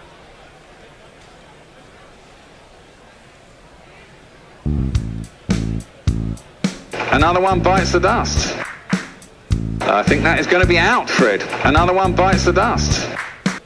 Well, it's the first one of this innings rather than another one. Been a few today though. That'll be what, the 8th wicket to fall today, isn't it? I guess. Yeah. Do you want me to start doing some GPL calculations? Ooh, that would be very handy. Yes, if you have access to that. Ollie Pope is going to be the new man. My ecclesiastical brother, the Bishop of Rome. Let's jingle him. Here he... Ooh, the censored version. Well, here's the censored version of Ollie Pope. We got a Pope! We got a Pope! Take a good hard look, it's Ollie Pope! It's Ollie Pope! It's Ollie Pope! Take a hard look at Ollie Pope! Safety pouched by Tom Latham with that catch and the slips. Joy for Tickner, joy for him, joy for New Zealand. Really annoys McCullum because he's talked before about how those sorts of nothing shots where you're not going to get a run and you're not defending and you're not Tickner in again, left by Pope, big high periscope leave. Hands on head behind the stumps, but I think Ollie Pope knew what he was doing there, and there was no run. Yeah, that's the sort of dismissal where you just go, what were you trying to do there? Because he's not playing an attacking shot at that. Yeah. He's just dangling the bat. There's no defensive effort and there's also no attacking effort. It's just hitting the ball for its own sake and upping your chance of getting an edge, which he then duly did. Tickner got him in the first innings, didn't he, with a very loose shot to be caught at extra cover. Both outside of off stump. This one is defended by Pope on the move, pushed into the offside, no run. But that first innings dismissal will sit easier with him and with the management, because at least then he was trying to play a shot. He's trying to drive it through the covers and it just sticks and goes uppish. But he's trying to, actually do something as opposed to just putting back the ball because it's there. And that McCullum's spoken before about how that's like the worst way to get out, and is very lack of intent. And that one, well, he just got back to that first, putting a foot forward. Good probing bowling from Tickner. He's not a youngster, is he, Tickner? Maybe playing his first test, isn't he? 29. I might need to check my facts on that. He is 29 from Hawke's Bay in Napier. Plays for Central Districts. Hello. So New Zealand started the day on 37 for 3. Tickner in, Pope forward. Going to get off his mark by turning this away to backward square. Kane Williamson does the fielding. Al. So New Zealand started on 37 for 3 today. Yep. They ended their innings on 306. So that means they scored 269 runs. There has now been 53 runs scored by England, so that brings us to a total at the moment of 322 runs for the day so far. Well, the main score in play is 347. So 22, 32, 42, so 25 more. You'd expect one way or the other England to pass that, would you not? But we'll keep an eye on it. Remind me exactly what the total is. That's left alone outside of the off stump, off the bowling of Southey by Pope. So it's 269 plus whatever England score. Oh, right. Yes, I'm with you. Okay, yes, 269. So 269. So at the moment it's 322. Okay. So if you're looking for 347, is that right? Yes, 347 would be the total runs. Yeah. So that would mean England would be on 78 runs at the end of the day. Okay, so 78 is the England score to look out for. Left alone again by Pope outside of the off stump. Tumbling take from Tom Blundell. I feel like I should have started that with. Now, just a bit of fun now. If this was being repeated right the way across the country. I know what you mean. Yeah, I know. Sorry about that. Show my age. 78 is the just the magic number for England. If England are on 78, happy days. For whomever. It's Hombre Nuevo. anything either side of that, not so happy days. Ooh, that was a good ball by Southey, and that was a waggle of the bat outside of off stump by Pope, who walks away, has a word with himself, and so he should really. That one just pitched and moved away, and Pope's feet were rooted. The bat was well away from the body. The attempted drive, well, he was inviting trouble. Darryl Mitchell immediately threw his hands up to his head because he knows how close that was. But Pope survives. 53 for 1 England, 72 the lead. They'll be happy to see that past 3 figures without any further damage. And this one Pope has used his feet to, and it's worked beautifully for him because he's steered the ball away past point for 4 runs. Amazing what a bit of footwork can do. 1, 2, 3, 4. Very nice shot from Pope, actually. It was, wasn't it? Really got hold of it, and he was actually, I think, trying to play that a little less behind square, more through cover, but it's just kind of skewed off the face of the bat and got away for 4. A little bit shorter by Southey. I do think Fuller is by and large the way to go, particularly under the lights here. Watch Southey, that one was a bit fuller. And no shot offered as it goes through to Blundell. Southey has a look back going, well, I think I had you there, son. 1 ball left of the 11th over, number 25 for Southey so far. Didn't quite see what that did. Oh, it was a bit of a wobble seam. It was a wobbly seam.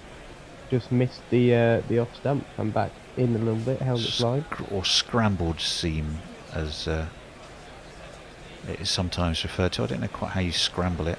It just means kind of cross seam, really, doesn't it? You're not really looking to pitch the seam, you're looking to pitch the ball with the seam sideways. 3 slips go down. Southey in, that one does swing, but not quite enough. And it's solidly met in defence by Pope. It's the end of the over. Crawley will be on strike. England are 57 for 1.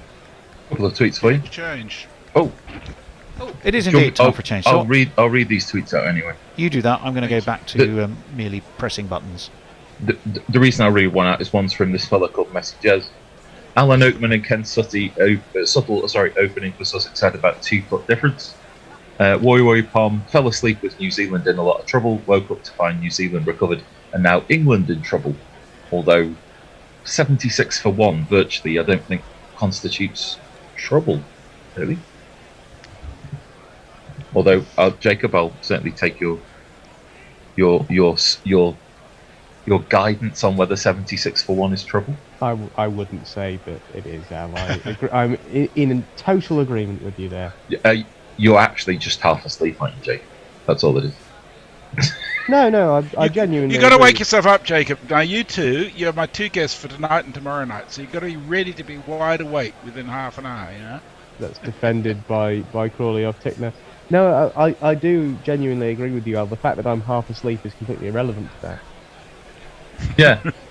No, as I was reading it out, I was looking at the score and was going, yeah, really? I mean, trouble in Josie Oakes' book is slightly differently defined.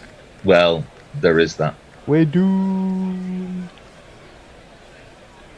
It's like watching an episode of Dad's Army.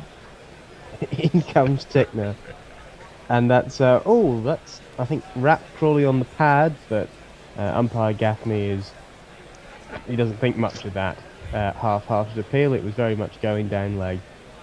Can you do a Dad's Army Scottish accent? Doomed. We're doomed. Doomed.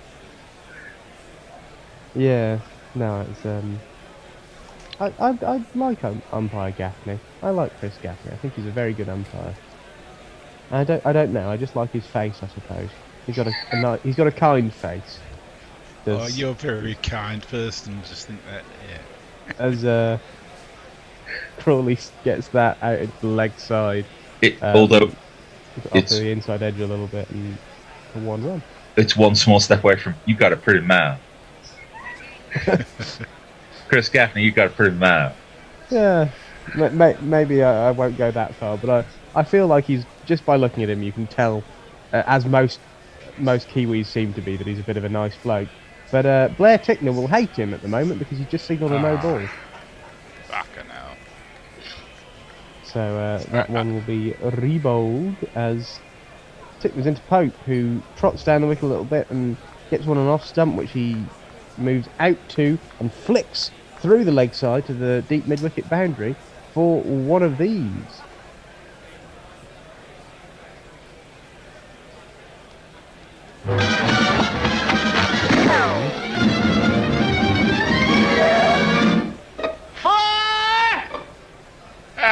There it is. Thank you, Tony.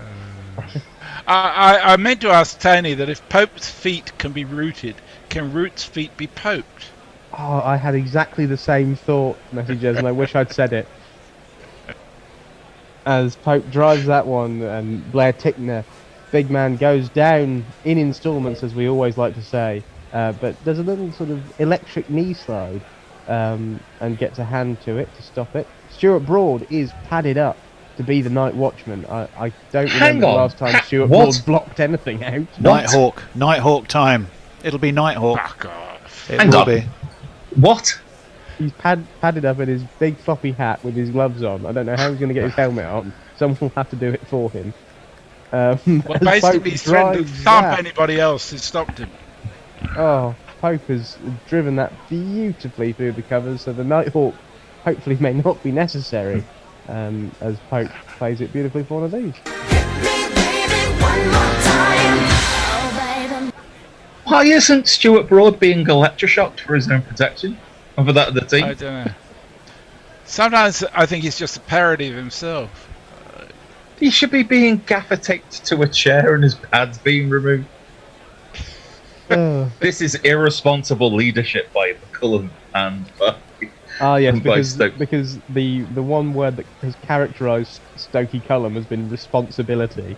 As Pope drives again, but only as far as the man at cover. All right, maybe one of the three words that describe. I think I know. One of the others would be of. You may have to complete the sentence for me. We're doing Mad Libs, guerrilla cricket style.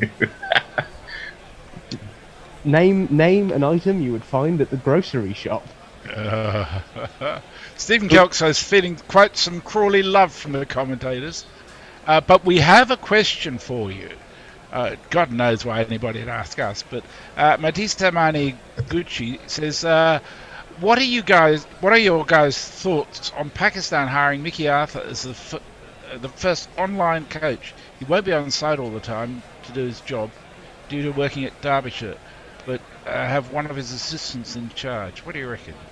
That's defended by Crawley for no run.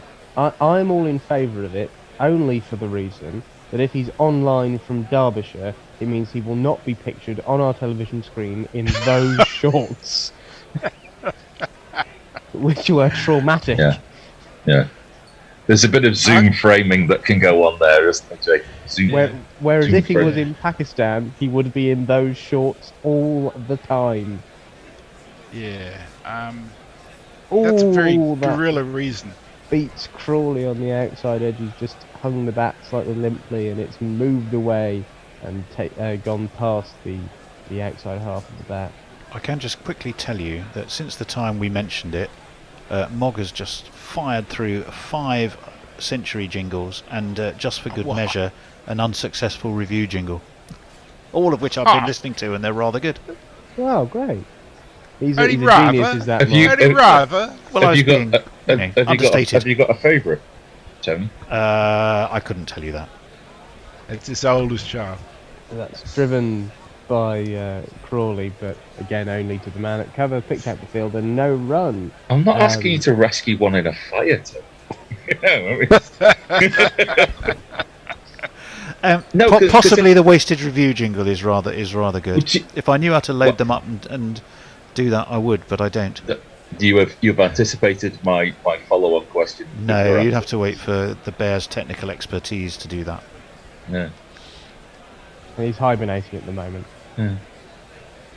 As in is Saudi again. Oh, that's straighter. That's a lot straighter. Umpire Alim Dar isn't convinced. It's hit Crawley on the pad. Maybe he's a tall man. Maybe a touch high. Maybe a touch down leg. Now, captain bowling. It's like how would you be more or less likely to review your own bowling if you're the captain? You know what I mean? Oh, I mean, probably less actually. That was probably going down leg. Crawley didn't move his front pad much, and it hit him above the knee roll. Yeah, I think a lot of captains, given that they're relatively professional and tend not to be idiots, usually would err on the side of caution. Cricketing idiots, I mean, as that's left alone by Crawley. They tend to have cricketing intelligence to become I think the national team. Jez's point still stands. I don't know. Maybe it's time for you to offend people. I can't think of a single idiotic captain in world cricket. Go ahead, Messrs. Oh, today I was thinking of previous ones, but KP always struck me as mad. Some were pretty fucking ordinary. As final ball of the over is defended by Crawley using exclusively the inside edge of his bat. A new and innovative technique there. No run, now, 67 for 1. Got a treat from Umbrano Over, which reminds me again of the GPL. My recollection was that you said England needed to reach 78 for Umbrano Over to win. Was that correct? That was right. New Zealand scored 269 runs today. Yeah. Well, so he's got another 11 runs that he needs. And you never know, they might shut up sharp towards the end. Well, he says, either if we play Bazball or Ball today, proved we, England, haven't found an answer yet for stubborn tailenders. Come in number 7 or 8, your time is up. He also says they have only padded Broad up as the Nightwatchman to concrete the minds of Crawley and Pope, as they will know that what madness that is. And West Aussie Leeds says Broad as Nightwatchman with his swashbuckling defensive shots is the funniest thing I've heard all day, and we've had fish ice cream covered. I think fish ice cream is going to be our tweet of the day, probably. We've got a bowling change, so this man is coming into the attack. Good line.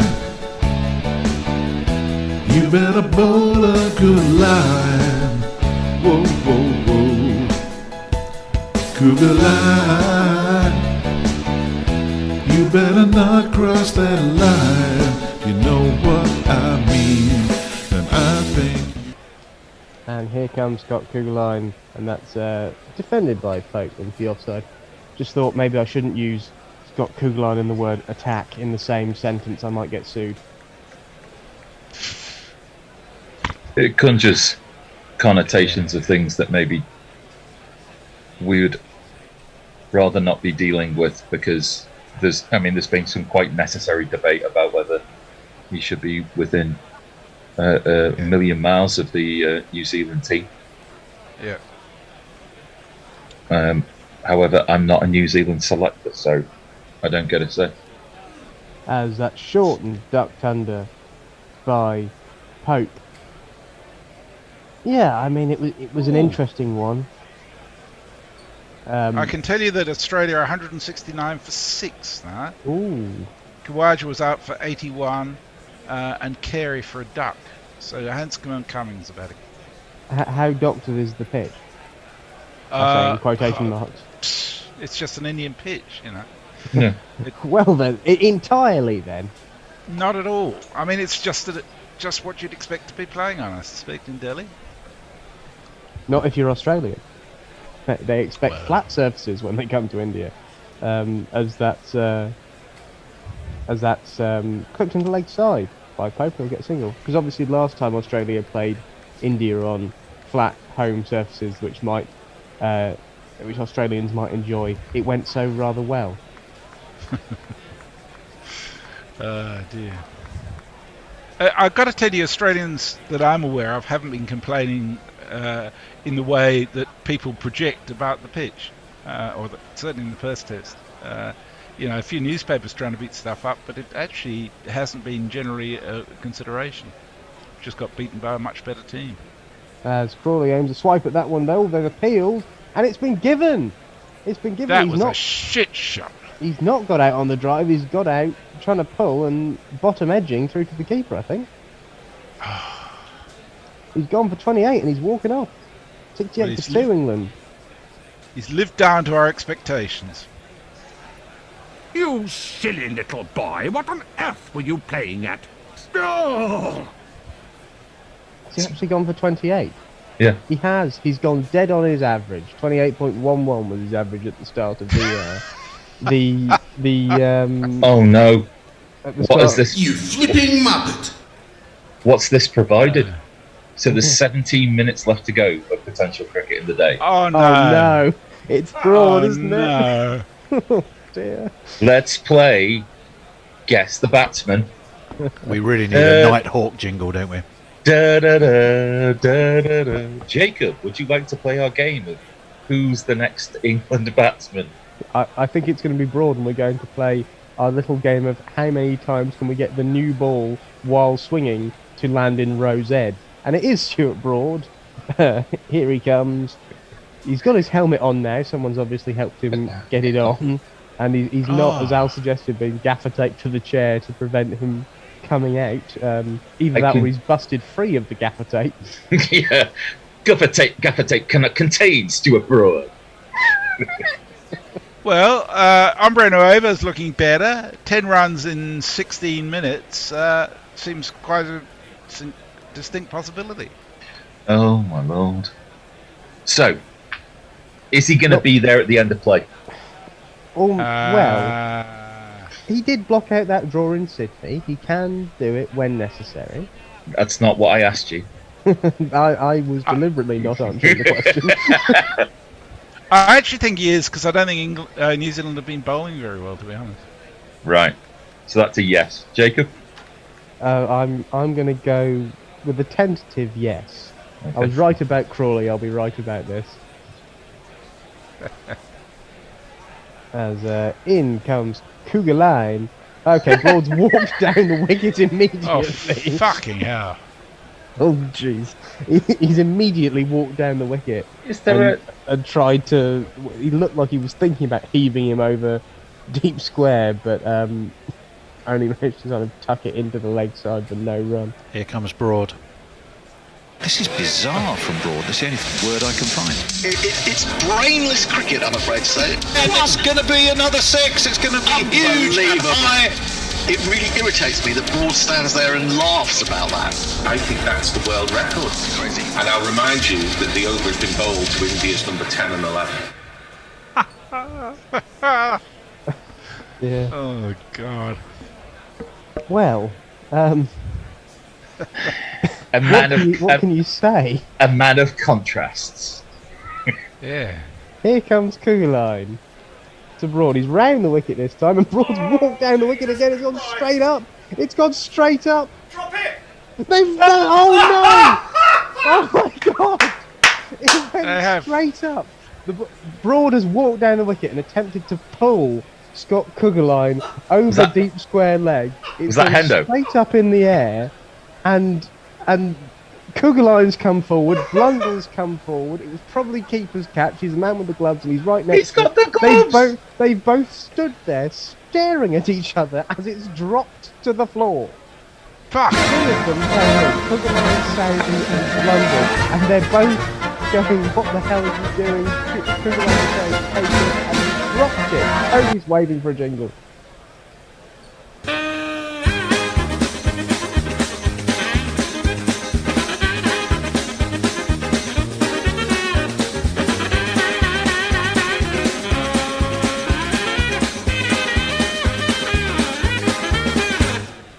Intensely appropriate jingle there as Tom Blundell's just talking into his glove saying, oh God, that was horrendous. How the hell did and that it was happen? his fault. He's got the gloves. He's got the gloves. He has to literally elbow Googline out the way. It's like... Jesus.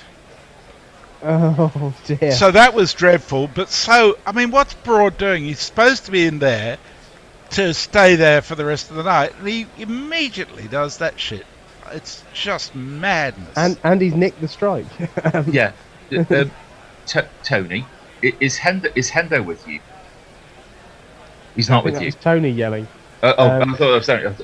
As it comes Southie, it's down the leg side. I don't know if Broad's got any bat on that, but if he has, it's gone. That is buys. It's been sprayed down the leg side, beaten the diving Blundell. He's not having a good time. He's gone for 4. To be fair, he didn't have a chance with that one. No, but just after you've dropped that, Yeah. you've not even dropped it. Drop implies an attempt to catch. Yeah. After you've watched it hit the ground. Yeah. God, Kugelheim was looking up at it and then sort of jerked and said, like, what are you doing, Tom? Come and catch it. But Blundell was just sat there with his arms crossed as that's leapt up on Stuart Broad and he's got it off the glove but down before it comes into the slips. This makes no sense. Should always be the bloke with the big gloves that gets preference, in my opinion. Yeah, definitely. It's kind of an unwritten rule, isn't it? Yeah, when it's 50-50 like that, if it had gone straight back up above Kugelheim's head. But Kugelheim had to run down the length of the wicket to get there, so it was definitely Blundell's catch. We just watched it. Oh, he's playing. I think Broad's playing for time because it's hit him on the fingers. Oh, and he's saying it's on the helmet. Hey? Yeah. This is Broad's strategy to play for time. Oh, Rather yeah, than it blocking, did just try and slog and then get hit on the helmet. It did hit the guard rather than the helmet, I think. Because I'd like to see that. Hang on, I've got Sky. I can rewind live television. Hang on, bear with. Yeah, I just rewatched it. It definitely hit the mask, not the fucking tip of the helmet which he's pointing at, which he had pre-dented before he went in, I suspect. Oh, that's why he didn't have it on when he had his gloves on. He was too busy sort of hammering at it with his bat. So Hombre Nuevo will be happy because he's still got 5 runs to play with, and we've got 10 minutes. So there you go. Mog says, yeah, it's pretty much only the dickheads with Warney stubby holders whining here about the Indian pitch biz being doctored. Josie Oak, of course, says the collapse is on. Well, he could well be right. Richard, our resident serial killer, serial killer cave, says we've got India, Australia on the TV and listening to New Zealand, England on guerrilla cricket. The way to go on a 2-test Friday morning. And yeah, Ravi Ashwin's just snared another Aussie. Everyone, Wang Chu says, ha ha ha, the Benny Hill jingle from guerrilla cricket was perfect for that clownish cricket. Yeah, that's up to date on tweets. Do you think of Stuart Broad?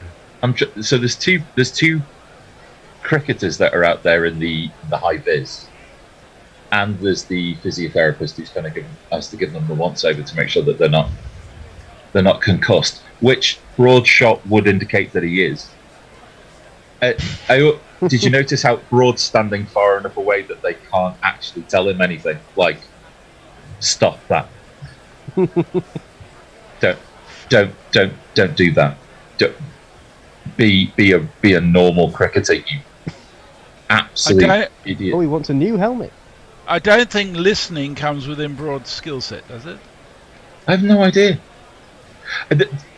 Everything about the idea that he's going to come out as a night watchman destroys the myth that Brendan McCullum is a great cricketing brain.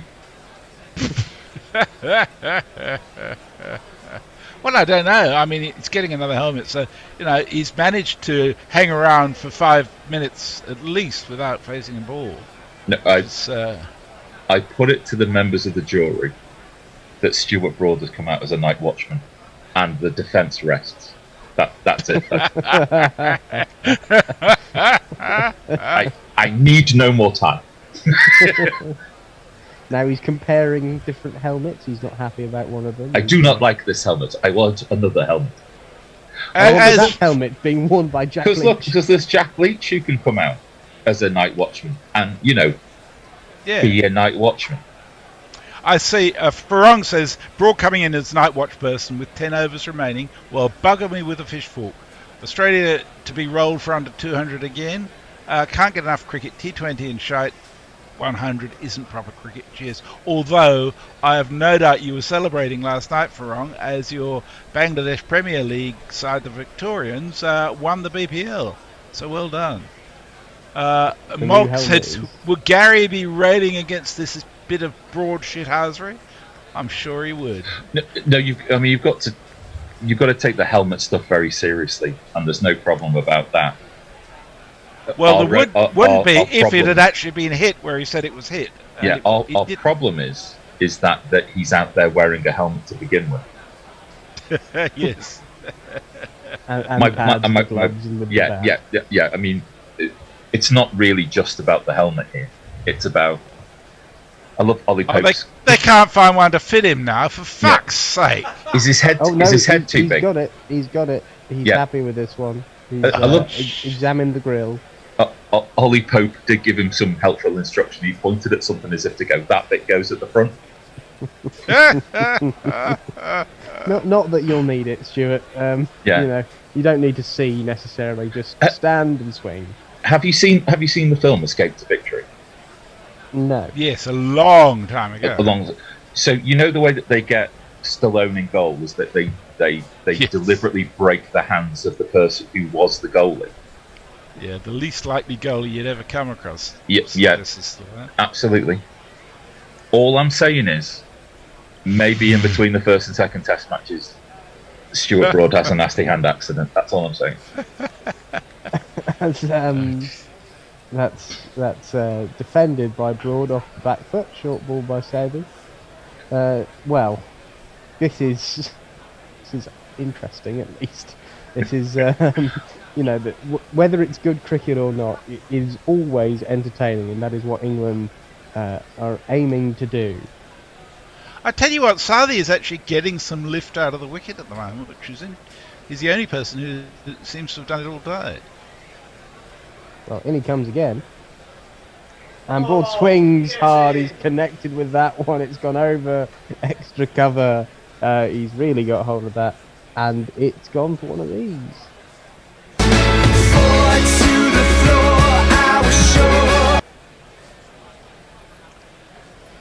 Oh, so Hombre Nuevo only has one run left to play with. In 5 minutes. It's it's the I'm not bothering to run. I'm gonna, there was. It's just Yes. The leg has gone back, and it's here's Hombre Nuevo's score as Stuart Broad pulls it round the corner for a single to give Pope one ball left on strike. It's all to give you something to talk about in our roundup, the Guerrilla Roundup that we'll be recording shortly. I'm barely going to be able to talk in that Guerrilla Roundup. What am I supposed to say apart from? Fuck me. I don't know what I was doing. You see, the bit that's going to be hilarious now is that Ollie Pope's going to get out. And England, being 3 down, will have Stuart Broad and Jack Leach at the crease. That's ball. That's number one. As Pope, he's left that. No. He's come down the wicket. It's not out, but he's come down the wicket, left it, and it's wrapped into his pad. Tim Southey had a bit of an appeal. He was quite keen, but is now immediately not keen for review. That's the end of the over. Hombre Nuevo's still in it with England 78 for 2 and probably just 1 over left. Yeah, Colin Sidle said Nighthawk, more like Shitehawk, Broad wasting time and not wanting to bat. And Josie X says, is Jack Leach padded up as the proper Nightwatchman and Broad the walking wicket has been sent out because Mac has a sense of humour? It does occur to me that not that long ago, Men with Ven tweeted in that they should reverse the batting order and keep the proper batters for tomorrow and just go crazy then. So, maybe they've taken some advice from Dave and decided this is the way to go. Well, Kugelline's in to Broad. It's short, and Broad just ducks out the way. We're on the pitch. So, 4 balls left. I think Hombre Nuevo's in with a good shout here. All Kugelline needs to do is literally just bowl it at the stumps. That's all he needs to do. Don't bowl it as fast as you can. Don't try and bounce him out. Just bowl it at the stump. Just bowl it at the stump.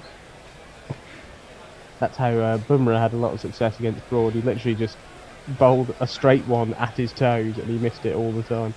As in comes Cougar Line, and that's down the leg side. Poor Cougar Line, and even if it wasn't a decent Cougar length. And I'm sorry, guys. We've got I to had get fit that it in on a one more t-shirt, mate. time. You have to get that on a t-shirt. Yeah, I need Gorilla Cricket's immense t-shirt printing resources to back me up. I don't think I'd want Cougar Line on my t-shirt. No, probably not. Yeah, you have a point there. You have a point. My last t-shirt from Gorilla Cricket was "Help! I'm trapped in a North Korean t-shirt printing factory." I like that one. I think I need to get a hold of one of them. As in comes Cougar Line with his slightly unusual run-up. Broad does walk down the wicket, and he's always chipped it just past short leg. And it's they do. And they don't. No, they don't take the run. They don't take the run. Hombre Nuevo is still in Oh, it. the fix is in. Hombre Nuevo has been on the phone. They didn't take the run. If this is how the fix is in, really? This is how Hombre planned is it. how It's all going exactly according to plan. what letters of the alphabet plans did not come into fruition for this? Then comes Cougar Line. Broad again wants to walk down the wicket. He presses forward as if to a subcontinental spinner when he's bombing at 128 kilometres an hour, but just ends up missing it through to the keeper. God, this is horrendous. I just missed the top of this. For the first time in a very long time, I am genuinely angry. I'm astonished. I just can't quite believe it. Yeah. Well, here comes Cougar Line. There's 2 balls left. Broad again pushes forward. Oh, he's edged that down towards third man. It's past the diving slip. Do they take the run? No! They do not! Oh, what? Hombre Nuevo is the luckiest man in the world and will win all of about £6.23 because... No, 79 quid. Oh, lucky. For one entry today, the single entry today, and he's on the money. That's brilliant. They've got 1 ball left. I mean, it's 8:30 on the dot. I love the fact that Stuart Broad has considered that what he's done this over is protect Ollie Pope from the strike. Yeah, when he tried to get out on his second ball. Yeah. Right, there's going to be a moment of immense tension if they don't take this run after this ball. Well, he should take the singles, shouldn't he, so he can protect them tomorrow. He's going to hoik it for 4. Oh, it's gone, and they do take the single. Oh, you're kidding! Just missed out. They've taken the single. They've taken the single. 79. Oh fuck! Well, the bear will be happy. After 16 overs, and yeah, Broad's walking off immediately. They finish at 79 for 2. So hang on, just to recap: 269 runs by New Zealand, plus 79 runs by England. That's 348 total runs in the day. And Hombre's bid was 347. Oh, indeed it was. Yes, that's crippling. Well, I'm with you, Hombre, because missing by 1 is my stock in trade. So yeah, fuck. Well, England was 79 for 2 at the end of today's play. They lead New Zealand by 98, having had that slim first innings lead of 19. The New Zealand players giving Tom Blundell a tap on the head after that horrendous missed chance on Stuart Broad. And we'll come back tomorrow with the game delicately poised. Just to let you know that when Alice had a chance to calm down a little, best that we do this while I'm angry.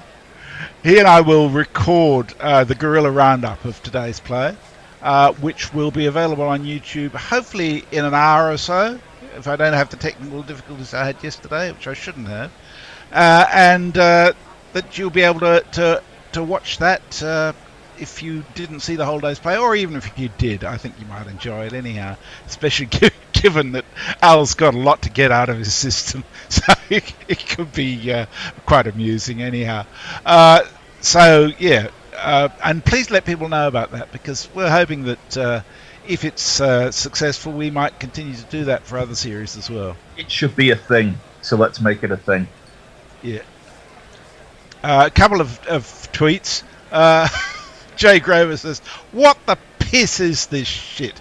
I'm going back to bed. And Josiak says, "Are you going to commentate on the India-Oz match after this?" We did consider it, Josie, but it's just logistically a step too far. I don't know about other people. I've done 7 sessions today. I'm going to record this thing with Al, and I'll be fucking knackered by the end of that. Mike Taylor says, "You've gone and done it now. That last jingle woke the dragon. I'm now set for a day of misery. Not quite sure who she hates more, me or you." I'm sorry about that, Mike. And Andre Nuevo says, "Twats, bloody twats, Broad, you shame me and yourself." Oh, well, GPL lives for another day. At least it was exciting for me anyway. Thanks, Gorilla Cricket. Thank you, Andre Nuevo. You're always of such good humour and assistance to us. And that's the last of the tweets for the day. And that's the last of us for the day. Want to summarise the score? I can do it again. So England have finished on 79 for 2. Crawley caught by Blundell off trigger line for 28. Duckett caught by Latham off Tickner for 25. Pope and Broad, I can't believe I'm saying it, Broad as Nighthawk Watchman, not out on 6. Pope not out on 14, and the lead standing at 98 as we go into day 3 tomorrow. Thank you, Jacob. Thank you, Al. Notwithstanding everything else, I've really enjoyed being on with you. And thank you, cool. Tony. Tony Bishop has actually been in the studio all day holding the fort. Even when he's not appearing on air, he's still been doing all the jingling and stuff. So thank you so much, Tony. And thank you to everybody who's been on today. Yep, we'll be back, obviously, for tomorrow's play. Sorry, Umbre Nuevo, that was all a rotten luck, really. But them's the breaks. Thank you to everybody. I noticed Jack Russell rather liked our studio picture, by the way, which I'm thrilled about. Little picture I sent out of the studio saying we're ready, and he clearly appreciated that. Anyway, we'll see you all tomorrow. You've all done very well. Thank you, Dad. Thank you, Uncle Tony. Bye. Guerrilla crickets. Whoa. Guerrilla crickets. Whoa. Guerrilla. Take guard, man the barricades, patrol the cover boundary. At last the time is come, this is a cricketing emergency. Hear this call to arms for every cricket revolutionary. Take up your bats and stumps for the test match insurgency. At first they tried to silence us, but we would not be silenced. They threatened us with lies, so we threatened them with violence. Che Guevara, Sangakkara, Joseph Stalin, Douglas Jardine, Robespierre, Darrell Hare, Vladimir Lenin, O'Brien Kevin, guerrilla cricket. It's not about the winning, it's about how many rules you break. Even in cricket commentary, this is the best advice to take. Pick guerrilla cricket, it's the finest choice you'll ever make. There's so much more to cricket than rev counters and a slice of cake. At first they tried to sanitize us and clean up our act, but people like it filthy, and we know that for a fact. Fidel Castro, Lenny Pascoe, Carlos the Jackal, Umar Akmal, Mahatma Gandhi, Grant and Andy, Brendan Behan, Austin Ian, guerrilla cricket. Stick with us, cause you know we're not the kind of thing that you see on the TV and the radio. So vive la revolution. First they tried to buy us, but we would not be bought. Okay, we were, but then we ran away, and we will not be caught. Would not give up the ghost when they left us all for dead. They decapitated us, but we just grew another head.